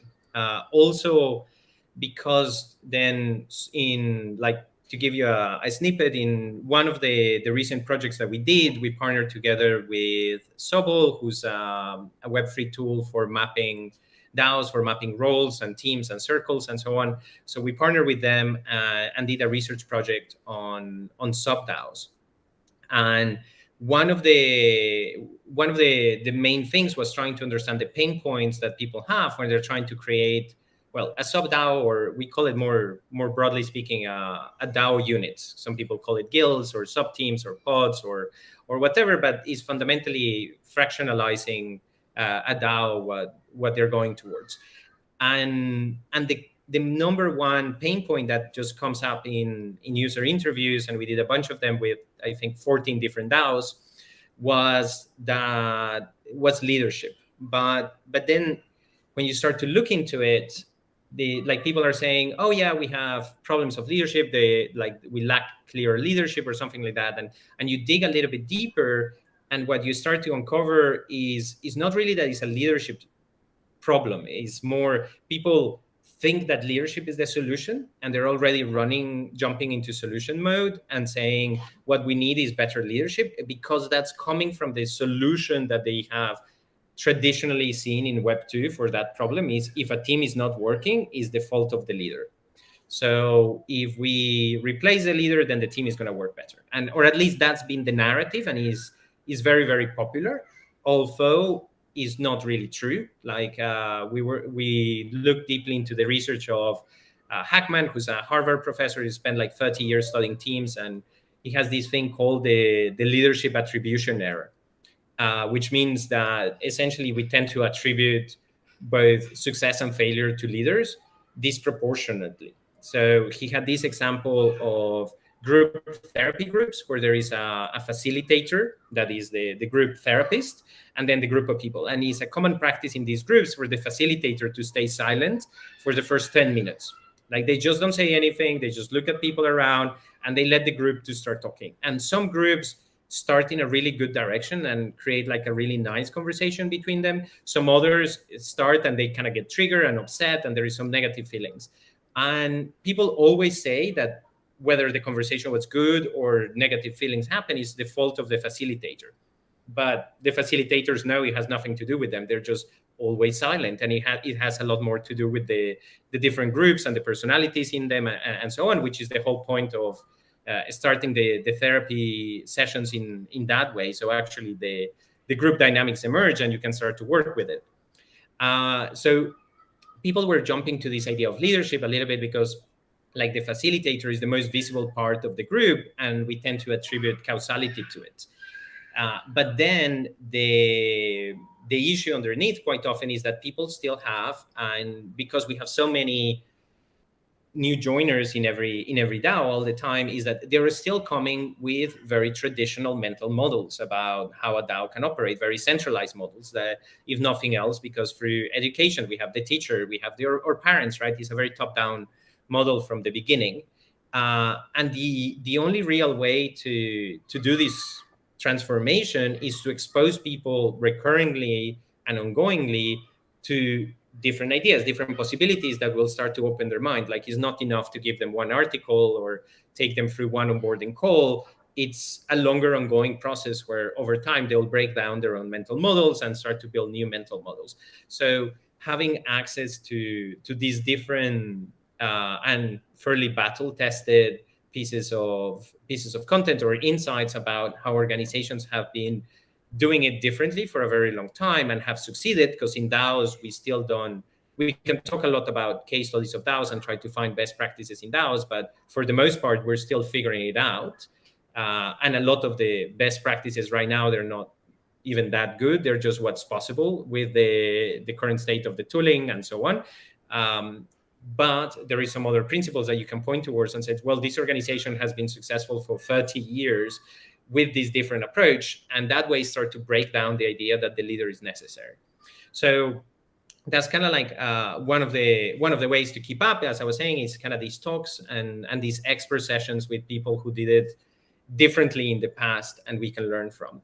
The other thing that we're about to start doing is to start publishing a lot more the findings from this research, and to start building a lot more community around this research. We started working with someone who had a lot of experience building communities of practice, like 30 years experience doing this, and doing something that's called regenerative action research, that relies on making the research team operate in cycles and also operate openly as a community. So you go through cycles of defining a problem, kind of thinking about it, discussing it, researching a little bit, and then synthesizing that and sharing those findings. And at every iteration, you grow the group, and you grow the group, and you grow the group, and you do research in the open as a community. So every cycle, you're inviting more people to join, to bring new influences, new ideas, and to also participate in the research process. So we have one initiative like this at the moment that started around community health, that we're doing in partnership with Aragon. That's the first sponsor for this project. And we're looking at how do we understand community, how do we understand community health, what does that mean in Web3, because it means something very differently than, let's say, brand communities or learning communities. That's been what traditionally was studied. And we're doing this community of researchers, like open research approach. So equally, if you're interested to that, you can either join or Discord, or ping me a message, follow the DAO Twitter. We're sharing it across those different channels, the link. And if you reply to us or engage, you're very welcome to come and become part of that community of researchers that we're building, because that's the whole idea, to have people who are also part of different protocols, who are having different experiences, and who can also, as they learn, start to try things, run experiments, report back to the group. And that way we accelerate the learning of everyone involved.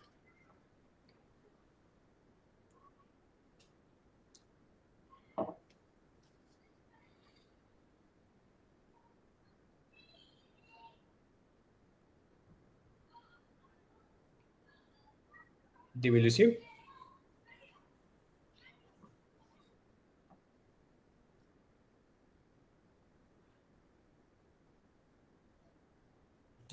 Sorry, I stepped away for a second. Can you repeat the question?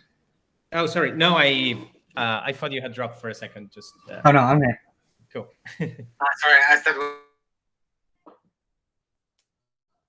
Oh, sorry. I couldn't hear the last thing you said. I guess there was.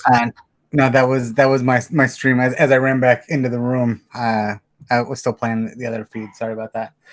Yeah, did you have a presentation as well? I think you had some slides. Let me share a couple of things then.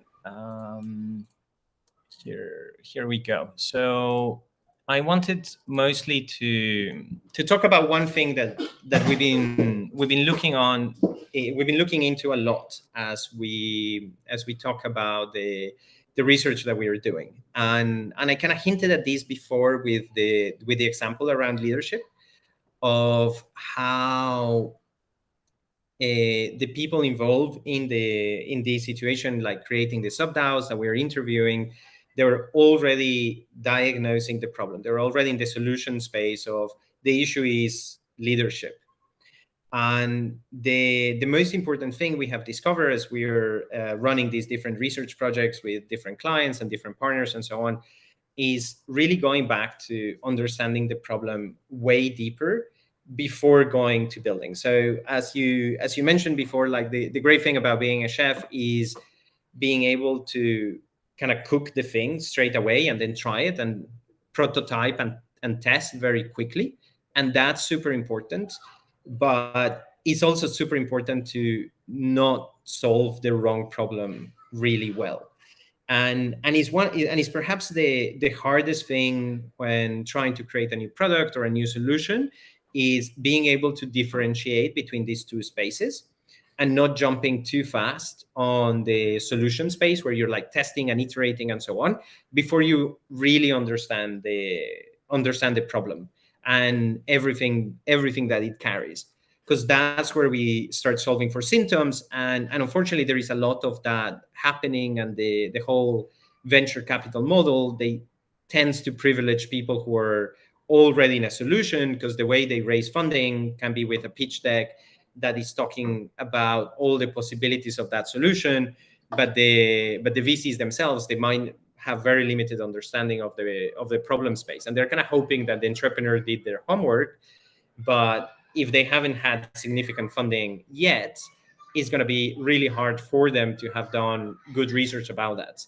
And so the best entrepreneurs, they are constantly reevaluating their problem definition, not only trying to create a tool that works. And this is where like traditional innovation advice of build a minimum viable product and test your hypothesis comes from. But as you start building, the issue is that psychologically we fall in love with the solution we already have. And we had that problem even with a project that we are incubating. Is someone from our community, Ray. They started a sort of learning onboarding tool. They did last year, won the DAO Global Hackathon with the project, and then he was starting to work on that tool and had a few developers and a few other people helping him advance that project. And at first, everyone was really happy. He got a couple of DAOs to start using it and so on. But the issue that he was sensing is that in the team there was no one challenging him. No one, whenever he suggested someone, everyone was like, "Oh yeah, great idea, awesome," and there was no one saying, "Oh, but why is that important? I don't really get it. I don't think that's the right idea, or I don't think we understand the problem the same way. So maybe there is something there that we still haven't uncovered and that we have no clarity on." And then a couple of months down the line, effectively what end up discovering is that their whole understanding of the problem was a little bit shallow and they were solving for the wrong solution. So then had to go back and start again as a research initiative, like redefine the problem and then go back to the solution space. So partially what we're trying to do with partnering with the different DAO tooling projects or other people interested in building solutions, because it doesn't necessarily need to be a product, it could be a service. The important thing is a solution focused on DAOs, and that's very much the space we're creating expertise, is that as we partner with people teams, DAOs who are doing that, is that we're trying to help them be a little bit that devil advocate in the room, where we bring back to the understanding of the problem space, and they can continue prototyping. They can be in that place and be the best they can in exploring the solution space, while we keep expanding their understanding of the problem. And the two can work in parallel instead of a linear process, which works a lot better. And then we meet regularly to share learnings across each process. So they have their product team that's operating, doing the thing they know how to do. And then we meet them and can be a little bit the devil advocate or expand new possibilities for the way they conceive their product. That is more like the left field thinking, the expansive side, that ultimately is what can help them save the couple of months that the colleague of ours, just to give an example, was wasting going down a dead alley. So really recommend whether any team ends up working with this sort of partner, whether you have this writer and editor who's helping you gain some perspective and work on it, or whether you're only working in your team, to try as much as possible to spend a lot of time in the problem space, because is the thing that we very systematically see DAO tooling startups avoiding, and then building solutions that are addressing symptoms rather than root causes. So that thing there. But then the other thing that we started to realize as we were going down these routes is this dynamic of, like, you have a team and they're focusing on building the product, and that's how the new DAO or the new startup or essentially this new organization that's building a solution starts. And then really quickly, you're like, okay, I need to fundraise, and I need to figure out compensation for the team, and how is the whole thing governed, or progressive decentralization? Am I actually going that way? And if I'm not going down the progressive decentralization route, then the issue is that I'm very different from the customers, or at least I'm not necessarily really understanding how DAOs are operating, or I cannot experience those problems the same way. Like there is less empathy with my customer base. But then if I want to go down the progressive decentralization route and be more DAO, well, it's a lot of work, and it's yet another thing that I need to look after. And of course, there is all the other things like the team culture and the way you're doing, like your onboarding or attracting people and hiring and managing and so on and so on. And there is just like all of these different adjacent problems that a team is trying to solve all by themselves. And when we start seeing is one of the amazing patterns that we can have in DAOs is this idea of collaboration over competition. So is there a way we can break down this problem and enable the builders to just focus on building, like enable the product team to be in that solution space, to do the fast prototyping, the iterating, the testing features and so on, that they are very well as a team, very well designed to do, very well geared to do and execute on. While then we can have some other way to support them with the other challenges, essentially offering a sort of organizational infrastructure. So instead of a startup, like a new DAO tooling project, starting on their own in the wild, in the ecosystem, trying to build networks, trying to figure out how they operate as a team, while at the same time trying to do the R&D and with very limited resources at the early stages, as we were saying, because who can afford a multidisciplinary R&D lab or team of researchers from the early stages? Like at best, if you have a couple of people, that's going to be great. And you kind of need those two people to think very much alike. So they gel and they feel they want to start a project together and so on. So it's not necessarily a space where you're going to have huge diversity of perspectives and be able to go really deep and find those juicier insights that save you so much time and so much money down the line. You're more like trying to just get by in the short term and hoping that you can do that later on. But what if we flip that equation, and instead of these teams trying to solve all of those problems with very limited resources, so having to cut a lot of corners from the start and then dealing with the consequences of that as they go along, what if we could actually give them a lot more support from the early stages? And that meant that instead of each project trying to do the whole thing on their own, we collaborate around it. So we're now starting to explore this incubation offer, where we can partner with a team building a specific solution, again, as long as it's very DAO solution oriented. And we can offer the organizational infrastructure, because across all the research projects that we're doing on figuring out how DAOs should operate, we are dogfooding that and really applying it to have sort of best-in-class team collaboration process and DAO structure, DAO systems. And then a new project that is starting can leverage a lot of those insights and fast track their development journey. So we offer them this sort of team coaching and processes and systems and so on, so they don't have to figure it out themselves.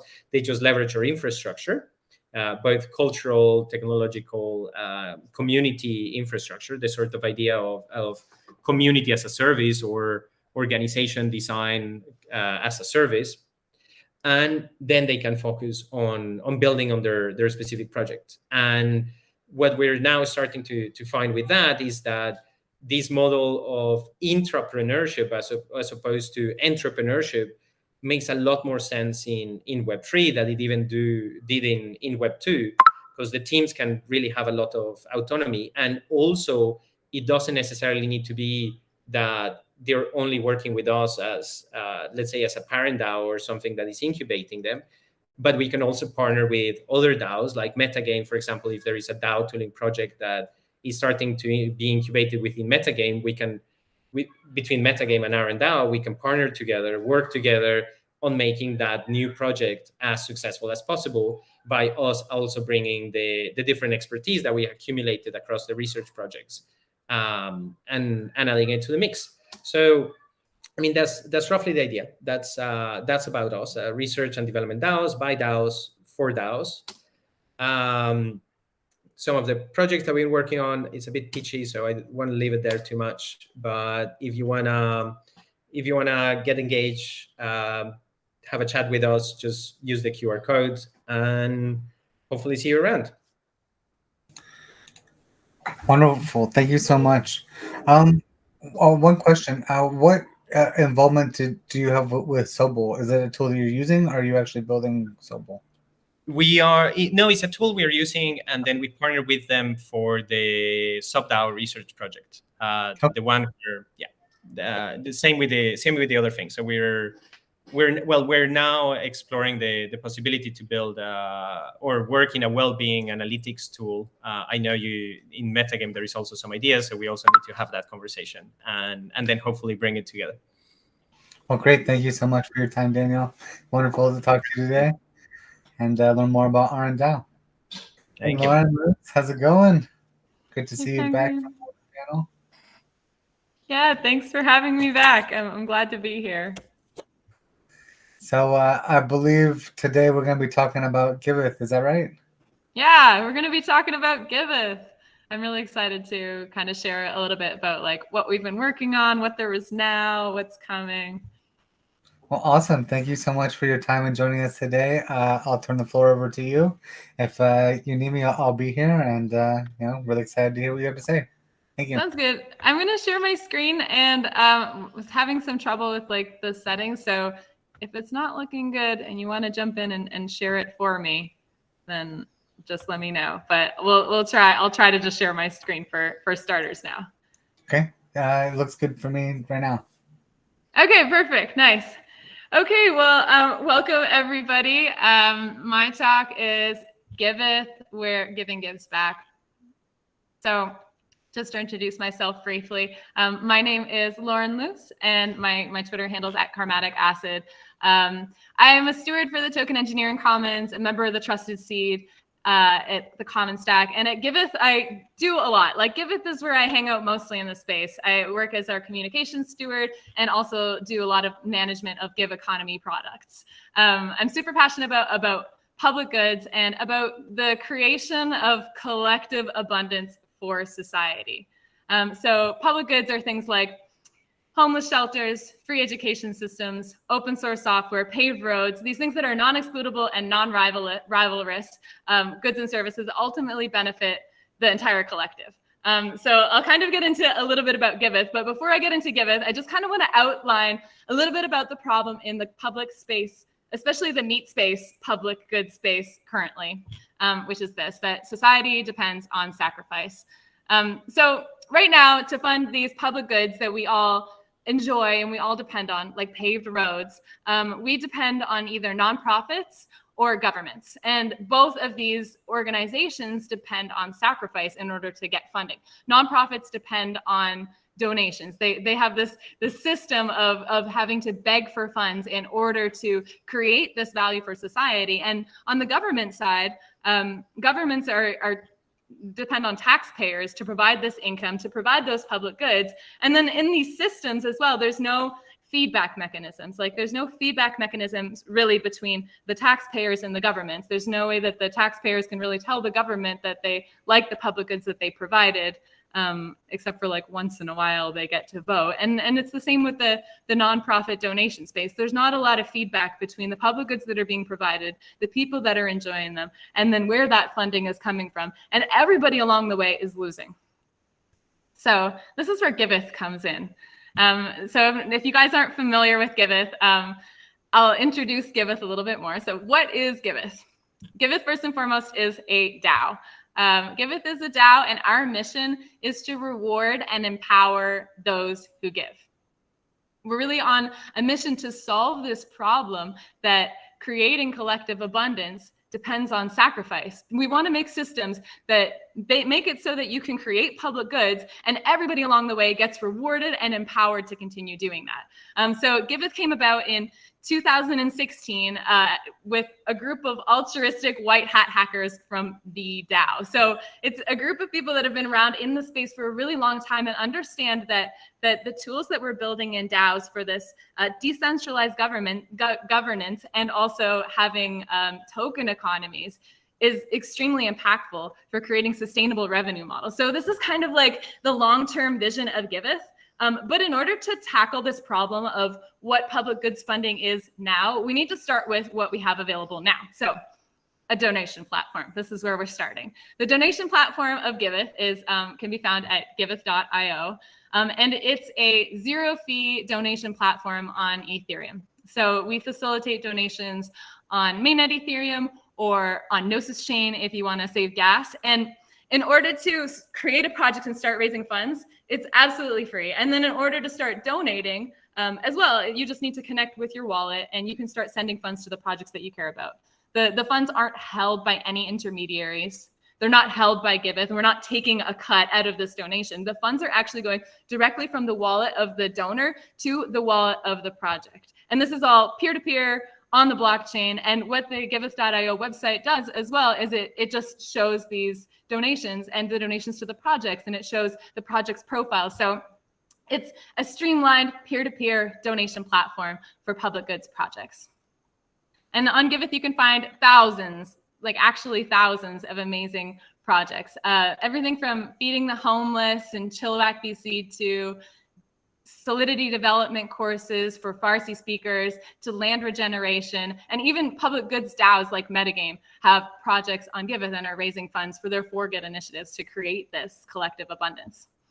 And if you wanted to donate to any of these projects, it's super easy to do so. You just select a token from this list, either on mainnet Ethereum or on Gnosis chain, and you just send the funds. They go from your wallet to the wallet of the project that you want.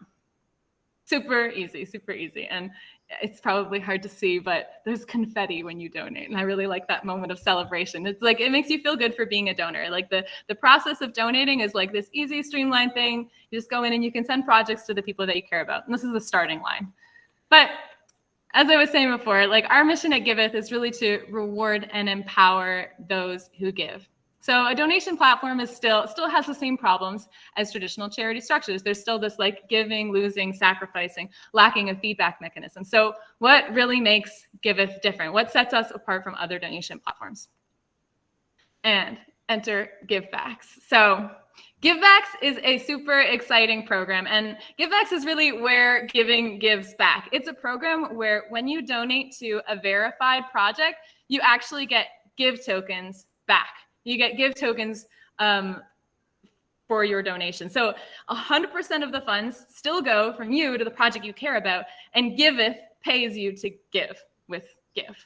So this doesn't apply to every project. It doesn't apply to any project that's on Giveth. It actually only applies to public goods projects. So it's projects that can show that they are providing value to society. So we have a system for verifying projects and basically vetting them to make sure that they are who they say they are, and that's our project verification system. So the project verification system is kind of broken down like this. First, you can create a project. You create a project, anybody can do that and start raising funds right away. You can start raising funds right away and not be part of the givebacks program.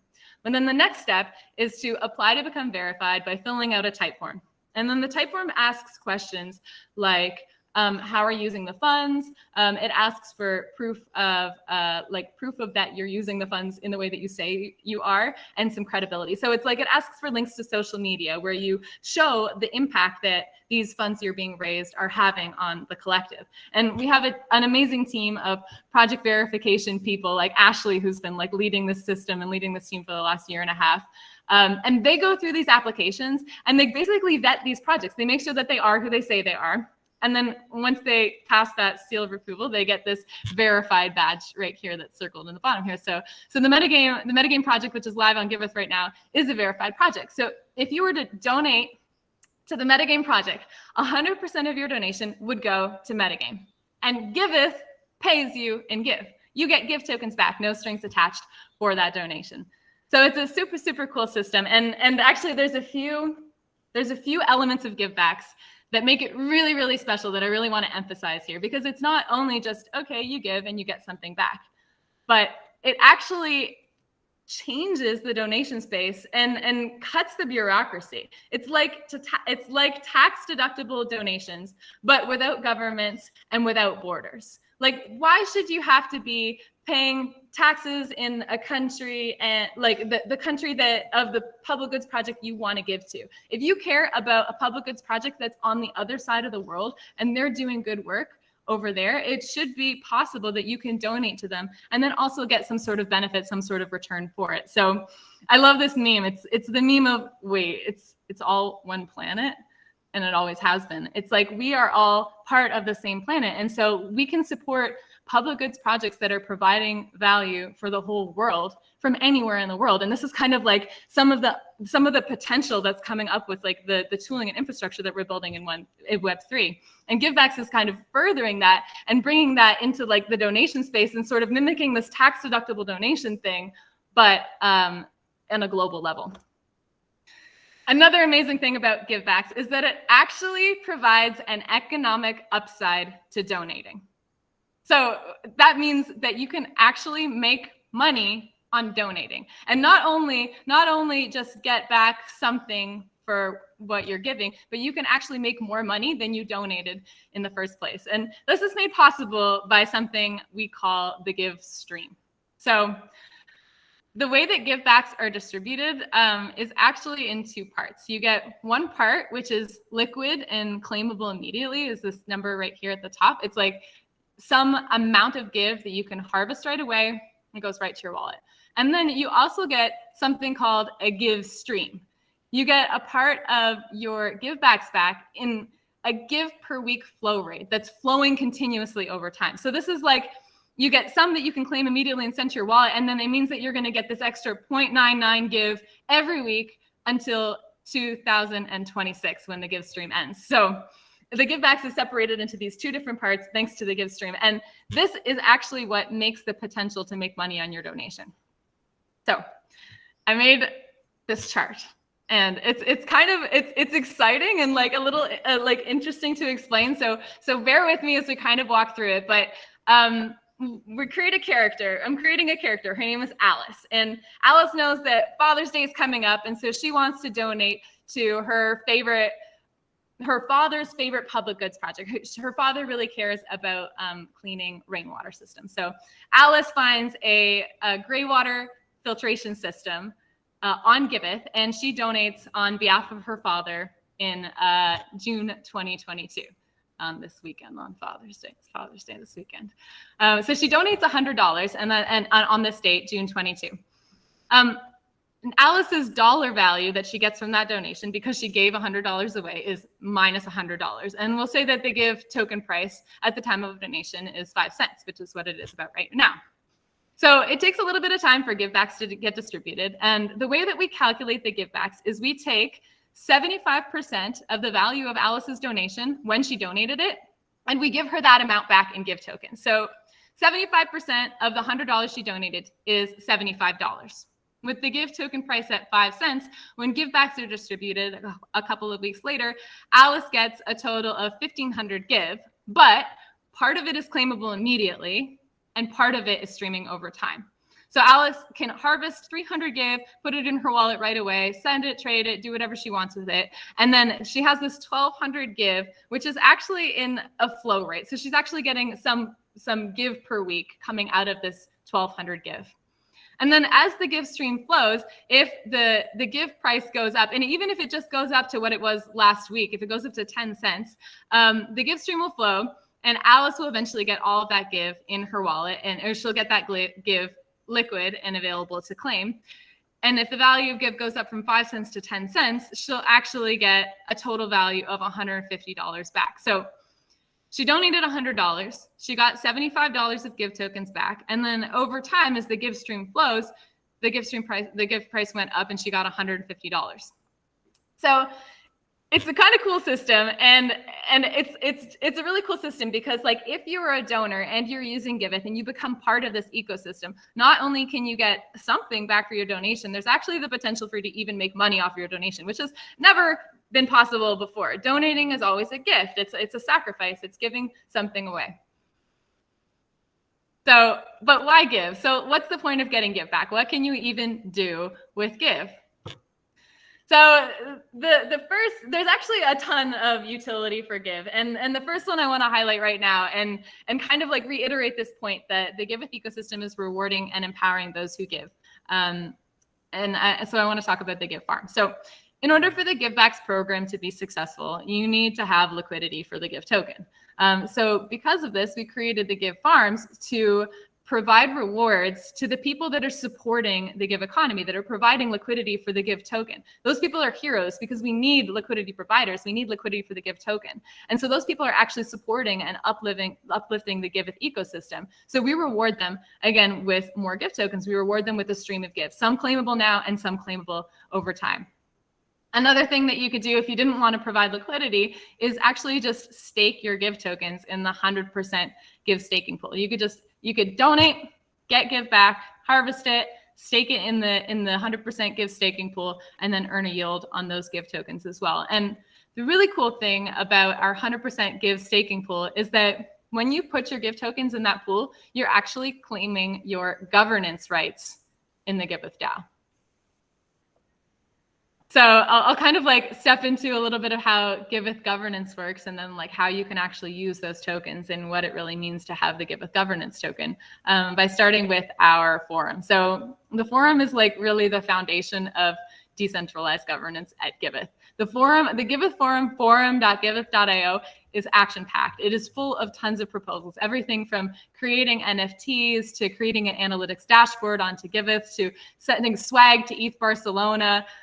There's all kinds of interesting governance proposals in the Giveth forum. And we have, as a community culture, we have something called advice process, where a proposal gets put up into the forum and it's left there for 5 days to a week so that the people who are affected by the decision and the people who have experience on the subject matter can provide their input. So this is like where Giveth governance begins. And then if a proposal passes, once a proposal gets a little bit of advice, there's a little bit of talking on the forum proposal, it can move into the Give Garden. So the Give Garden is a platform for decentralized governance over the common pool. It's the platform for decentralized governance over the common pool of Give that is controlled by Give holders, by the members of the Giveth DAO. So the Gardens platform is actually created by OneHive, onehive.org. They're superheroes, and they created this framework so that anybody can put their DAO framework onto the garden and create a garden for their DAO and use this platform. And we use it for Giveth. So as I was mentioning before, with your Give tokens, you can stake them in the 100% Give staking pool. And when you do that, you unlock your governance in the Give Garden. Once you have your governance power in the Give Garden, you can vote on the proposals. You can read the proposals in the forum and decide which ones you think the Giveth DAO should allocate funding to. So if you're a donor using Giveth and you really would like to see some statistics on the platform, some analytics on the platform that are showing how much total donations, who's the top donor, you could put your Give tokens, stake your Give tokens on a proposal that's requesting funding to build that feature and actually get that feature added onto the platform that you're a part of.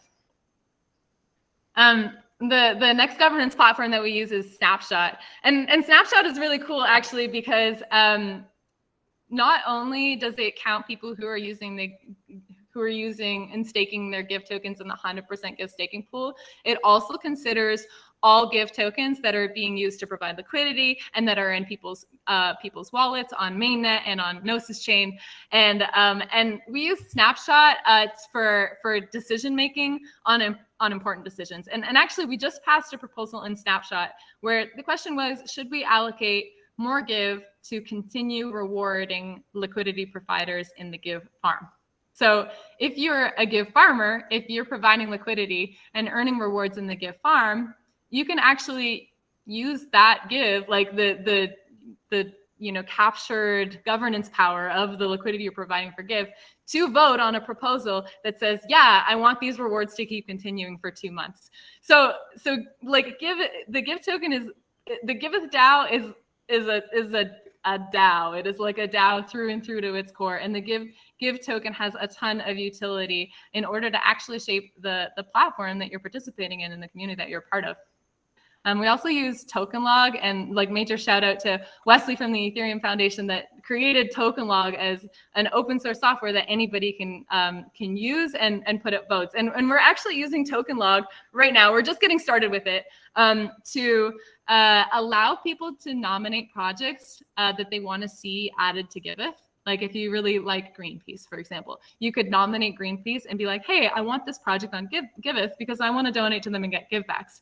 And Give token holders can vote on those projects, those nominations, to signal their support. And then whichever projects get the most support, our team will do active, focused outreach on trying to onboard them onto the platform. So donors who are giving and getting Give tokens back can actually have a say in which projects they want to see on the platform, which ones they want to donate to some more.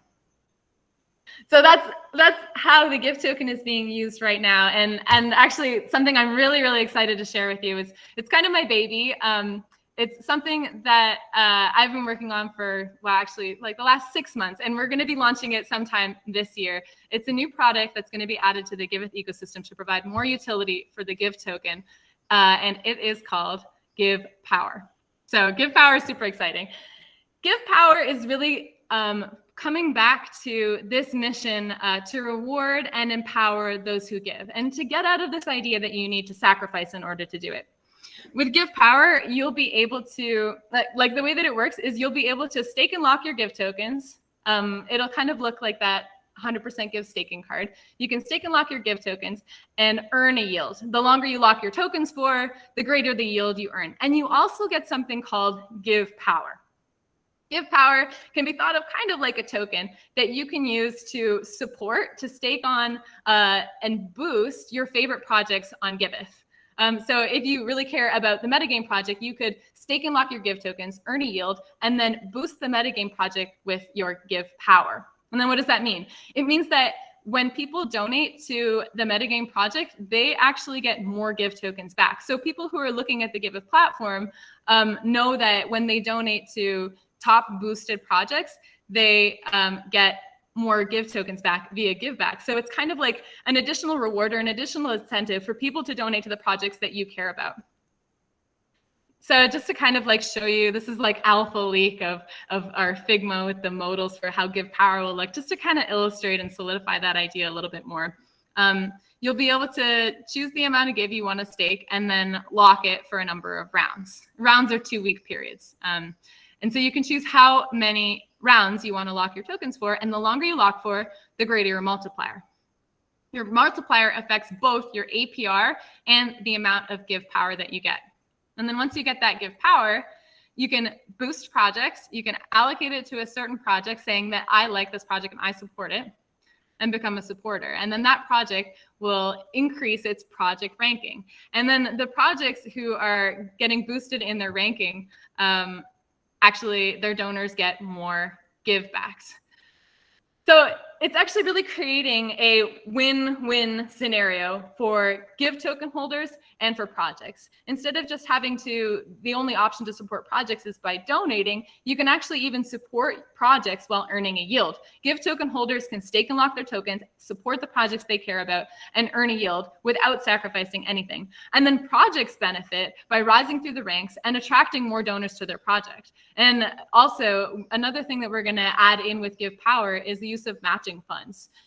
The Giveth matching pool on Giveth that you can donate to. And the top boosted projects, the top ranked projects on Giveth via Give Power holders will get a greater percentage of those matching funds from the Giveth matching pool. So it's really a win-win relationship between people who have Give tokens in stake and the projects. And it's starting to create a line of communication between Give holders and projects. And this is a really, really critical component to the future roadmap of Giveth. And actually this feature, this Give Power feature, is expected to come out sometime within the next few months. I'm working very hard on it. You know, you can never know with these like development projects, there's all kinds of different obstacles, but it will be out by the end of the year, and I hope out in the next few months. And it's a critical step on the way to the ultimate Giveth mission, which you may have heard like little inklings about in talks from Griffin. I've talked about it a little bit before too, which is GIRVs. So we affectionately call it GIRVs. GERVs will be regenerative microeconomies for public goods projects. It's essentially providing a token economy for the nonprofits that are on Giveth. So we talked a little bit about the issues with the current public goods funding structure. It's like people have to donate and sacrifice in order to support the projects that they care about, and we want to move away from that. We want to create systems where people can actually support and provide capital or provide labor and expertise to a project, and then actually get something out of it in return. So this is GERVs. GERVs is where everything changes. It's where we change the way that the world works.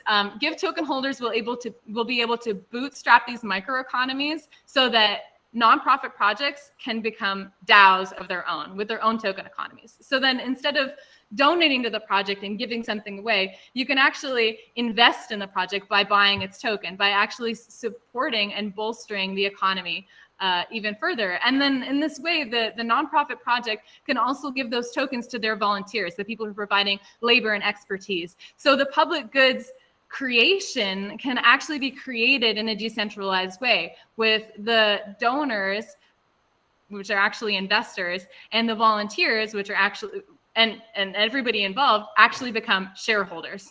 And everybody along the way benefits individually when the collective succeeds. So Giveth is a donation platform, and it's really, but really what it is the place where giving gives back. You start with give backs, donate to projects, get give tokens. And then you can use that those give tokens to support the economy, participate in governments, and earn even more. Then with give power, you can take sacrifice out of the equation and support the projects you care about while earning a yield. And then when GERVs comes, we're going to eliminate donors and volunteers, make everybody a shareholder, an investor, and create systems where every individual benefits from supporting the collective, and we create more abundance for the entire world. So major shout out to Griff for helping me prepare this talk, to Rodri for making my slides beautiful. I'm not that artistic. To Tommy, Anna, and Penguin for bringing me on here, and to everybody watching. I hope that you come join the Giveth ecosystem. Donate, get involved, and join us in building the future of giving. Great. Thanks so much, Lauren. Yeah, Giveth is an amazing platform. I love everything you're doing. I think you put it really plainly, is that our society kind of depends on sacrifice. And if we look at infrastructure, everyone has got different problems around their community. Roads that have been worked on for 20 years are still not fixed. And we have a chance to not repeat the same mistakes and kind of break the mold. As you say, like this win-win positive sum game is a chance that we have to flip supporting infrastructure and communities on its head. So I really appreciate everything that you're doing and all the communication that Giveth is doing. So thank you so much, Lauren. Thank you, Penguin. I really appreciate it. So next up, we have Jared Lucas, CapSlap, talking about Liminal DAO. How's it going, Jared?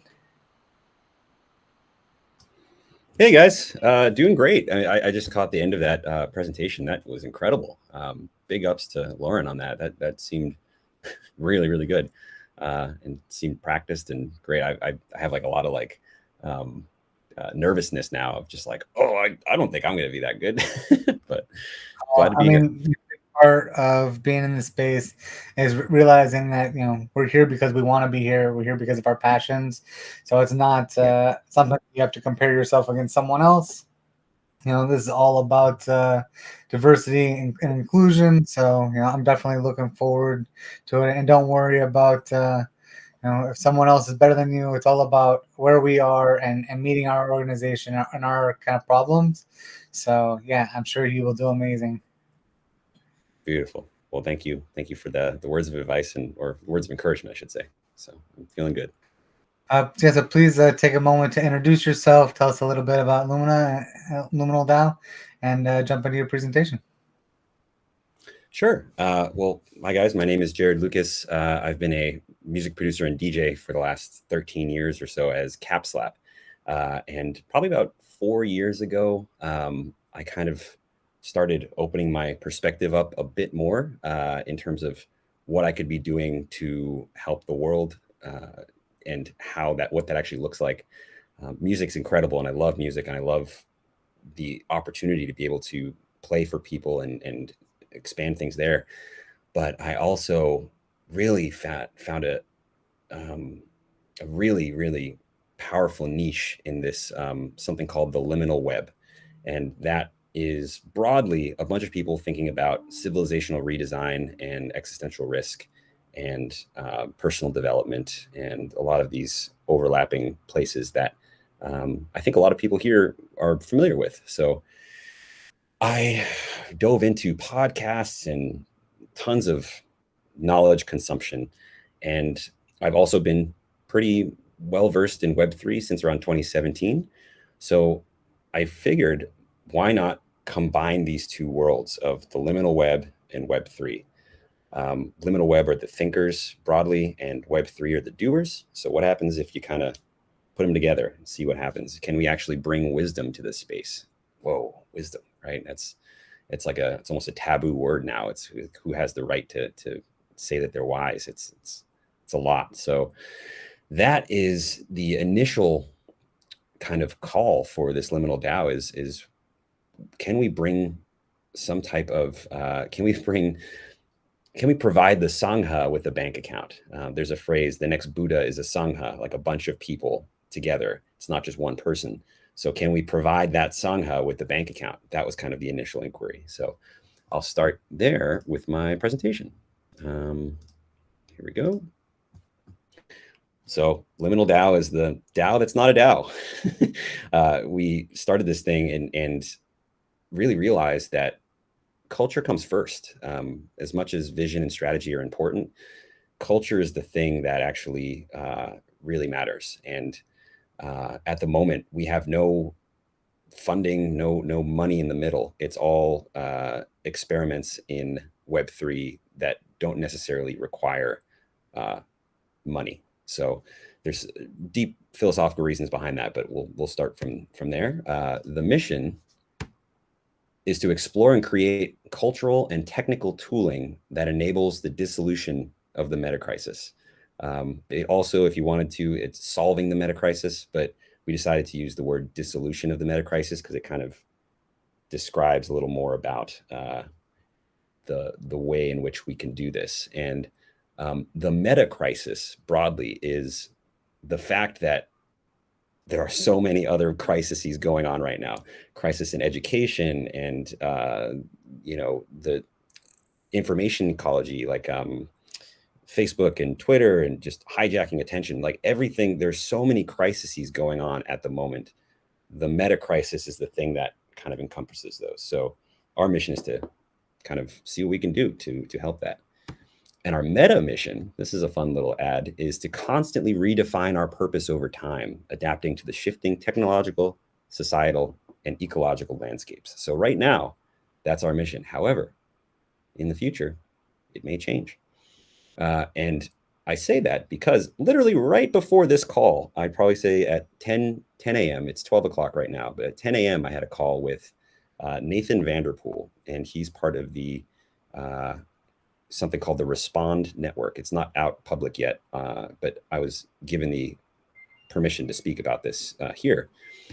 I'm going to be spearheading the effort to provide Web3 badges and soulbound tokens to help scaffold the wisdom commons and allow for reputational signaling there. So there's something that is emerging between Zach Stein, John Vervaeke, Bonita Roy, a bunch of other incredible minds that will be needing a way to signal in Web3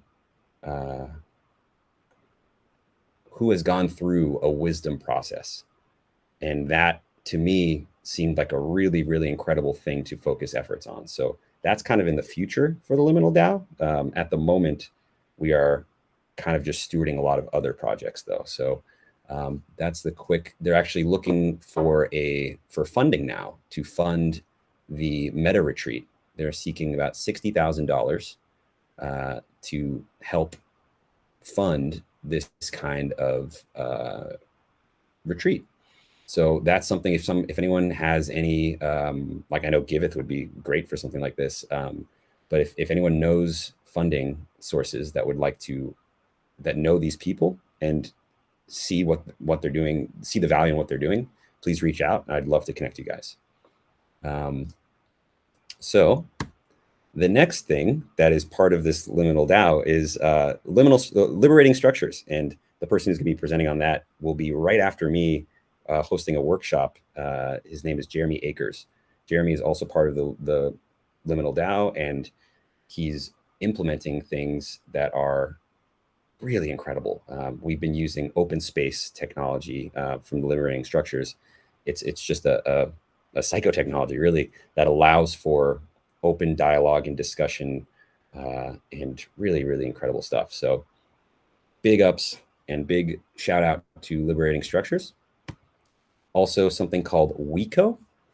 There is something called the Glass Bead game, and Wico is bringing the Glass Bead game online. So it's actually a way in which people can speak together, and there's timers, and you have to, there's a couple rules around it, but it allows for really generative and incredible conversations. So that's another thing that's being stewarded within the Liminal DAO.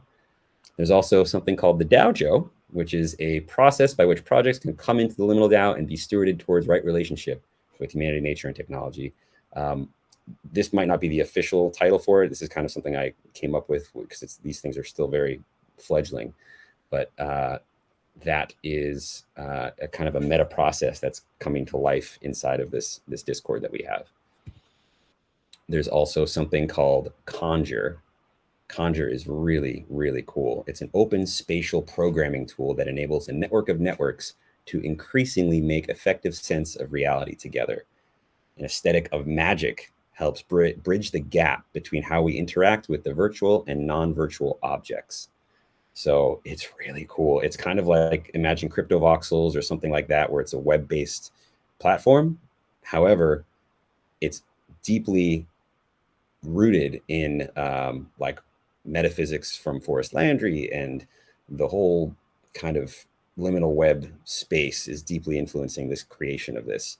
And they have visions as well of bringing holochain apps, HApps into this, and make it a really, really easy way to explore holochain as well. So that is really, really special. And they have a roadmap and a bunch of other really great stuff in here. So I'm just going to rip through this here, and then you can kind of just ask me whatever questions you'd like towards the end. Soft DAO tooling. This was a kind of push by the co-founder of Holochain, Eric Harris Braun. This is valuing agency over determinism. Decisions are made via speech, not tokens. Security enforced by observability versus enforcement. So really having transparency in what's going on, and that kind of metric. Human-driven change versus smart contracts. Alignment and convergence through discourse versus governance through preordained mechanism. That's a huge one. A lot of DAOs in the space now are very much just using the tools that are here, which are preset governance via tokens, votes, democracy, standard stuff.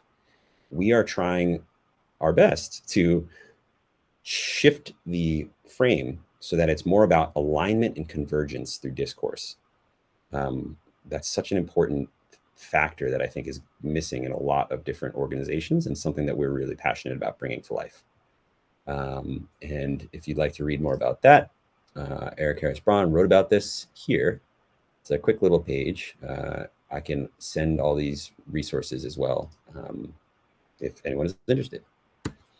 And finally, well, not maybe not finally, but Epique. This is another one that's experimenting with dissent as a mechanism for decision-making, as well as focusing on alignment and resourcing instead of governance. So allowing someone to bring up a dissent about something, as opposed to waiting for votes. And this is a little bit loose right now, so this is still kind of being developed, but I might not even be doing justice describing it in this way. But that's the fun part about the Liminal DAO, is that everything's kind of in between. The word liminal is like, it has to do with thresholds between the old world and the new. The liminal space is that space in between. The meme team, speeding up the replication and distribution of right memes. I think that's really great. Imagine the regen meme, all of these other kind of, everything that Owaki does, right? All those memes. How do we kind of speed up the replication and distribution of those, as well as use, stuff like Forrest Landry's metaphysics to deeply inform some of these things and get them out in the world? Some fun thoughts there. And then just some of the friends that are involved. Forrest Landry, active inference, which is just next level model about agents in a network trying to reduce surprise. It's a whole thing. And then the Emerge Austin gathering, that'll be happening between June 24th through 26th. And we're going to be bringing in and opening up our invitations for the Discord between the 21st and the 29th. So far, it's been a closed system to allow for a convergence and allow the membranes to form from the first call, or the first call to action. So the membranes will open up for cohort 2 between June 21st and 29, and it'll be mainly for the participants of Emerge Austin. But if there are aligned people here as well, I'm happy to bring open that floodgate as well. So that is all I got.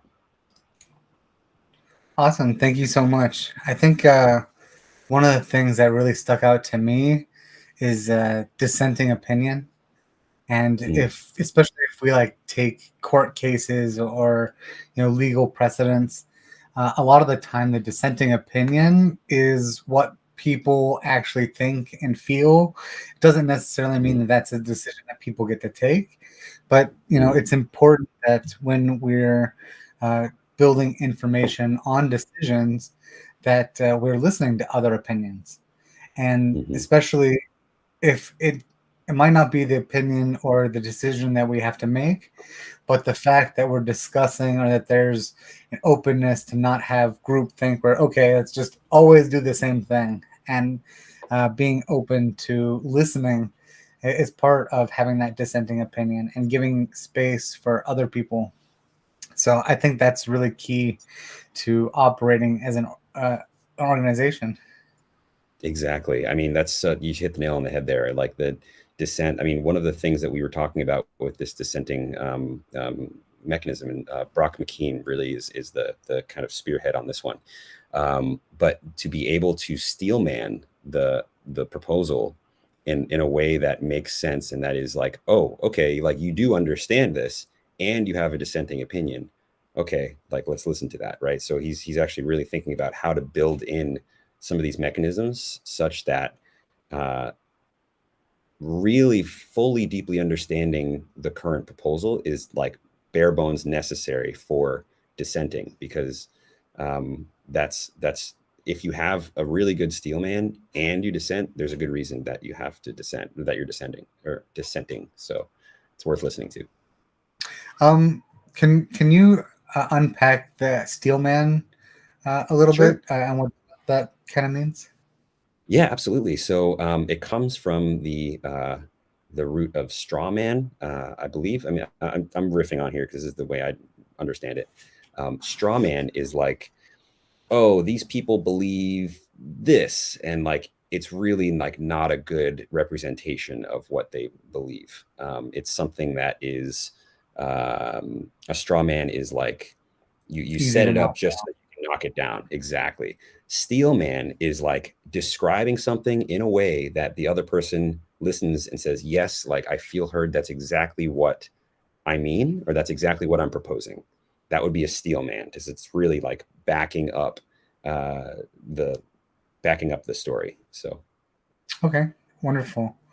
Yeah, so can you talk a little bit more about some of the tools that you're using? I know you highlighted them, but just kind of what are some of the tools, and how did you kind of reach those tools for your organization? Sure. Well, right now, the tooling within the organization is mainly Discord. So Discord has been just the standard place for a lot of this stuff.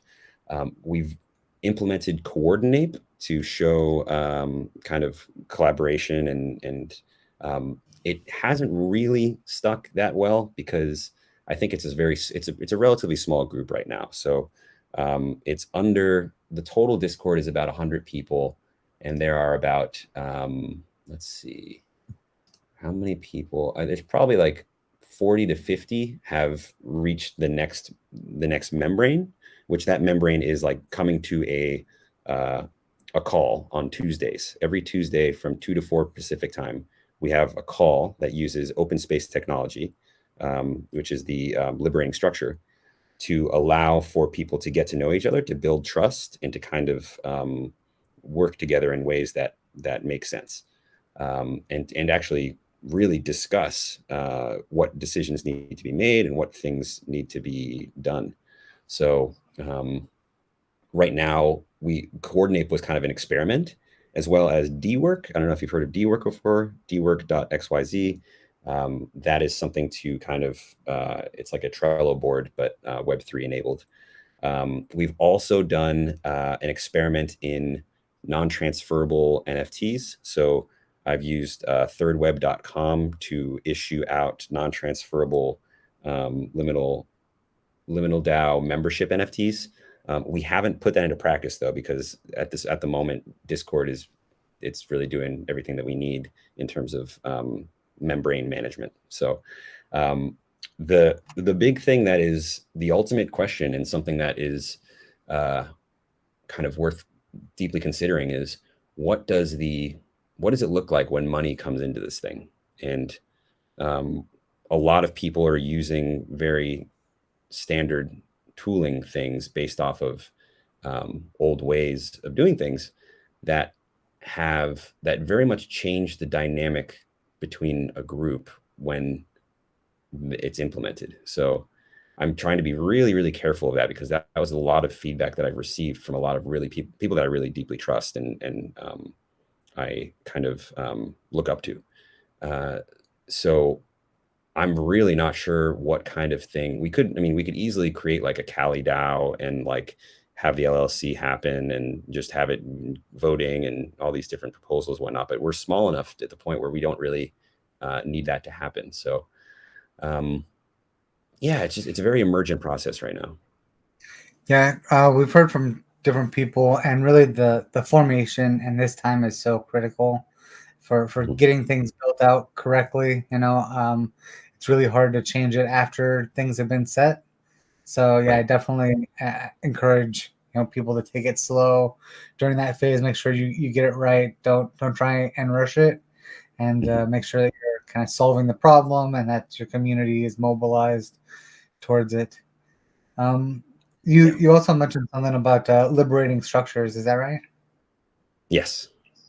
And so liberating structures is like reclaiming buildings that have been abandoned and repurposing them. Is that right? Oh, no, sorry. Liberating structures are actually tools for conversations. So okay. I can actually show a little bit of this on this Quite screen. a different. I think. What's that? Pretty different idea. Yeah, very, very different. But it's funny that it does sound interesting. That your version of liberating structure sounds like it'd be a cool thing. They have these little things called liberating structures, and there's a bunch of different ones. Open space technology is the one that we personally use. Let's see if I can. Their website's not really super great right now. These are all open source things, and what they are, so for example, this open space technology is something that you can use in a Zoom call. So the way it works is you invite people to come, whoever comes are the right people. And then this is actually like an in-person version. So this is like with chairs and groups, but you can actually, the way that we do it is through a Zoom call. So what we do is, actually, I'm just going to unshare this because this isn't exactly the thing that we use, but you have breakout rooms, Alpha, Bravo, Charlie, Delta. And each of those breakout rooms, there's like a little grid that everyone has access to, like a Google Doc. And for every 30 minutes, you can claim a spot on one of those breakout rooms to talk about whatever you want. So someone might want to talk about MetaFest, and MetaFest is coming up. And so they put their MetaFest and they put their like initials in there. And then underneath they describe the thing. We have a little time where everyone gets to kind of pitch their rooms. And then when the half hour hits and the rooms open up, you can basically, all the participants in the Zoom can go wherever they want. So it's this really awesome, free-flowing conversational tool that allows for these meetings to be really generative and really alive and not too rigid or it's allowing a structure to allow for emergence. So really beautiful stuff. Yeah, I really like that, and I think that might be something a lot of us are lacking too. I wore a shirt yesterday, chaos.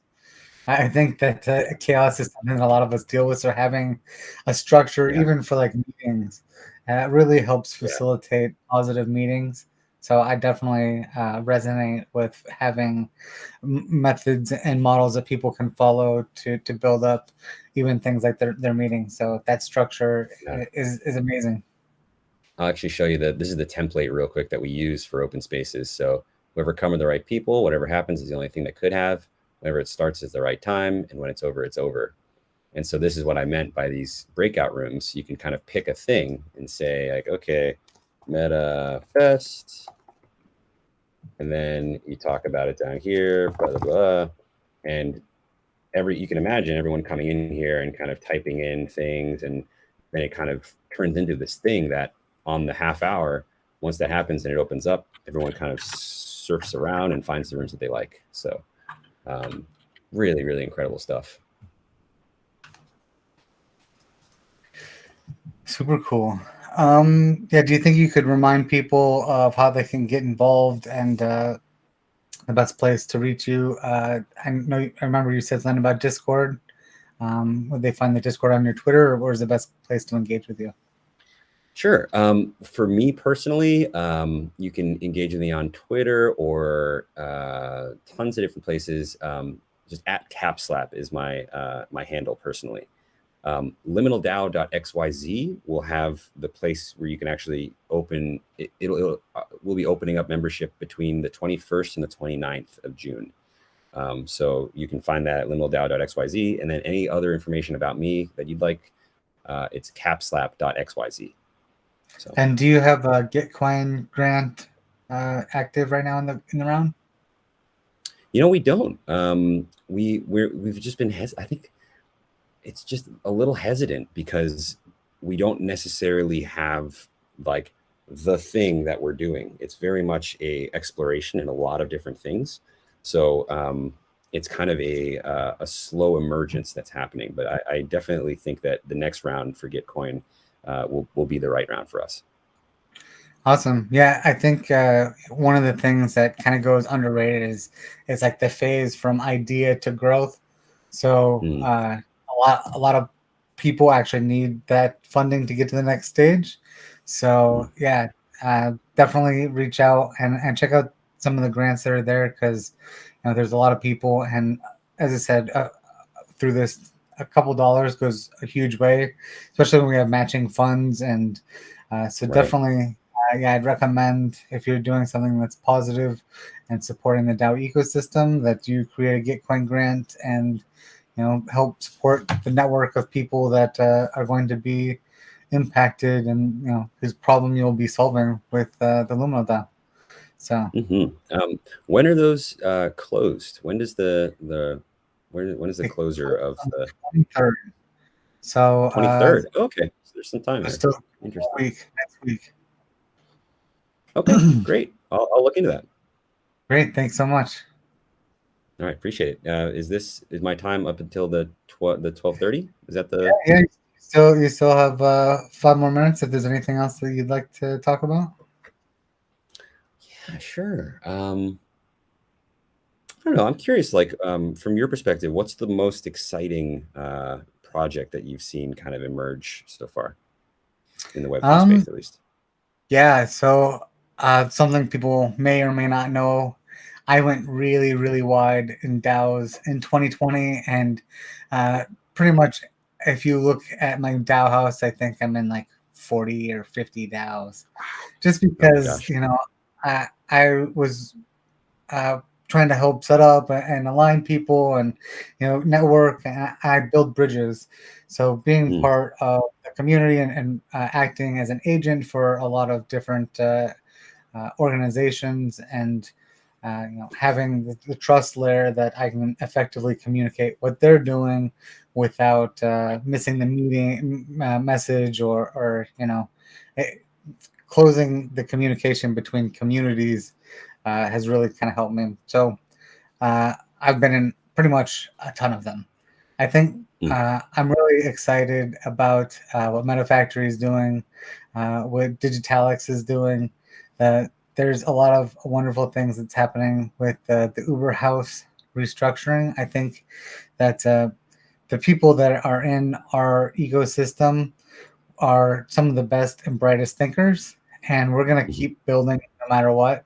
So really, there's no one project that stands out as like this is the one, because the best part is how we all groove together, and kind of building out in the open means that it's not a competition. There's one of us isn't going to win unless there's a paradigm change, and then we all kind of win. And it's better to work together to have these positive growths when we have. We're supporting each other. Like, we can't really rely on the rainbow to come along and suddenly we've got a pot of gold and someone wins it. And it's like something like Gitcoin and Giveth and Moonshot, and they really give back and build tools. Austin Griffith has done amazing stuff building tools that he shares with people, and so these different people extend beyond any kind of one organization. And I think that's kind of one of the big takeaways too, is that I think the best organization is all of us. The metaverse and the meta cartel ecosystem, basically the love of people that are here for the right reason rather than people that are here trying to sell you something.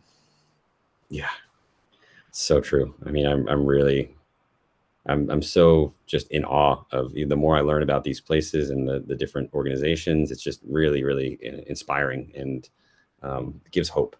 So really beautiful. Thank you. Yeah, I think one of the other cool things that you mentioned is about breaking out into groups and discussing things like that and kind of coming back. Yeah. Our next presenter actually is going to be doing something very similar to that. It's going to be a workshop about group communication. So is this Jeremy Agers?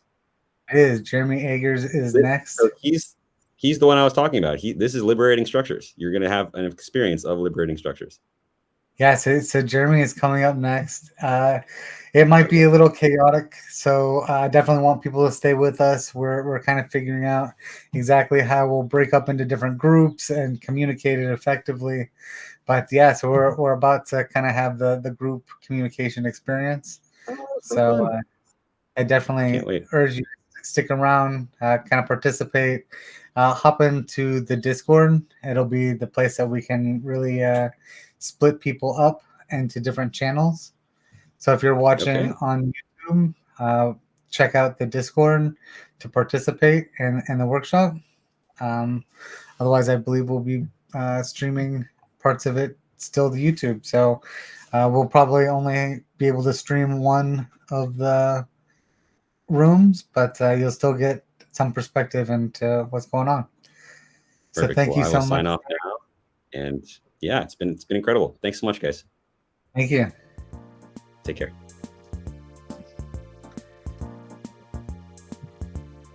Okay. How are you doing, Bogey? Are you still there, my friend?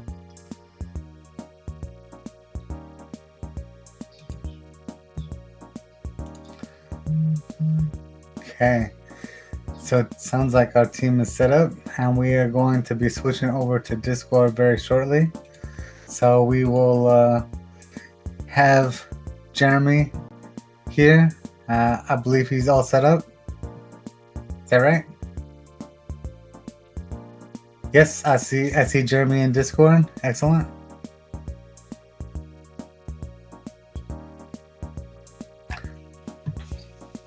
Also, big thank you to all of our speakers, to all of the MetaFam that are here making MetaFest happen. So amazing panel from the Women in Web3. We learned a lot about diversity and conflict resolution.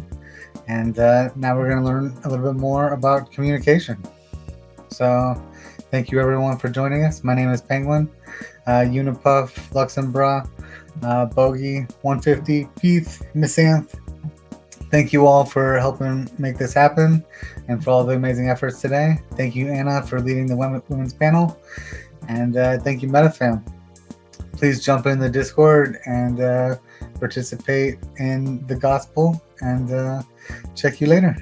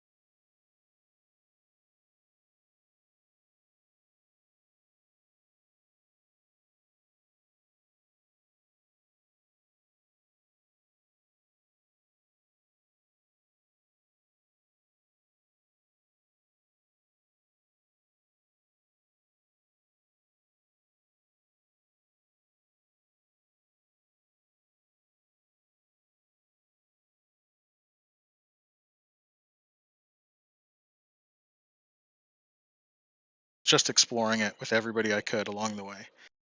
And so I started calling that conversation and the way it evolves, the gospel of change. And so thank you guys very much for coming and being a part of that process of exploration and discovery and clarification. So Thank are you we for about ready coming, to rock? certainly. Yep, I was about to say we are live, so yeah, feel free to Let it continue. rip. Cool. Well, if whoever's on ops can help me out by making a couple additional channels, channel 1, 2, 3, and 4, so that we can split up into some subgroups at a later stage. Not quite yet. First, we're going to help each other drop into the vibe and sort of warm up our brains for shared cognition. And so the exercise that is Spiral Journal invites you to grab a piece of paper and a pen, something you can write with. Big piece of paper, a big pen is your preference.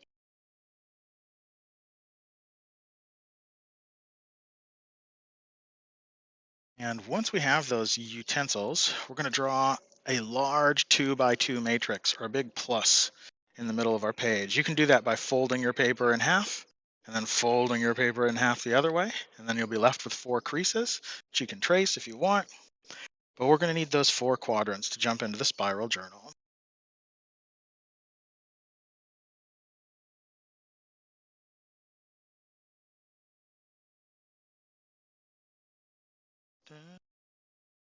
So once everybody's ready to rock with that, what we're going to do is we're going to take our writing instrument of choice and we're going to draw a spiral, a concentric spiral if you'd like, onto the space. And we're going to take a full minute to do that. So, settle in, find your breath, try and keep it smooth, keep it tidy, or just see whatever version of spiral comes out of your pen. Some people like to put it in the middle. Some people like to put it wherever. You're free humans. So I think I'm going to take Udempuff as the John Q. Everyman. Thank you very much for standing into that. And presume that we're ready to rock. And the timer starts now.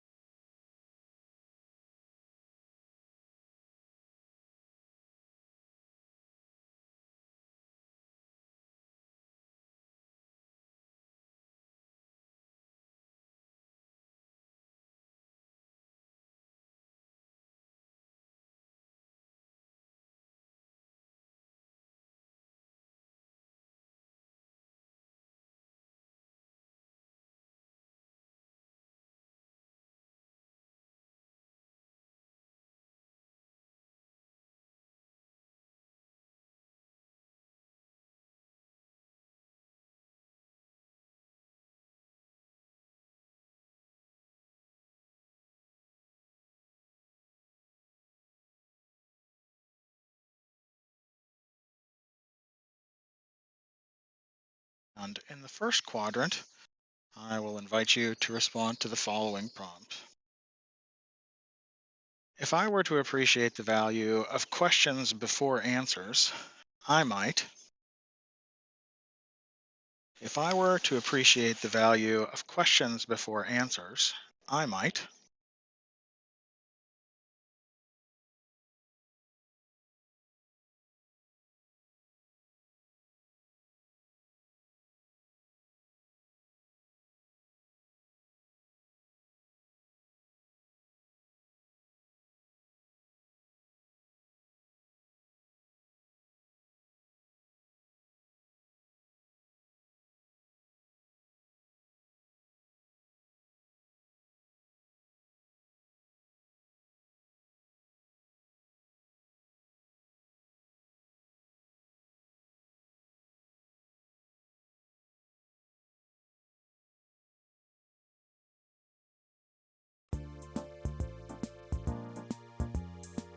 You're just welcoming us, welcoming yourself and dropping into the space.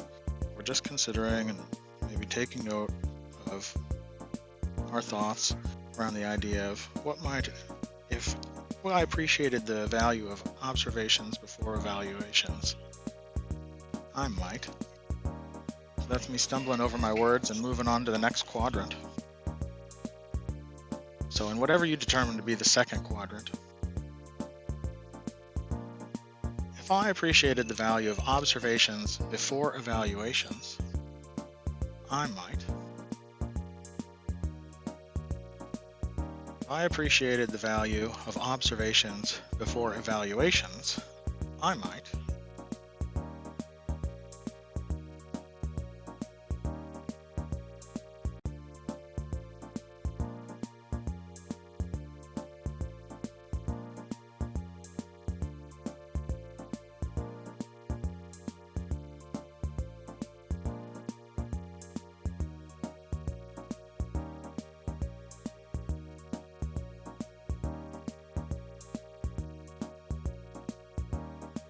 And then in the third quadrant, if I appreciated the value of change of perspective before point of view, I might. If I appreciated the value of change in perspective before point of view, I might.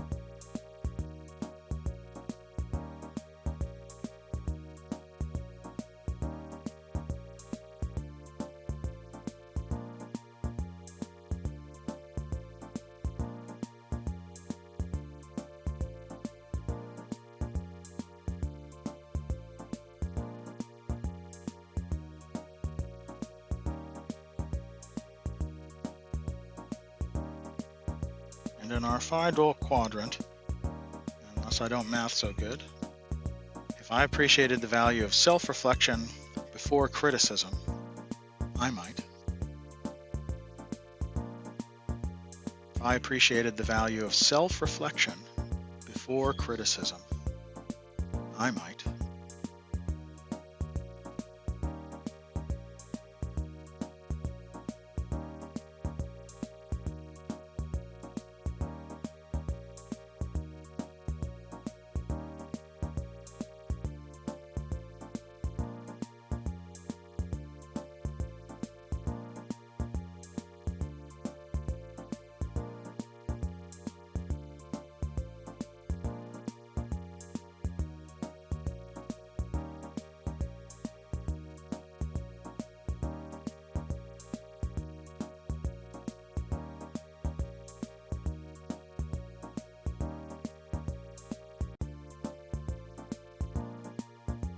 You know, I never know what to do about that ellipsis at the end of each one of those lines. Should I speak ...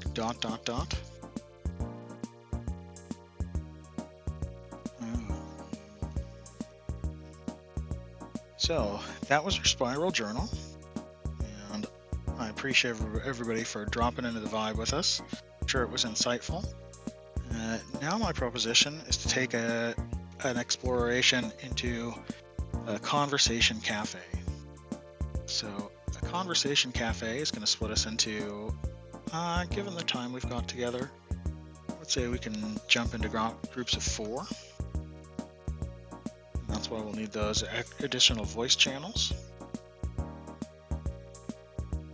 And moving around those groups of 4, we're going to go around in a circle.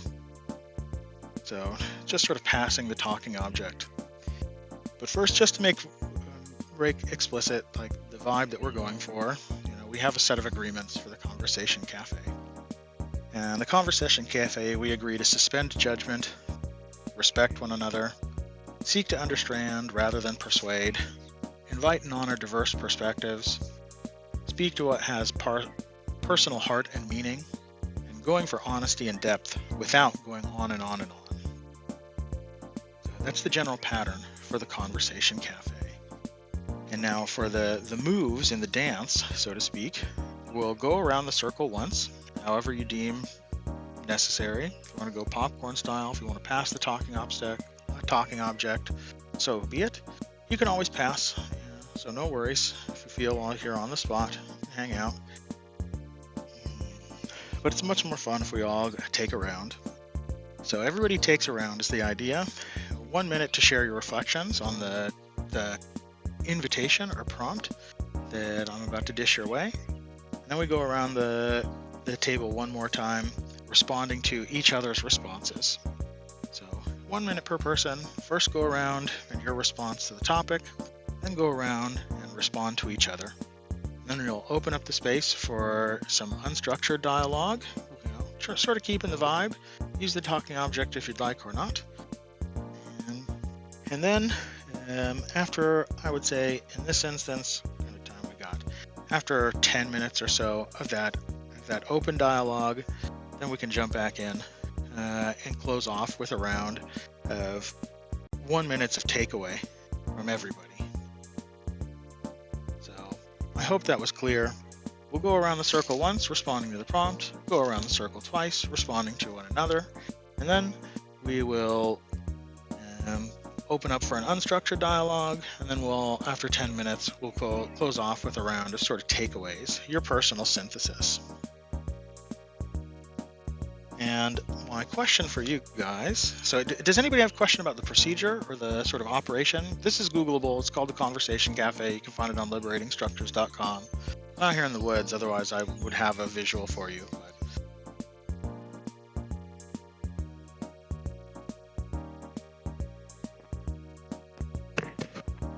Well, seems pretty clear. Okay, awesome. Do we know how many people we'd like to have participated, maybe? We'd like to have 4 people in the breakout rooms. So if everybody's here, yep, 4 in each. And if you want to keep a group here, we can chop it up and give some action to the live stream. If anybody's down to be a little bit of a performance artist, I don't know what's the term for that. Performance artist sounds perfect, actually. Circus clown, court jester. Yeah. An exhibitionist here to jump into the dialogue with us. So is there anybody who has energy to hang out with me on the live stream? Happy to. Awesome. Yeah. Okay. Then whoever's not down for that experience, then I would encourage us to self-organize into groups of 4 on these additional voice channels. I mean, we're all adults here. Oh, we're doing that after or before? We're doing that to respond to our prompt, which is, what are the gifts that I have that I'm happy to give?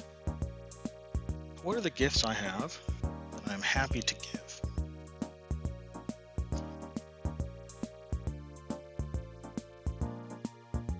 That is your prompt, and that is your procedure. I invite you to go hang out and explore with each other. Just hang out with me. That being said, the live stream is not starting. I don't know if I identify as adult, but I do think I'm adult capable, in many regards. Perhaps.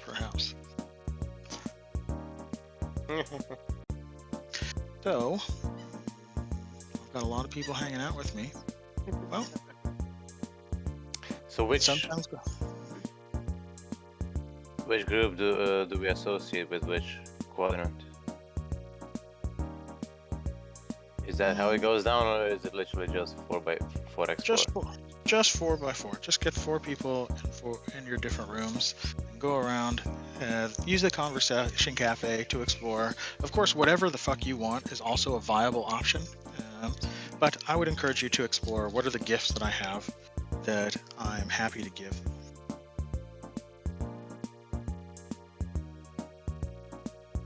Okie doke. Well, we got 2 ways about it. People are free to click below. Amen. And so, who wants to jump into the dialogue with me? Can I get a show of hands? Or faces, preferably, but whatevs. Awesome. And I would invite us to go mics free. Because even though we are going around, we still want to open up the space to connect with one another, right? So our question... Everybody should be able yet to speak. Yep. Everybody's burns are lifted. Right. So the question is, what are the gifts that you have that you're happy to share? Correct. Sorry, you have a question? I can't turn my video on still. Is that how it should be? Your audio is very low. Yeah, your audio is very... I'll speak up a little bit, but I still can't turn my video on, and I'll try and sort out the audio. Okay. Okay, we're still on YouTube, although the speaker is actually with us here now.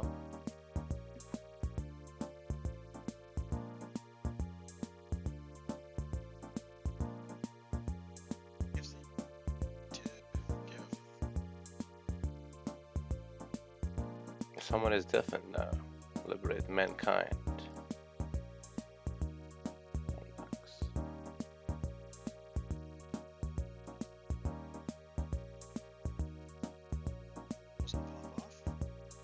This is one of the gifts that I have to give, that I'm happy to give, is these wonderful tools of liberating structures. I'm abundantly happy to help everyone learn how to use these delightful tools for distributed cognition, these tools for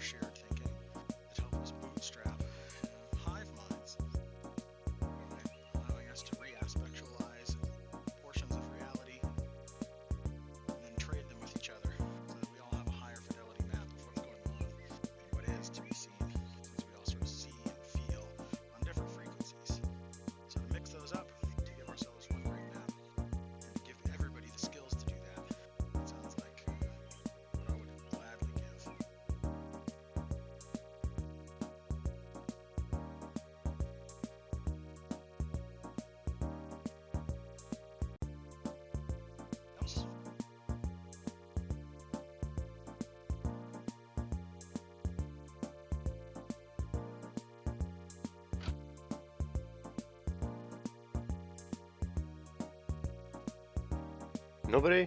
Anybody? Somebody? What? So, Jeremy, your audio went very quiet, and I don't know how many people can hear you right now. Oh, well, that's it. That makes Yep, all the that's sense better. in the world. That's way better. So, Well, you I'm can telling ask you, your- it was brilliant. You know? Really missed out. That's all right. Just the same shit every other day. I So heard anybody it. else? Anybody else?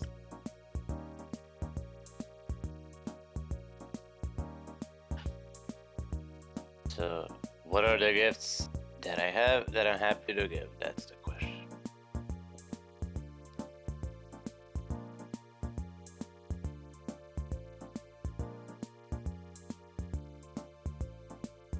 So, we're taking turns? Yep. Okay. Roll around the circle. Go for it, Unipuff. You're up. All right. I think my mind is perfectly blank right now, so nuanced thought is out of the window, and all I can think of are simple categories. So I'd say energy, knowledge, and time are the three things, the three gifts that I have that I am happy to give. And in terms of energy, I do have a surplus of energy, and I am I feel like a perpetual motion machine sometimes. If I can keep on going, it keeps on coming, and it keeps on being generated and regenerated, and so it gets too much at some point, and I'm very happy to give. And if I'm able to share this energy in the room and energize people, this makes me happy. So energy is one of them. Being an overeducated hipster, knowledge is one of the other things that I'm happy to give as a gift. And the other thing is time/care, like the intersection between time and care.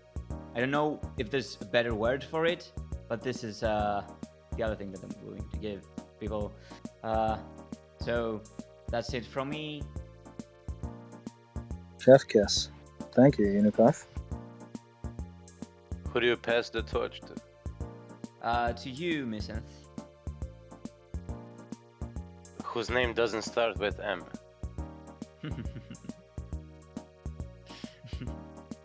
Oh, man. You're on the spot right now. As always.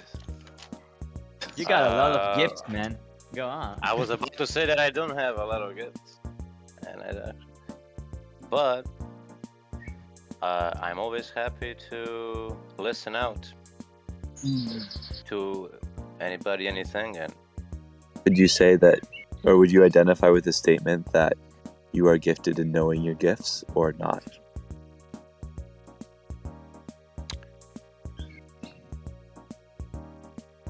poof.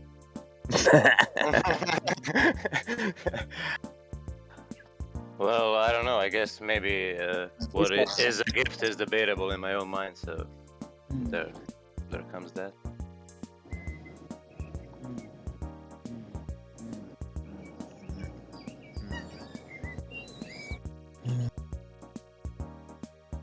But yeah, to continue, I guess, yeah, always ready to, yeah, listen up, be there, offer like any kind of help in terms of not doing favors. Well, everybody should do always favors, but simply just if there is something that can be done, let's do it, right? Or at least share advice on the quickest way to do it. Amen. Thank you. Eric, I heard you on here. Do you want to throw down? I'm gonna throw it to Musashi.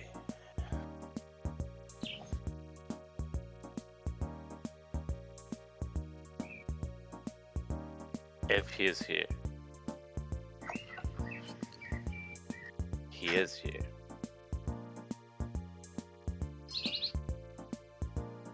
poor out there. Well, you need to name who do you pass it to. Now that's your.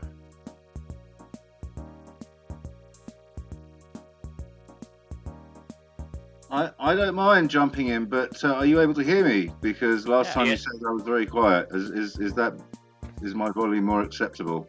It's better now. Yep. Yeah. Okay. Yeah. I mean, like you just said, I'm not certain exactly what gifts I have to offer that that I can sort of put down in a list, kind of thing. I mean, I life unfolds and moments present themselves, and you can give of yourself in those moments or you don't, right? And what you have to give is what you have to give. And so, I think the question somewhat jarred with me, right? Because whatever gifts I have, and I'm not certain I know what they are, but whatever gifts I have, to not share them with the world would be in a sense to deny their existence, right? I mean, that's what they are there for. It's not like they're mine, and that I can dole them out according to some transaction or whatever, right? Like it completes me to find what my gifts are and bring them into the world, right? It's not a work of altruism. It's a work of personal fulfillment, right? And so. Yeah, so I kind of take issue with the premise of the question as I perceived it, right? That may not have been how it was intended, but as I perceived it, that, my gifts are kind of not mine to give. They hopefully one day flow out of me, right? As circumstances allow. That's kind of how I see it.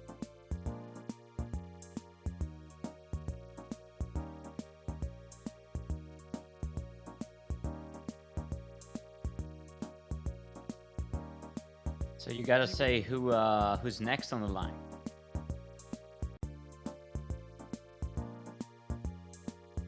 Liberated mankind.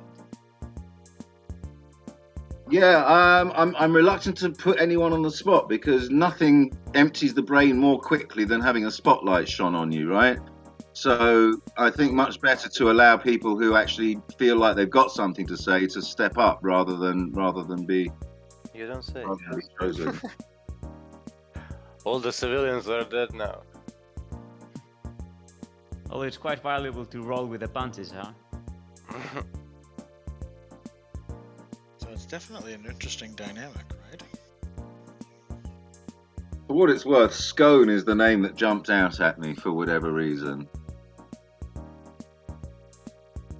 Scone, are you here? Or scone. I don't know if it's scone or scone. Never known what's the correct way to pronounce it. No one. Hello? The eternal question. Hey. Yeah. Hello. Welcome. Game was called. Yeah. We're How just we wondering. doing? We're just wondering what gifts we have to give. What gifts do we have that we're happy to give? About your extended car warranty.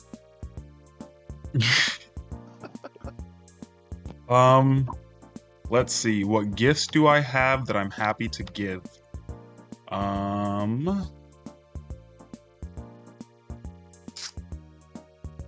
That's hard.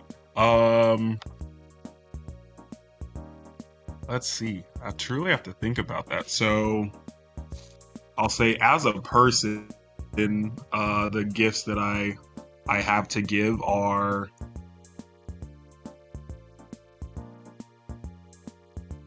dang.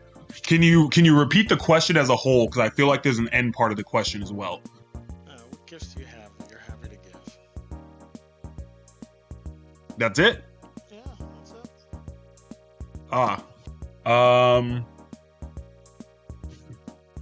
Yeah. So what gifts that I have to give, honestly would be, I guess, understanding, in helping people find a better understanding, literally within the world and just within themselves. I have a degree in clinical psychology, and so just being able to help people process through information. You know, I don't have to give you anything. I don't have to make you eat anything. I don't have to make you drink anything. You know, if I can make your day better from, even if it's just a 5-minute conversation, you know, just a simple conversation, then, you know, I'll do that. And so, yeah, I guess that would be my gift. Excellent. Thank you for sharing. Of course. Your gift. Is there anybody else that would like to go? Or should we move off to round 2? Response to one another. I suppose I'll jump in. I appreciate you guys all so much for hosting this. It's quite fantastic. I'm here to be a sponge and take up in as much information as possible over these next last week and this week. But you know, it is an interesting question. I would say likely my gift is the willingness and the pure intent to sort of soak up and absorb as much information as possible, and then you know, take that information and then distribute it out to my communities to ideally, hopefully, affect positive change in the world. Amen. That's hot fire on this guy. Thank you. Thank you. Is there anybody else who would like to share what are the gifts they have that they are happy to give?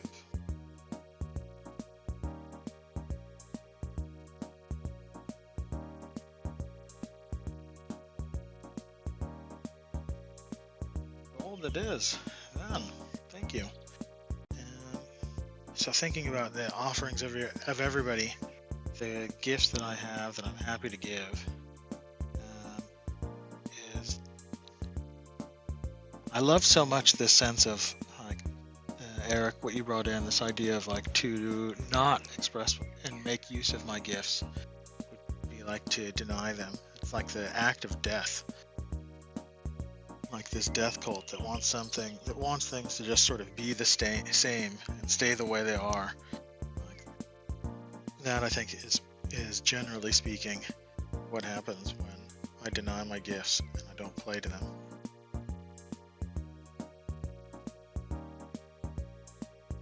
Like, which is legit. Like, I get the fear of like living.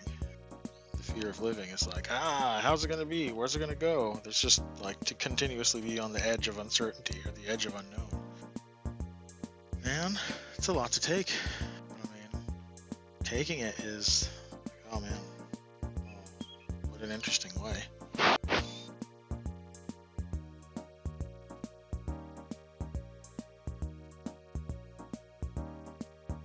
Stuff.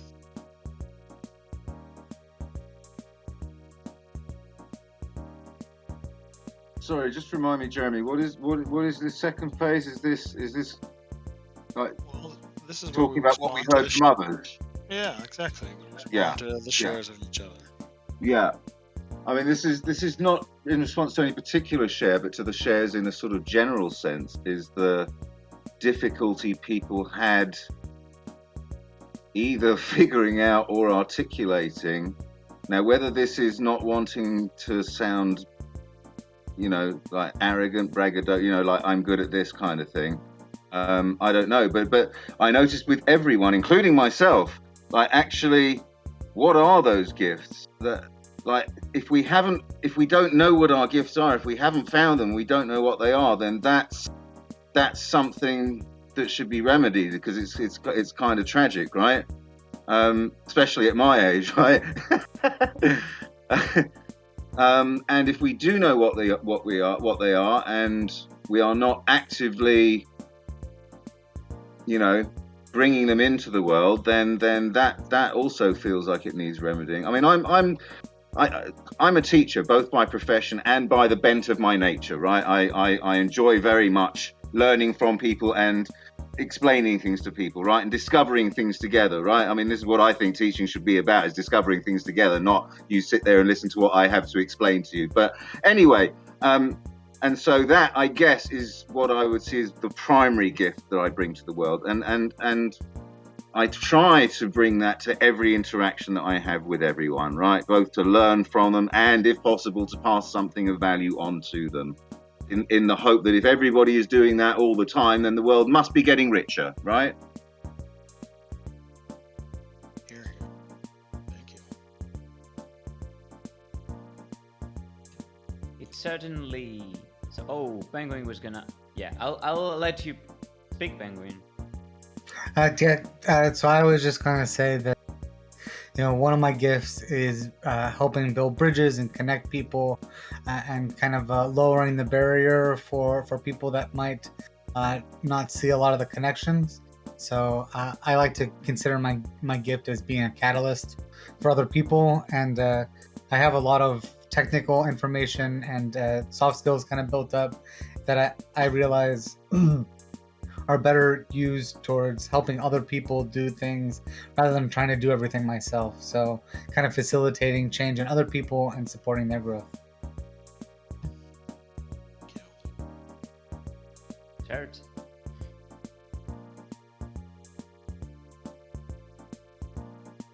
I want to make a meta comment.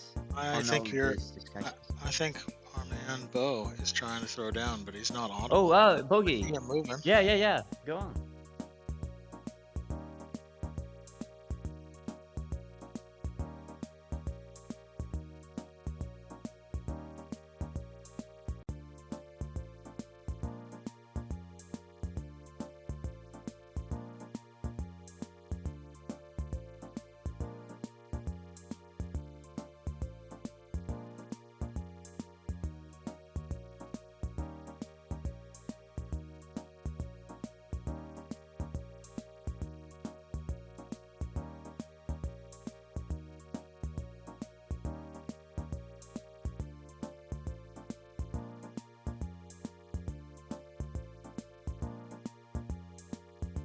Thank you. Anybody else?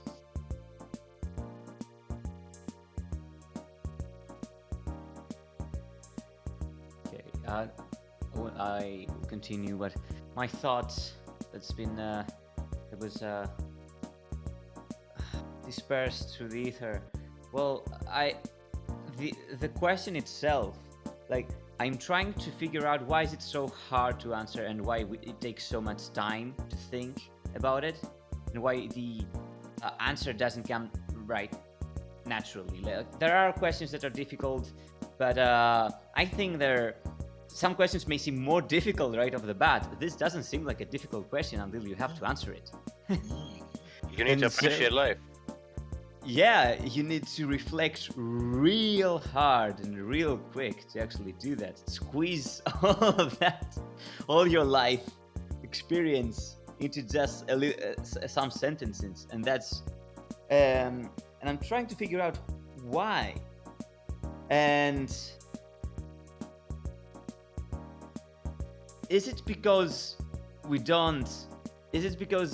maybe there's a blockage there? Maybe we don't think in terms of this interaction of this kind of having gifts. Maybe we don't think in terms of gratitude, because to be gifted something, the feeling of gratitude for having that gift is assumed always in that interaction.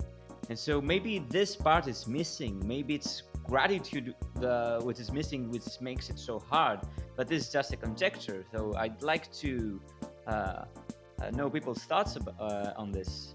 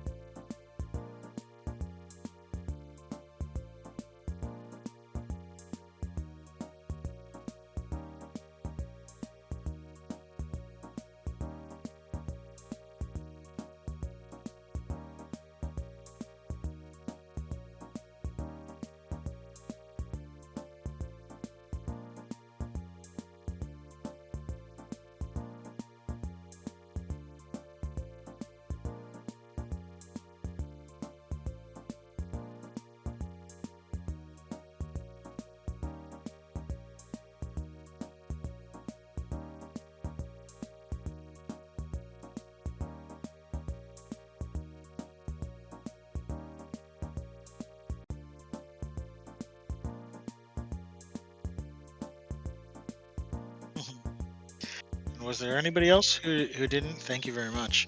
Was there anybody else who didn't get a chance to share on the second round?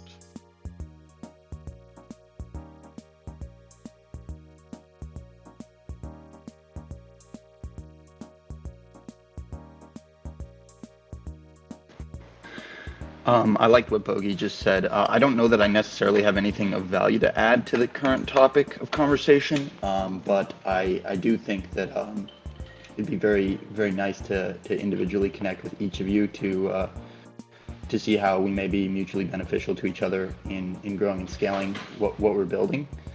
Now, I am just grateful to be here. Maybe perhaps it's sort of an egoic thought structure, but you know, in all the accolades and success I've managed to build myself over the last 5 years of like not driving the beaten path and sort of forging my own, it is kind of an interesting dynamic to not necessarily be able to pinpoint, you know, A, B, and C. These are the 1, 2, and 3 of my gifts where they lay out. So it is interesting, but I'm certain I must have something.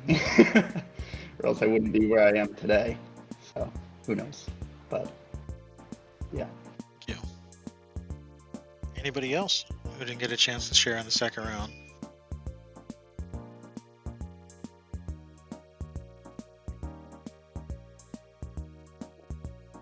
I didn't know this was the second round. No. Second round? I thought we were digressing.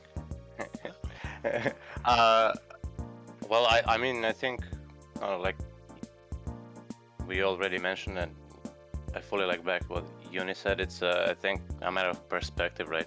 It's like, what even is a gift, right? Is it something I'm good at? Is it something I like doing? Or, like, is it a combination of both? Is it, I don't know, what is a gift, right, that I possess? And if I'm viewing something as a gift, that means, as Uni said, it implies a certain dose of gratefulness, right?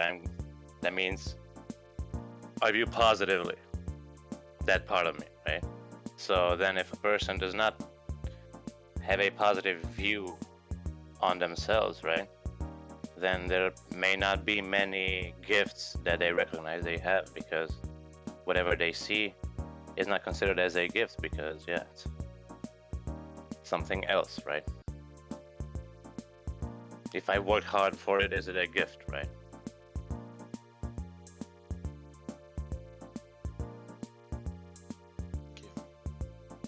I think in the perspective of gift, it's more of what we can share with other people rather than an actual kind of label of achievement and how we've gotten to our respective talents and craft. Because I that's kind of what I liken it to. It's like a painter, right? A painter isn't a master when they start out, and the gift of art, like other people appreciate what they paint. It doesn't necessarily mean that the art that they made came easily. So I think especially like it's like more of what we share with each other than what it takes to get there. We all have a lot of stress and effort that we go through in our life that most people don't see or experience, that kind of build our views, that shape our responses to things. And I think that and like how we deal with situations and other people recognize their own talent is like part of sharing ideas and sharing kind of time together.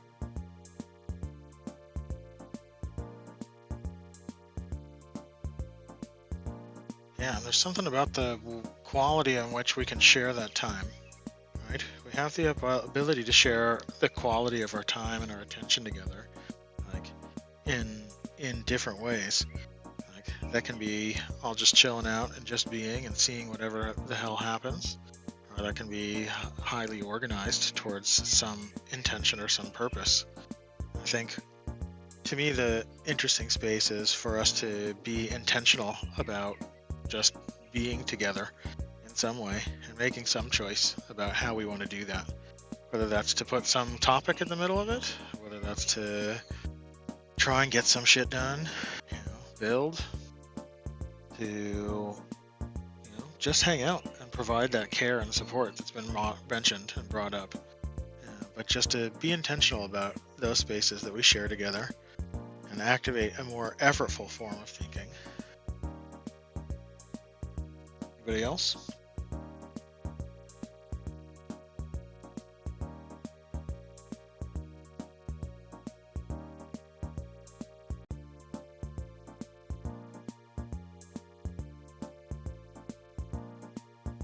I will get up on the pulpit, so you better watch the fuck out.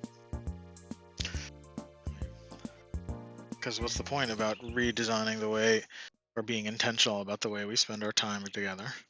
So that has the opportunity to create increased surface area of possibilities. More possibilities we can engage with in each other, the more opportunities. Not everything that is possible will become actual, but to play to the space of possibilities that becomes greater possibilities is just a super radical game. A great way to spend time, attention, and energy together. An upward spiral. Just in line with exactly that, there is a thing called the glass bead game, happens every Sunday, which is exactly along these lines, right? A way of spending time together intentionally. There is a topic, but it isn't undivertible from, let's say, something like that, right? Tangents can be gone down. It's not dissimilar to this, right? It's structured but also very open. I'll put a link to the Zoom room that it takes every Sunday at noon Pacific time. I don't know where you all are, but noon Pacific time every Sunday, and I'll put a link to the Zoom room in the chat room in a second. Space conveners of good vibes can always show in this space. Get in good bubbles. So is there anybody else? Because energy seems low.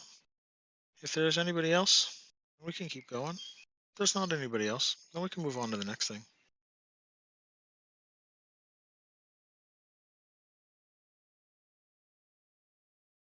Right, the next thing beckons. So, the next thing is where things get interesting, gang. So this is a pattern called wise crowds. It is a liberating structure, one of the classics. If you've ever done Troika consulting, it is that, but different with a bigger group, where we tend to focus our attention on one case in particular, and then act as a squad in on that help request.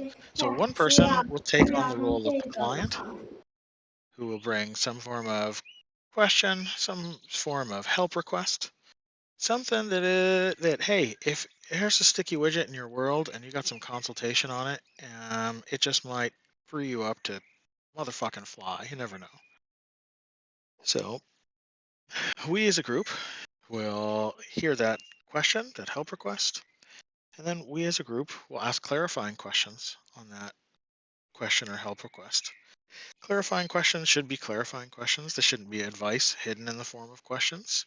And we'll take a couple minutes to ask the client some clarifying questions and get some clarification. And then the client will remove himself from the conversation, turn off their webcam, mute, while the consultants consult and spit raps about their advice and analysis about and their observations about the situation.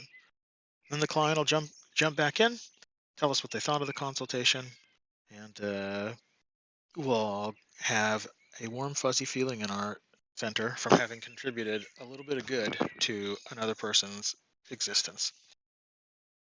And you never know. So my question to anybody that's still here on this call is there a topic, an item, a sticky widget, or kerfuffle, what's going on in your world that you might want to put some other people's divergent thinking onto and see what the fuck happens?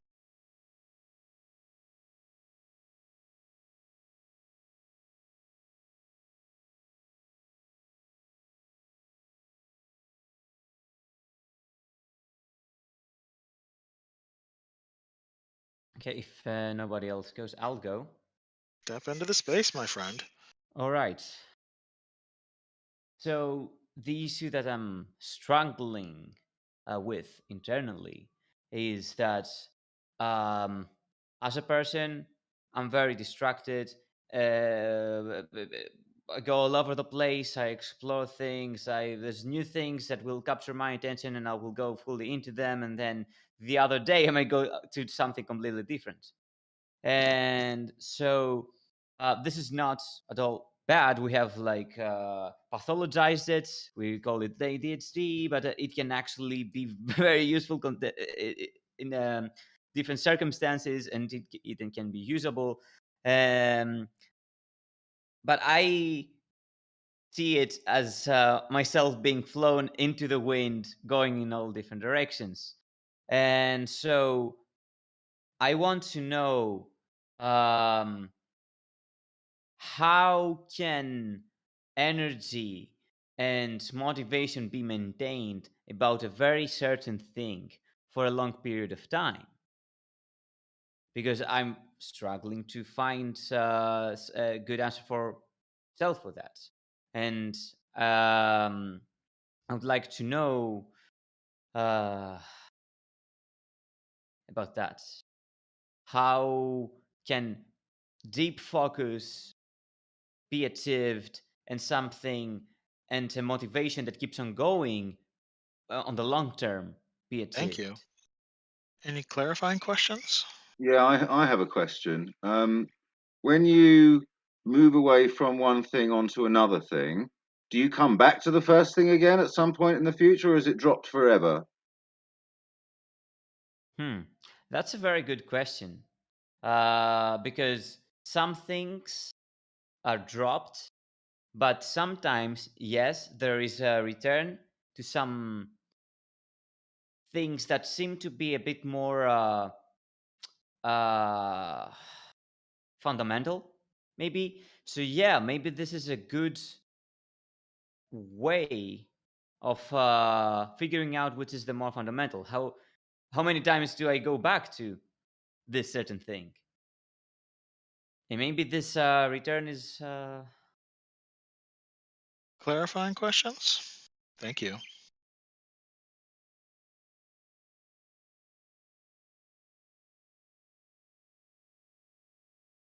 I mean, if no one else has one, I do have another one. Are you able to are you able to concentrate on a thing that needs to be done, right? Does the pressure of something that needs to be done allow you to concentrate on that thing? yeah, for sure. The sense of duty is certainly something that can keep me going and something. I Or think you just urgency. pretty much hit the reason that procrastination is so addictive and prevalent in Clarifying everyone's life. questions? Clarifying questions? So Jeremy, sorry, am I supposed to answer these questions in depth or? No, that's all right. Just if there's any other clarifying questions. If there's no other clarifying questions, then Unipuff, I'll invite you to turn off your mic and webcam, and then I'll invite my consultants to go weapons hot and chop it up with me about your situation. So, Do I turn them off? Yeah, but listen. Importantly, that's where the magic happens. So, who recognizes this from Unipuff? This idea of like the sense of your attention being like just drug about by it and run roughshod wherever it wants to go and not necessarily under control. I do. Yeah, I mean, I would imagine everyone is somewhat Yeah. familiar with it, right? I mean, I think for some it's more out of control than others, but I think we're all familiar with it to some degree. Yeah, so yeah, I mean, I think we can all relate. I think that's the point. Every single one of us can relate, I'm sure. Yeah. which is an important information, right? That he's not alone in that subgroup, right? Yeah, So right. that seems to be like the thing, and so then that can be a thing that we're doing together, and we're sort of discovering on our way, rather than like your thing.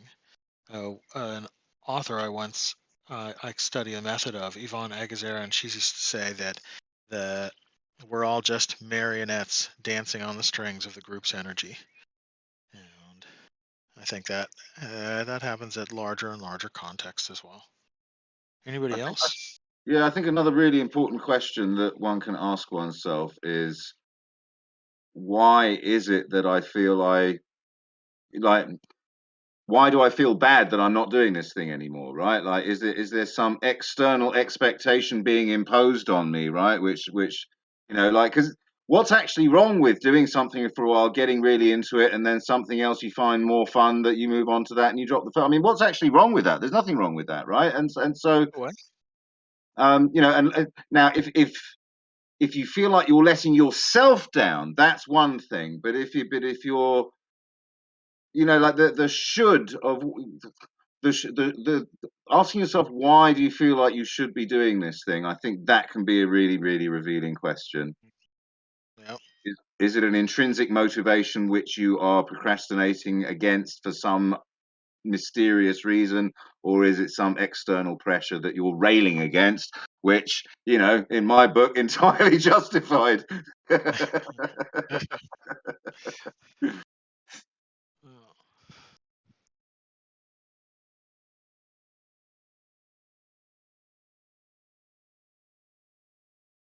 I think it also comes down a little bit to like how long can you maintain like the campfire.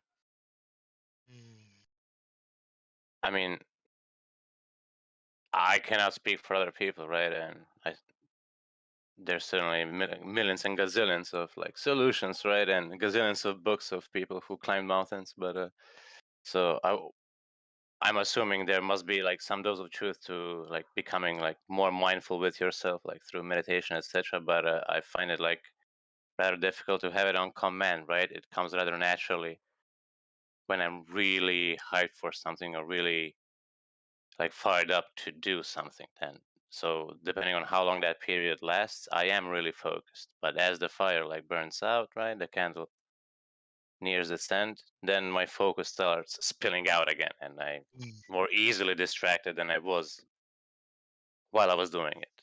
So it's like, am I easily distracted or am I not, right? It's like, it really depends when.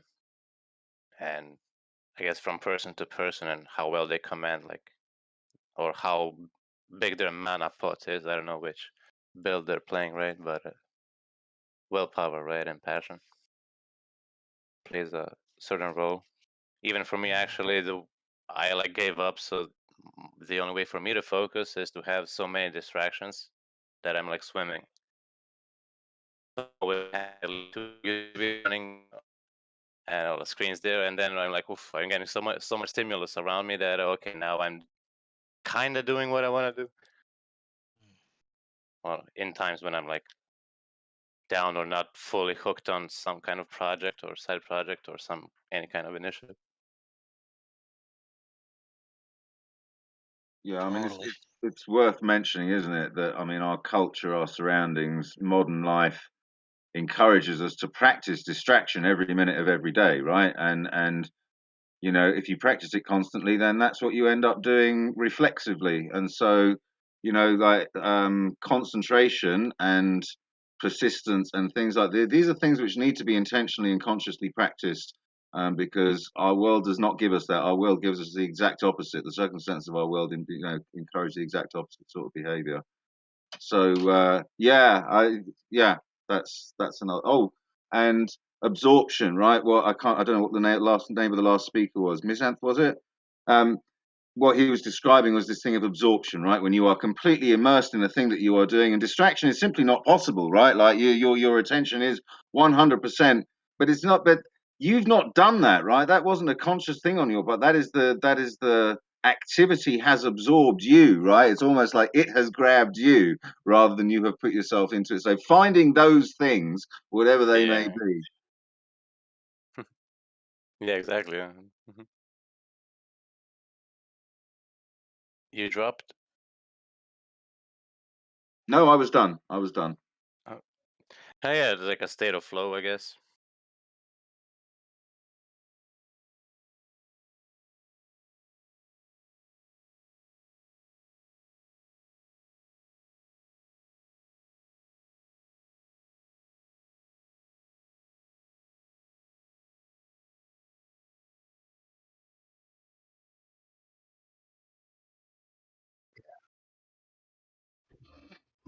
Yeah, I like. One second.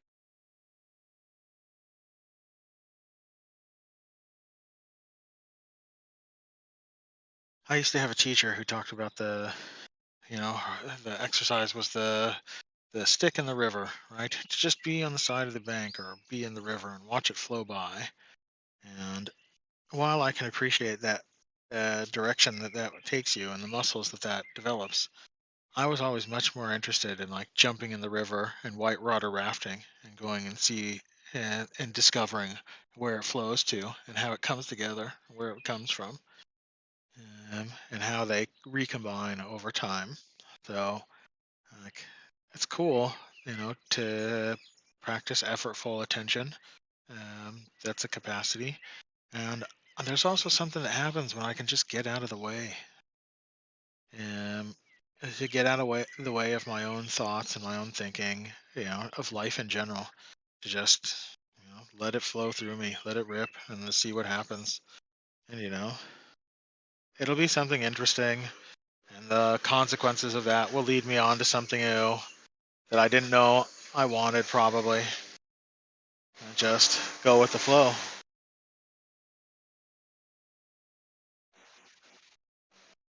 100%. Whenever I get in the state of flow, I actually use like props, and if I don't have a prop, I just use my fingers, just to keep my mind.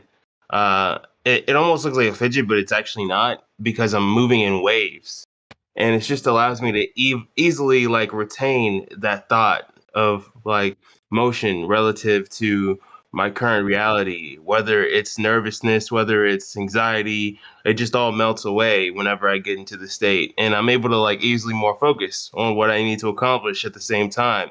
And some people were looking at me like, whoa, are you doing some sort of like ninjutsu gang signs? And I'm like, no, I'm just doing like, what my brain is conditioned to do for the most part from my experience, from my life experience, which works for me to pretty much keep my state of flow, my mental thought patterns that allows me to be a bit more productive and stay in tune with the infinite. So yeah. Word. Hot fire.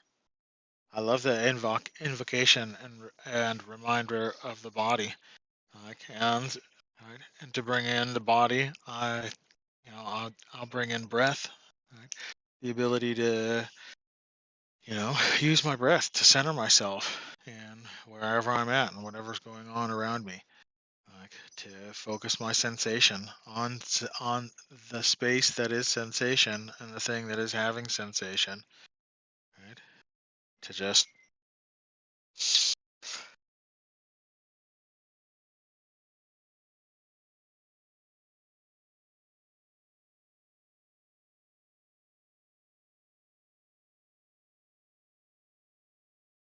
know what I mean? Yep. It's like rhythm and tempo of like, you know, your body, the lungs. Exactly.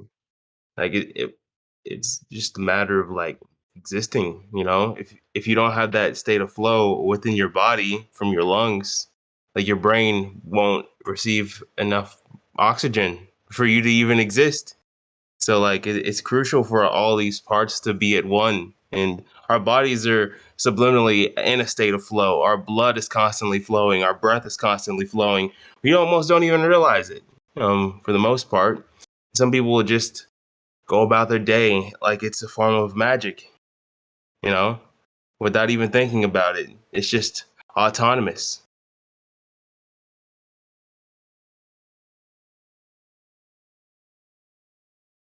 Word. right?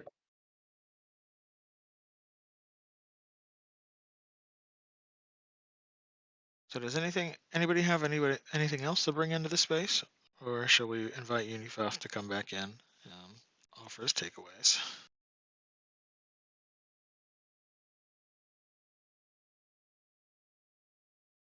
Righteous, Unipuff, come on in. That's what you take away from the dialogue you've just heard. All right. First, let me take a big breath to let that all sink in. Join you. Okay. So, first of all, like I feel a bit healed because this is something that is on the background of my own existence, my everyday existence, just going from just walking, doing stuff, or working, chilling, whatever I do. This keeps on coming back, and it is a thing that directs all my action because I'm very mindful of it and was like, how to fight it? How should I attain more deep focus? And I put a lot of effort into that, both physical effort and mental effort. And this keeps on coming and coming and coming back. And it's so refreshing to see that this is not just in my head, that this is something distributed, this is something common, this is so profoundly relaxing in a way to just see that this is, I'm not the only one who's struggling, and I know, like deep inside, I know that it would be solipsistic, it would be fully egocentric to think that you're the only one suffering in this whole damn world. But yeah, but still, like when you're just on your mind, just going on these loops, these eternal loops, it is so hard to actually see that this is so common. And this is not also something that although we do face it, a lot of people face it, we don't speak of it in a more I'd say, in a situation like this. And there's so many great insights that I've heard, like from American thing, Liberating Mankind. The suit is the first thing that struck me. Like this notion of the suit, that hey, this is not normal. You're not normal. Why are you so distracted? The thing that you are being taught from school, that you should, hey, just sit and focus. Just sit and focus, which is bullshit. Which is the notion of constraint itself. And constraint is not bad, but like being oppressed and being told what to do and being told that you have to do this, otherwise you're not normal, this is like a big thing. And even if you're self-aware enough to understand this, that you have been internalizing this your whole damn life, still it gets to you. Still you will hear people talking about how productive they are and how focused they are, and still you will be making comparisons because you come in contact with new input and new stimulus that still recycles this very toxic way of thinking. And so it's so good to bring back this suit on the forefront and say like, no, fuck that, fuck this, fuck the fact that you should be doing something. And also, like, one of the suits that's on my mind is like, hey, it has to do with livelihood sometimes, because like, hey, I could be not in a more like financially precarious situation or a more stable sort of situation in terms of my relationships, with other people if I just was more focused. But this again is a suit that is very deeply ingrained, and so yeah, it's something that should be brought to the fore and examined and maybe just thrown out of the window. Just It's a way. If I could offer a reframe, the should is a pretty good indication of some form of survival role, right? There's a certain sort of urgency that comes with should and words like must, right? And the interesting thing about those types of survival roles is that at one point in time, they were bona fide adaptive, right? They were adaptive responses to an environment that may not be with us any longer. So, I mean, we can definitely rail on them, but there's an interesting space can if you look back at this at yourself from that time and space where that was an adaptive strategy, that was the best possible solution you could come up with to the challenge of the times, then like there's a possibility that enters of like genuine appreciation for the way that that survival strategy helped you get through what was probably a pretty hard time for someone of that age. And that sense of appreciation and just seeing that pattern as something that was useful, but that maybe we want to let go of, provides an Well, interesting maybe opportunity not let space. go of, but maybe figure out a way to reclaim. Because I don't disagree with reclaim. anything you've just said, Jeremy. Right, but the problem is that the should has now been co-opted by those who would get us to do things for their benefit, right? Not for our own benefit, not for the collective benefit, but for their own selfish short-term benefit, right? And so that ancient wiring, which was adaptive, which was useful, which was beneficial, it's not oriented at the collective anymore. It's oriented at the selfish individual, and so yeah, it needs to be reclaimed. Yeah, to reclaim that survival strategy and go, hey, that's a part of me that I appreciate that was really there, and to retroactive caring for self, right? It's not retroactive public goods funding; it's retroactive caring for self. Like you needed somebody to care for you in those moments, and that person may not have showed up, and so you learn this pattern. And so care for yourself for then now, and see what might could happen. I'm just thinking of you should keep yourself clean, right? Now that back in the day was, yeah, if we all keep ourselves clean, then we minimize disease and blah blah blah blah. Whereas now you should keep yourself clean because we want to sell you soap, right? Like this is the transformation of what's happened.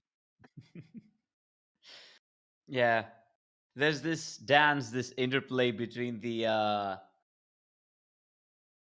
there's a form of capture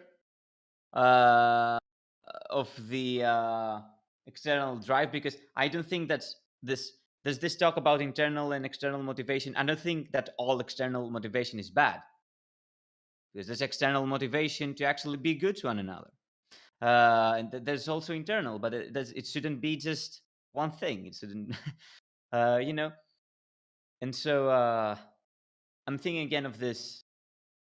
This should also has to do with this internal external dichotomy of motivation, and I'd say that there's on both sides it feels more true when there's the urge for me to feel like uh it's not that I want to be focused in order to adhere to some standard of performance that is socially acceptable, but also that when I'm in that flow state that like Bogey brought up and 150 talked about, and it was like a common thread combining this whole conversation. When I get there, it is inherently meaningful. So yeah, it's like focus is there's something deep there, and something like yeah, it can be focusing and be being productive. It doesn't matter. When you get in the flow state, you're there. You're in your lane, and yeah, maybe should focus more on that rather than the neoliberal expectations of me. Life plus meaning in- equals magic, right? So life plus meaning equals some form of magic. Put those two things together and like Funny, watch it fuck out. the notion, what you just said was really interesting, that the being in flow, that state is inherently meaningful. And it's funny because in a way, for me anyway, and this is just my personal sense, but in a way, the importance of meaning disappears when you're in flow state, right? Like the doing of the thing is You're its right. own meaning, right? It doesn't have a meaning. It is its own meaning, right? The separation of meaning from action is kind of, that's gone, right? That separation of those domains disappears. I was reminded as you were speaking also of a quote by Joseph Campbell, who said something like, "People aren't searching for the meaning of life as much as they're searching for the experience of being alive," right? And I think there's a lot of truth in that.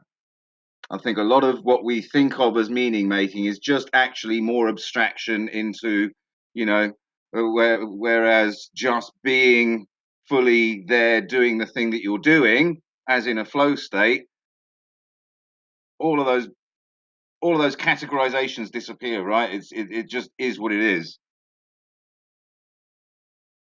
You're inside the experience, right? Yeah, that's a really good way to say it. You I could also also, just say, please, sorry, please. sorry. Now I want to say that for me personally, it helps when another person or persons are involved. It kind of puts a positive pressure on me. So if I have to do something that's for me, it's like a negative uh, stimuli. But if I'm doing it for somebody else, then it's fine, right? And then proportionally, the things that I associate the most with myself, I'm automatically more like hyped for them, right?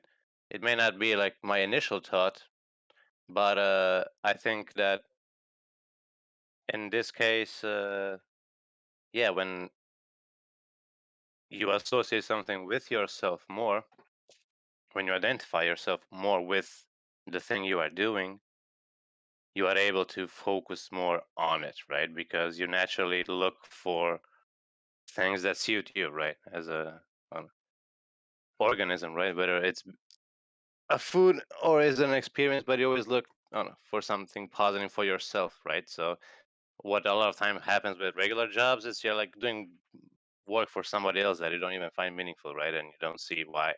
But if you're trying to do something that you really want to do and that you really identify yourself with, right?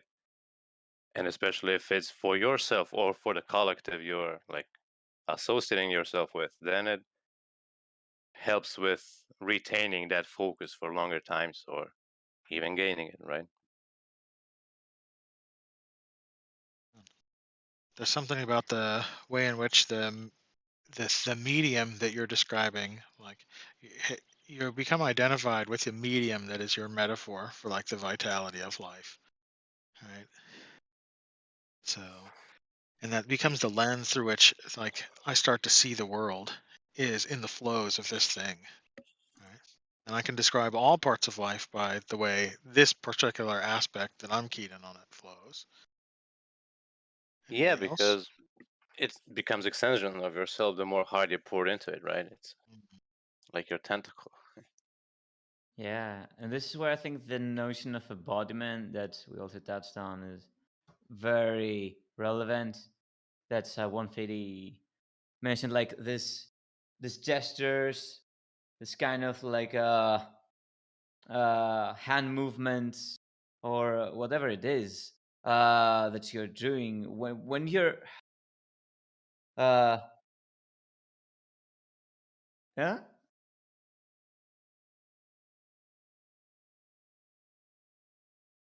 Oh, is it? Yeah. That'd be interesting. Yeah, what do I want to say? Yeah, it's this Thank you. non-distinction between subject and object. This is where it gets real, right? It's very hard to do because we always skip back into the subject, just back into the head, into the skull somewhere. You know, maybe it's here, maybe I'm here. I don't know where I'm. Probably here. Just. But when you're in the flow state, you're wherever your action is. This doesn't exist, this default mode. Yeah, you might be the PC, you might be the virtual environment you're in, you might be your hand, you might be the freaking, I don't know, like your voice, the sound that comes off. So yeah. Word. You might be the moment. Which feels like a good place to wrap up and invite if there's anybody who wants to share some form of like final takeaway. I would invite you to lean into brevity, keep it as short as possible. Get a word, a turn of a phrase, a color, a gesture, whatever that thing is that synthesizes the experience that you've had today and that you take away into the rest of the space with you.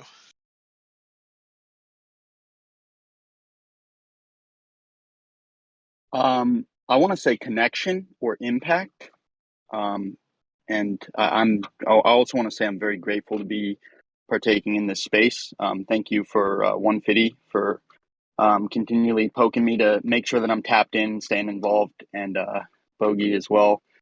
And this conversation overall it's quite beautiful, and I'm grateful to be involved. I myself am a flow artist as well, and I also play with a Rubik's cube on the daily. So a lot of the analogies draw really close to home, very synergistic, and I love it. I really love it. You guys are all awesome, and I look forward to connecting with all of you.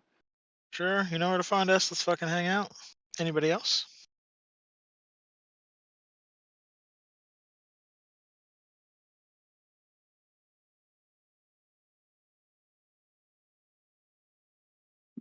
I agree with that. And the color I'm just going to say mine out loud was probably amber. You know, like I really got a sense of like the campfire camaraderie, especially with you being in tap with nature and your surroundings. Right now, as I can see, like the sun is starting to set on you. Right? Yeah. So yeah. Thank you. Appreciate everybody once again. Thank you. Anybody else? I think I might have something. I'm thinking here on some things. Hey guys, I'm joining a little late at the end. Hit us up, please. We've been waiting for you to to share your wisdom. Waiting for me to flow. Take away. Yeah, I'm just thinking about this, like just leaning into the things that we care about most. And like kind of like how we're reshaping and rethinking kind of value systems and structures, and how we are starting to find better ways to organize ourselves, right, at a fundamental level, and how, you know, it feels like we are in a space now where we have an opportunity to I kind of joined earlier during your 4-quadrant seminar, and I was in the car, so I couldn't participate, which I was disappointed about. But now I've been able to plug in here, and part of my thinking around this is kind of going back to that. But basically just being able to kind of sit in the problem space for a little bit longer and swim in it and be uncomfortable and learn to like, I guess, process how we want to do things with a longer term scope, so as to not make the same mistakes that we've made over, generations. And I think, like, yeah, I guess I just want to say, like, I think it's great to be in a community to be able to kind of lean into those things that we value and care about, and start contributing more in line with what we necessarily identify as, you know, kind of like creating an alternative way of community organizing and building. And I think it's, you know, it's happening across, you know, not only different time zones, but different geographies and ethnicities and kind of value structures and value systems. So it's like, I guess the question there is like, how do we learn to learn from each other?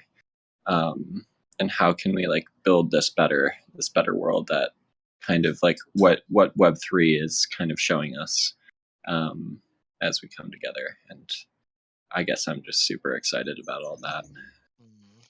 Thank you. Anybody else? Don't be afraid to ask for advice. Thank you.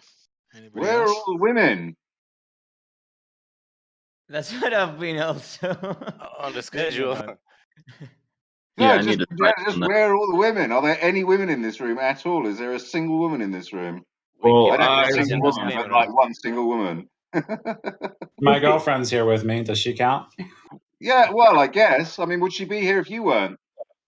Probably not. No. Yeah, I think so. Shiva came in at the Lame. beginning of this workshop. I didn't get So, the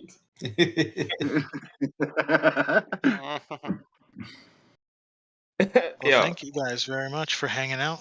Thank you Is for there anybody reminding else us. who hasn't? Is there anybody else who hasn't had a chance to share out before we go? That wants to? This time is here for you.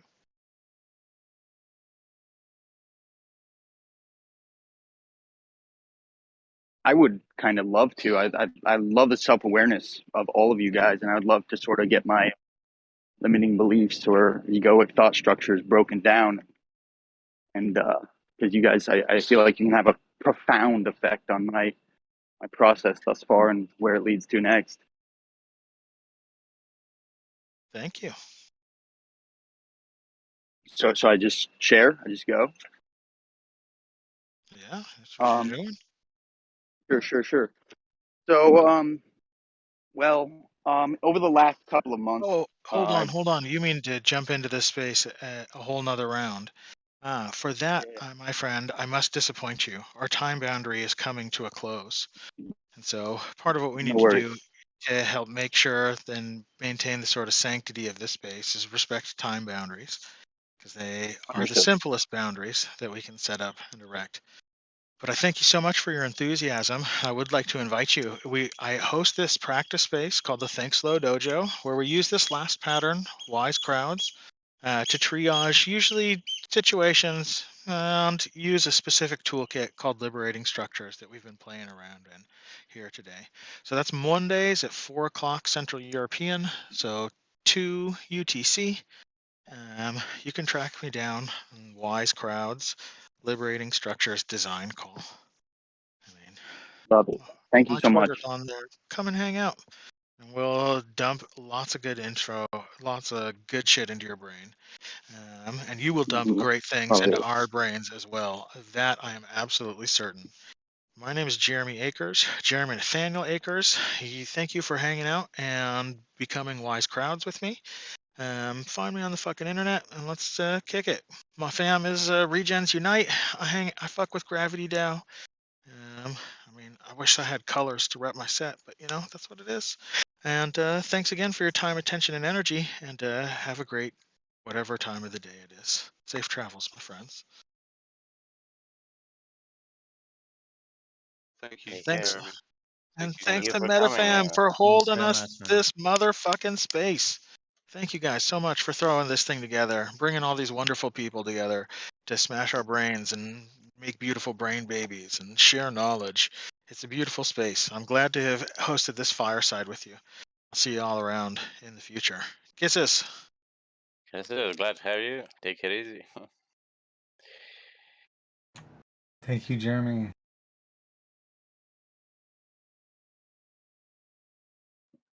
I think maybe we can just put it out here. Yeah. Mm-hmm. So yeah, I wanted to give a big thank you to everyone, all of the speakers, all the participants in the workshop, everyone here in Discord, thank you so much. Unipuff, everyone that helped out with streaming, Bogey, backstage, Miss Anth Luxembourg, thank you to the Meta fam, thank you to Lauren, Anna for hosting the Women Web3 panel, for all of our speakers that came out today and told about conflict resolution and about ethos and really alignment and Web3. If you missed any of these talks, I encourage you to go back and watch any of them on YouTube. We'll be back tomorrow with another exciting day. So thank you very much. My name is Penguin, and we're out.